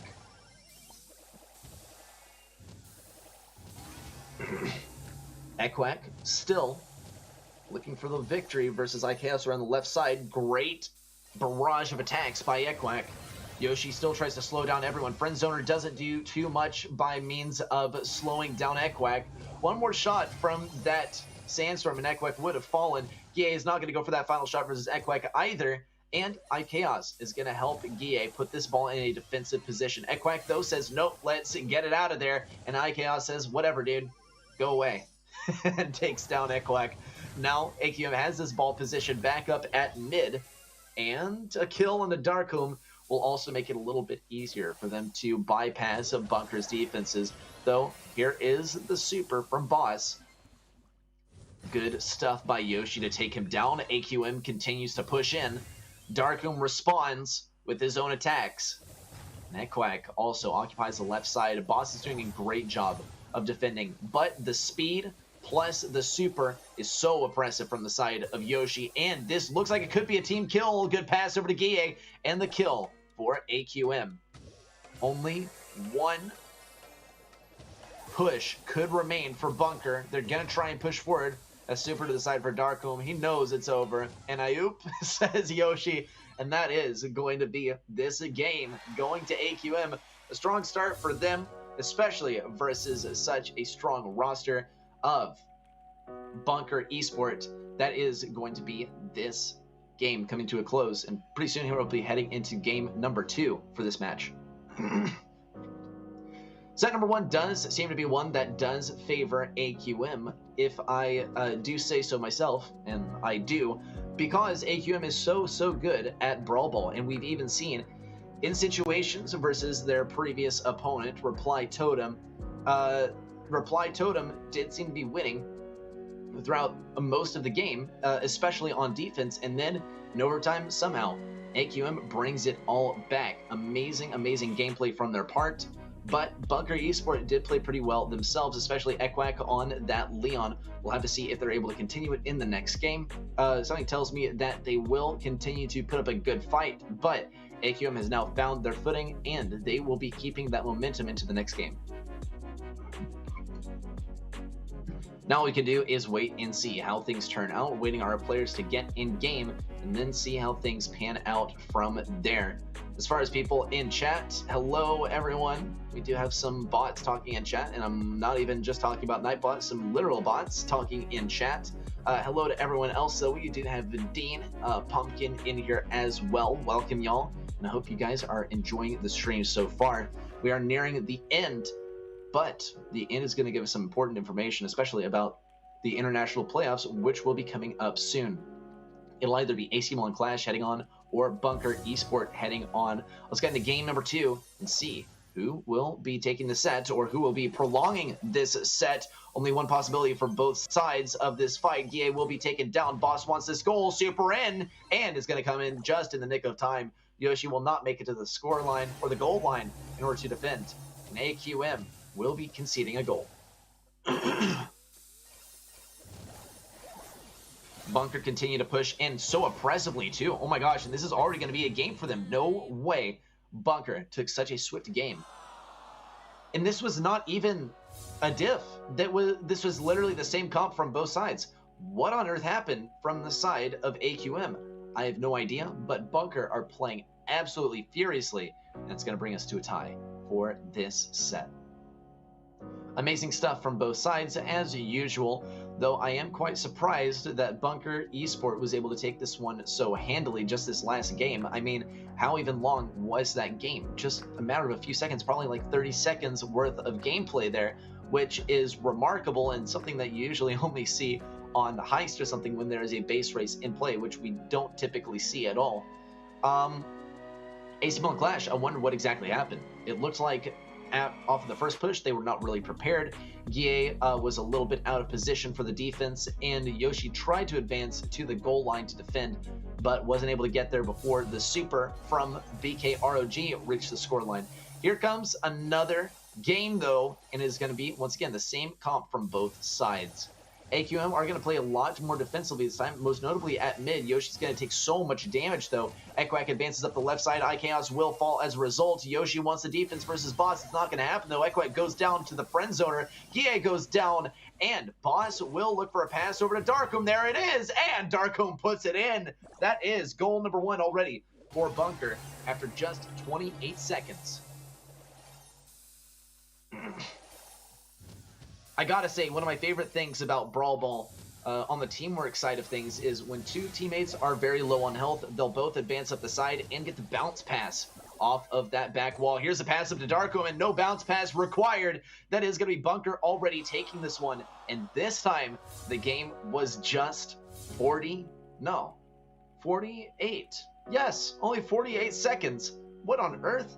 I honestly cannot even believe. I thought I did my math wrong, because that is so fast for a game to go. But that's set number 1 for you guys, already wrapping up between these two. Bunker Esport, we're not giving these guys a break for even a second. Not for 43 seconds, 42 seconds. Maybe you'll be able to close a deal with them, though, because that was the length of the last game. Huge plays by Bunker Esport and amazing wins over AC Milan Clash. Let's get a recap of the last set as well. It went by so fast. This first game actually looked very good for AQM, but the second one, man, did Bunker really get that first goal in just 20 seconds? And the second went in just 39 seconds total. Remarkable stuff. Even faster on the first goal on game number 2, or rather game number 3. Game number 3, goal number 2 was even faster than the last, and here you have the comparison between the two. Lots more damage dealt by AC Milan Clash, a lot less by Bunker Esport. A lot more kills for AC Milan Clash, a lot less for Bunker Esport. Tell you what the main important difference is, and it's probably staring at you from the middle of the screen. 1 goal versus 4. That is the difference between 2 really fast games for Bunker Esport and 1 extremely long, drawn-out match for AC Milan Clash. Now, one goal was the decider in game number 1, but the following 2 games, the decider was simply the gameplay diff. Let's see if it happens on nuts and bolts. This is not a mode that you can really rush. If BK ROG were looking for the fastest possible way, though, they could absolutely bring a Barley and a Frank and something like that.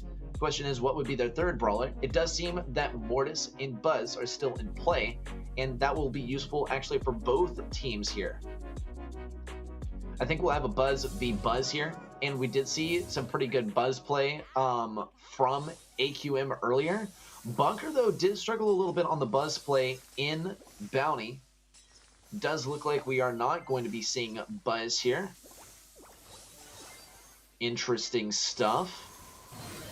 Let's see how this game goes already. Lots of damage flying both directions. Equal kills.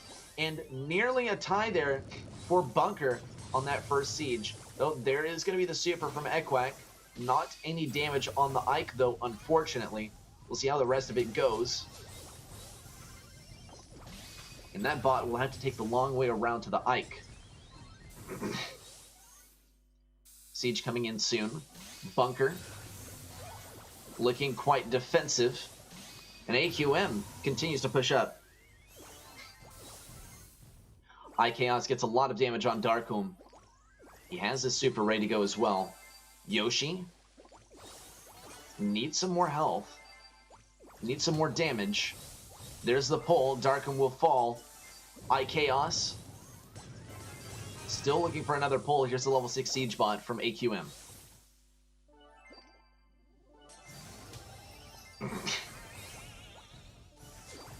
Equack does go for a big play but gets shut down by iChaos, and in the process, AQM is able to successfully push up onto this Ike. Inaugural damage of the game will come from AQM. There's the emote from Yoshi as well. AQM is poised and ready for a good defense, but Yoshi takes a lot of damage off of the very aggressive play. AQM know that this one is already over, and they're going to be riding it to the finish line. That is going to be this siege game going to AQM. There's just no way that Bunker can bring it back. No matter how many bolts they pick up from this point, it's just not possible. Guille, though, is going to have fun jumping with Yoshi off of the Vortex, and they're going to see how many jumps they can get in. Darkholm's going to have a fun time with him as well. He would love to pump up those numbers a little bit. There's the double, there's a double stun, and Yoshi once again having some ballet. This is really just funny because Bunker know very well that this one is already over, and AQM are just running it all the way to the end.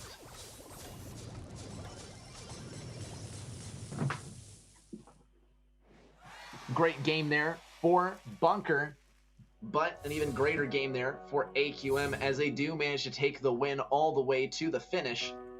Great stuff from both teams, but AQM surprisingly are coming back quite well after a pretty rough loss in set number 1, or a couple of losses really, but it is quite convenient to grip them in as just one game considering the length of the whole ordeal. Once more looking in chat. Hello everyone and welcome. Still no actual people in chat. I would love to see some faces in chat, but we are still just seeing bots. So I don't know. No bots in this game though, except for the siege bot. We'll be seeing at least a couple more for the remainder of this set. I do anticipate we'll see 6 more total. Every single bot will be coming through in the remainder of these games. Just preparing for game number 2 from these guys, and game number 3, it may follow, but something tells me that AQM have really locked it down. It's not even a comp standpoint. I think they are just this good at Siege. Is a pretty good mode for them, and for Bunker Esport, it does not seem to be a strong point, unfortunately. They have particular brawlers that they're really good at that are not very conducive to successful games on Siege.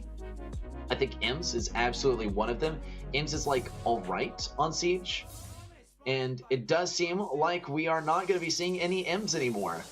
It does seem like Bunker has done away with the unsuccessful brawler, and another unsuccessful brawler, Gale. It seemed like AQM were almost teasing them for playing the Gale as they were doing some dances around the Vortex. That is going to be a triple kill for AQM, and they're looking to further that as iChaos looks for the last shot on Darkholm. Not going to get that last shot. 210 health remain on Darkholm. That's enough for him to rotate over to the right side, and, well, conveniently does avoid that bot, which comes around the left side. Darkholm, ooh, interesting, will get even more defense versus this bot. A great use of the Gene Super to drag that bot out of the way.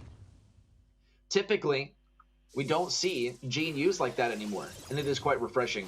We'll see if Boss gets some damage versus Yoshi. Yoshi does jump away, or rather dash away, just at the right time to make it happen. Meanwhile, on the left side, a matchup that should usually net a win for Barley is going the way of iChaos on the B. Ekwack is playing very carefully, though. It's not going to prevent him from getting pinched by iChaos and Yoshi, and that is going to be the second siege bot going to AQM. Still, not a single bolt for the likes of Bunker, and Guille VGX picks up another kill on the right side. 9 bolts on this bot, so monstrous, and this is going to be the one push, actually. Not even a one push comp. It's just that Yoshi and Guille were able to pump out so much damage, and yet another swift set out of the way will mean that we are heading on to set number 3.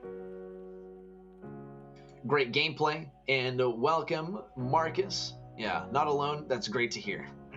Hey, I mean, I was never alone, but I was a little lonely, you know?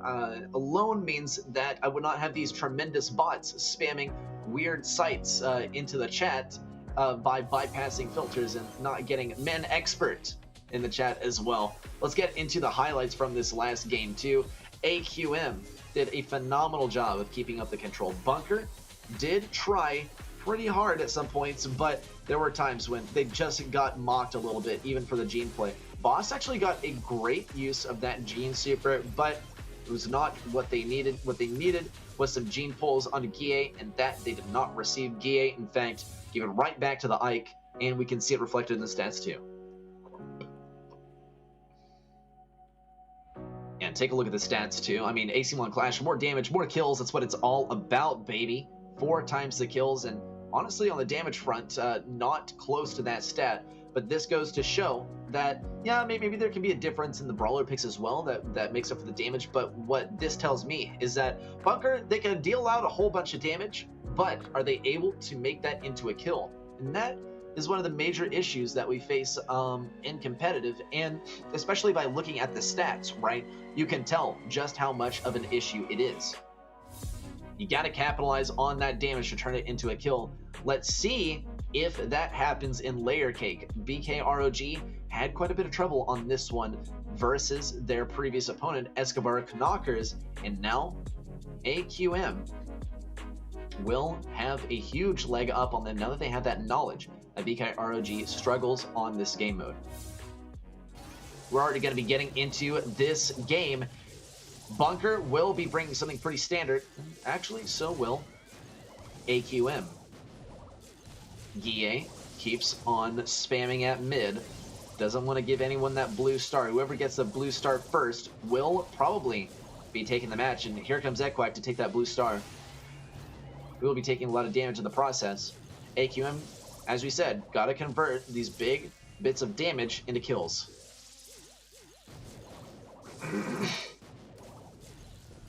Bunker now is risking a lot by having Piper so out in the open like this. Guille, Yoshi, and iChaos are focusing them down. iChaos kind of faking out the Piper as well by interchanging, going for Darkholm and going for Piper. iChaos takes so much damage. Guille is also trying to bait these shots out of Piper too. Yoshi, meanwhile, is getting lots and lots of damage on the left side. He will get that Super 2 to lock everyone down on the right side. This is going to be bad. Guille and Yoshi work together to make this happen. Ekwack would love to push through, but he just can't. And there's the Tick Super. Yoshi will once more be able to lock down a lane, but which one will he choose? That is the question. He will be able to get some big walls. Yoshi knows how to get it done with those. And actually, Ekwack will escape through the cracks. Boss will not have that left side to retreat through. Unfortunately for Yoshi, that's not going to be tremendous value on the Super. On the right side, though, Guille continues to get reliable damage versus Darkholm. Here's a Super coming in from Darkholm, and Guille responds with his own Super. AQM still leads by 1 star, Will they be able to hold on to it? Well, lots of damage keeps on pouring in. Darko needs to push forward, but he could get taken down the process. Gia does not have a super to account for this. He does have a gadget, though. Boss wants the kill. He will receive one, and Boss is able to get out of there, too, unscathed. Great game for Bunker. That is going to be game number 1 of set number 2. Rather, set number 3 going to Bunker. We are guaranteed to at least go on to set number 4 from where we stand, given that we are 1-1 at the moment. Bunker, though, is looking actually quite strong when they are not playing the tanks. Here's the deal, though. The tanks are possible. No buzz ban means that we are quite likely to see that gameplay. The buzz gameplay is what I mean, of course. And I think, honestly, both teams could even go for it, knowing that the enemy team is not prepared for being countered by it, which means that we might even see another mirror match in the next game. And by another, I mean not necessarily a repeat of last time. We didn't even see a mirror match in the last game. We might see another victory by Bunker Esport, though. It doesn't look like they were super successful in making the Buzz and the Frank combo happen, but they did do it pretty well. Just, you know, losing to Escobar Knockers is not a great sign for them versus AQM, which swept Escobar Knockers, and now Bunker Esport could be in for a bit of a rougher position unless these guys have a gentleman's agreement to just play the long-range brawlers.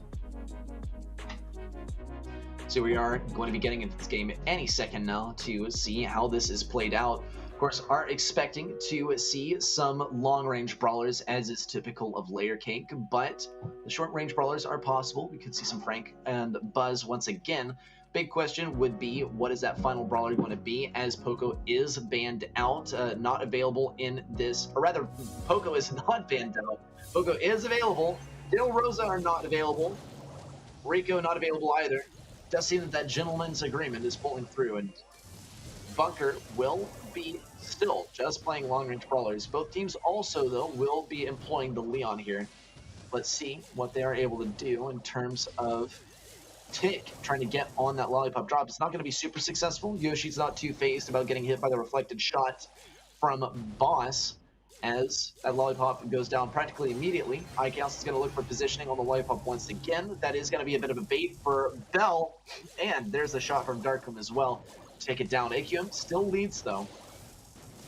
They'll be maintaining this lead, it would appear.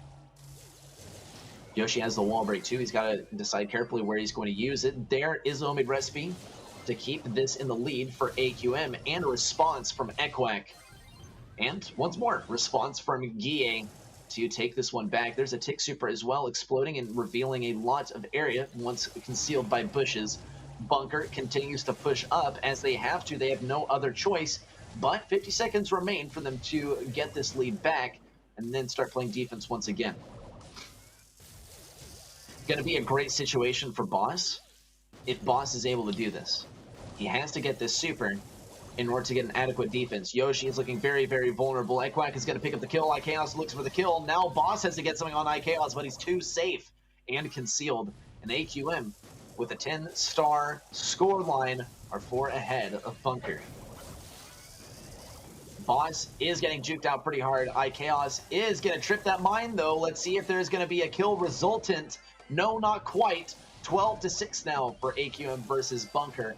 And that is going to be a victory by AQM. No way for Bunker to come back from here. And that is going to tie things up 1-1, 1-1 between these two teams.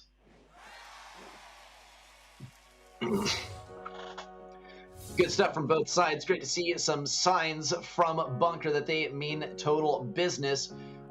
AC Milan Clash also, though, will be tying things up. And that is going to give us a very even set number 3. Whoever takes this one could be putting themselves in a position to be within 1 game of a match point, and that would be a big game changer. It could also change around the momentum a large way as well. We'll have to see if that exactly happens as we are getting ready for the next game as well. Long-range brawlers were played for 2 games in a row. Still no short-range guys, and I have no idea why.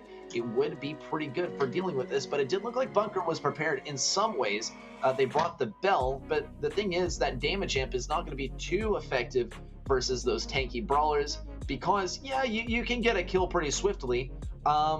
Here's the deal, is that you got to get that damage dealt out really, really fast, and your teammates, I mean, Leon, yeah, sure, can do the trick, but with Tick at your side too, Tick is basically a walking kill opportunity for any tanks that might like to go that way. Yeah. Bots, interesting, lots and lots of bots in chat. Let's see how things go for game number 3. We're all tied up 1-1, 1-1.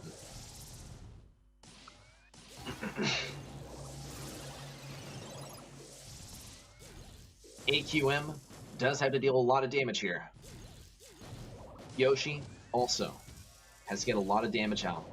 Needs some kills. GA likewise. Will be checking this right bush. Darkum is quite visible. GA has to not just get damage, but also lock him down and start to control some different areas of the map so that Yoshi can pick up the kill. Yoshi went for a double tap there versus Boss. It was good. Boss was not about to do that though. Boss still playing defensively. Yoshi taking a lot of damage here. Can't afford to take another shot from Boss. He's not going to play too aggressive though. Gets shut down immediately as he dares peek his head even a little bit. Now the damage amp. And Yoshi is absolutely two-shot by Boss. 1 and almost 2 shots. There's a homemade recipe from him. And that is going to put AQM in the lead in terms of stars. Stars plural, too. Not for BKR. They only have that 1 star from the blue star. And AQM only have a single star lead. iChaos has to play carefully. Oh my gosh, and an amazing prediction in terms of the Honey Molasses. iChaos is going to get taken down, though, and this could be the game-changing kill from Darkum. Yoshi is going to have to jump back. Boss needs to stay alive. Will Boss be able to stay alive much longer? No! Darkum needs a kill or a quack, but it's not going to happen. And AQM will be taking this game, and as a result, this set. Great stuff from AQM. They reverse swept this set, and now they are going to be taking us to set number 4. First, we'll get some highlights of the last set, though, to see what exactly happened. But if you ask me, I think that this was very, very even gameplay. Not a whole lot of stuff to analyze. Maybe some micro plays from both sides. Neither game was very, very decisive. It did seem that at the end of game number 1, Bunker did get some great wall break. And that is what allowed them to get the crucial kills on the AQM. From the side of Bunker, though, amazing stuff in game number 1. Really tried to make it happen in game number 2 and 3, but AQM responded appropriately. And that's what it's all about. Typically, AQM would be dictating the pace here. And it does look like, from the stats, that they were dictating the pace. They did get more kills, in fact, over twice the kills. And, well, not close to twice the stars, I will say. The damage, once again, decidedly in AQM's advantage, but not dominantly so. Yes, EXO free agents will be playing tomorrow, Marcus. And yes, to the second question as well, Marcus. Bunker Esport will have to bring it back in Split for set number 4. This is going to be quite a challenge for them. We'll see how they are able to pull it off. It will be a supreme challenge, as I mentioned, though. Safe Zone will follow if BKROG is able to get the win here. And I will say, BKROG is quite talented in getting the win on Hot Zone. We'll see what they muster, though. We have to consider the possibility of tanks. We have to also consider the possibility of the Colt B strategy. And I think from the side of AC Milan Clash, the B is a strong possibility really on any map that permits her. Here's the deal: is Colt is basically asking to lose the game, especially versus tanks. Yeah, if you can hit every shot, then sure, but the speed gear just changes the game so much. It's not very consistent that you're able to tell which speed your enemy is going to be going. Here is the Pam and the Frank from the side of AQM, just the Pam from BKR. They also have a Surge and an Edgar to deal with any potentially squishy brawlers. No squishy brawlers from the side of AQM, though. And this is looking decidedly in their advantage off the beginning of the game. Ekquak is not a one-trick pony. He's more of a two-trick pony. It's either Leon or Edgar with this guy, and he is absolutely killing it with the Edgar, quite literally, especially on the left side as well. But he needs to set his sights on the right side sooner than later, as AQM continues to rack this up on the right. Darkum, though, is doing a good job on the right. iChaos does have this gadget to do some work versus Darkum. Darkum doesn't get more than a single shot off on iChaos following that Scrap Sucker gadget. And AQM, as a result, will be able to stay pretty well in the lead. iChaos has to play carefully, so he does not get teleported on with the use of the Scrap Sucker and the Super, though. He is very, very protected. Meanwhile, on the left side, Ekquak is shutting it down, and he has to keep Yoshi from doing anything on this point. And that's the only way that they can win. And by now, that opportunity to take the game has passed 164%, and AQM has brought us to match point. Great stuff from both sides, but obviously better stuff from AC Milan Clash. Great gameplay by them. It is going to bring us very, very close to the end of the day, unless Bunker Esport somehow gets a reverse sweep from here on out. We're going to have to see the win on Split and then a follow-up win on Safe Zone. But from where we stand, AC Milan Clash, on the brawlers that are good on this map, it seems like they're just better. I mean, we're talking Guille on the Surge, or on the Frank, and then on the right side we have killer Pan play as well as adequate support from the third. From the side of Bunker Esport, still good gameplay, but we saw them consistently running the Surge lane versus Pam, which would be amazing if Pam ever allowed Surge to get within range of teleport, which did not happen at all. And I think not only was this great flex play from AC Milan Clash, but this was quite a bit of a struggle and one of the deciding factors in the last match from the side of BKROG. I mean, what else are you supposed to do with Surge? I guess he could have engaged the Frank instead with the teleport and getting those stuns off, but the thing is, what are you setting up for the right side of the match? You could have Ekquak jumping onto iChaos, and it doesn't look like that is going to be happening with an Edgar. With a Surge, more than likely, that's the first level going to Ekquak, and the first chunk of capture going to AQM. Great start for AQM. They already have 30% of the capture that they need to win this game. And there is the gadget already by Guille to finish off Pam on the left side. You can tell that BKROG are really feeling the effects of the pressure here. Ekquak is barely hanging on by a thread. Meanwhile, Boss is doing his best to push back iChaos. It does look like iChaos is going to get that turret up once again, and Boss's turret was almost all for naught. Darkum, though, gets a lot of damage on Guille, and a follow-up stun gets hit as well. Good stuff for Darkum. He looks to put himself in a position to deal with Yoshi, but cannot do so. Now it's down to Yoshi to keep the control on the left side. He is going to push up quite a bit, though. He has that level 4 to work with. Bunker still having to defend this right side. Whipped super there by Darkum. A stun and a super by Guille, and that is going to be this game, this set, this match going to AQM. They're not going to let it happen quite yet, though. They're going to mess around. They're the spins as well. I wonder why exactly, but I guess it's just how AQM rolls in GameStars. Guille, the star player, adding yet another to his stats that we'll be seeing for them and the international playoffs. Congratulations to AQM on their win here, and GG to BKROG.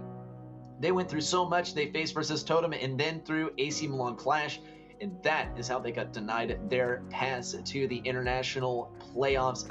That is a real rough one. I gotta say, BKROG no doubt had the toughest matchup of all of them so far, but we will see tomorrow what is offered by Group D. Before we get on there, though, got to see some highlights from this last set victory from AQM. Bunker had their moments. We did see Ekquak actually doing a good job. Better than Darkum, right? So that is some form of improvement, but you can tell that it's really getting to Bunker in this last game. We did actually see on the left side, though, Darkum diffed Guille on the Frank pretty hard at times, but pop-offs are not going to get you the consistent diff that you need in order to win. And you can even see from the kills as well, this is no way going any differently than an AC Milan Clash win. More damage, more capture, more kills. It's a trifecta. It's exactly what you need to take the win. GG to Bunker Esport. I'm really hopeful to see these guys get together once more in the future. I don't know for certain whether it will exactly happen. The guys are kind of a ragtag assembly of players, but man, did they play well, and man, have they gotten far too. It is unfortunate that this is where they said their goodbyes versus such a cracked bracket. Here are the stats once again, this time for the entire match. And once more, the trifecta.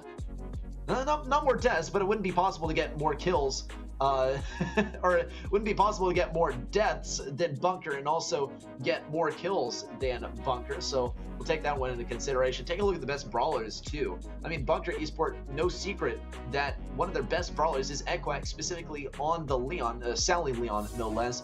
AQM though, we're looking at that M's play, the Leon play, and the Frank play. Frank by Guille is just stuff of wonders. But here's the final bracket. We see Reply Totem went through Bunker Esport, then AC Milan Clash, both in 3-2s, and got themselves that first spot in the international playoffs. Different story for AC Milan Clash, a 3-0 and a 3-1 to get their spot. Seems like one of these guys had to fight a lot harder to get their way through the winner's bracket, but I mean, it is the winner's bracket after all. We did say goodbye to a couple teams today, and this is going to be the end of their journey in GameStars. They will be earning some cash money from their progress along the way, though, and those are going to be Bunker Esport and Escobar Knockers, or Knockers, actually. Goodbye to you two. It was amazing watching you guys play, and it was amazing following your journey throughout GameStars. Congratulations on the cash, and GG's, especially to the players advancing on to the international playoffs. This is going to be the end of Group C for the international playoffs. Tomorrow we're going to have Group D, and that is going to end off our international playoffs, and we will know all 8 teams that we will be seeing in the international playoffs. Congratulations once again to the winners, and GG's to those who had to depart GameStars today. That is the end of this match day. It was an absolute pleasure having you guys, and also I encourage you guys to send your wishes to Teddy. He did have to leave the stream a little bit early because he was feeling quite under the weather, so make sure you're sending your get well wishes his way. For now though, we will be signing off. As I always say, make sure you play smart and don't be toxic. I'll see you guys later, same time, same place for Group D tomorrow. The year is drawing to a close, as well as the second season of Brawl Stars Gamestars. From December 20th to December 23rd, 16 battle-hardened teams will fight for their chance to participate in the playoff stage. On December 26th, we'll find out who takes the sweetest chunk of the prize pool, amounting to $30,000. Follow us on social media to join our streams of the final stage of Brawl Stars Gamestars Season 2.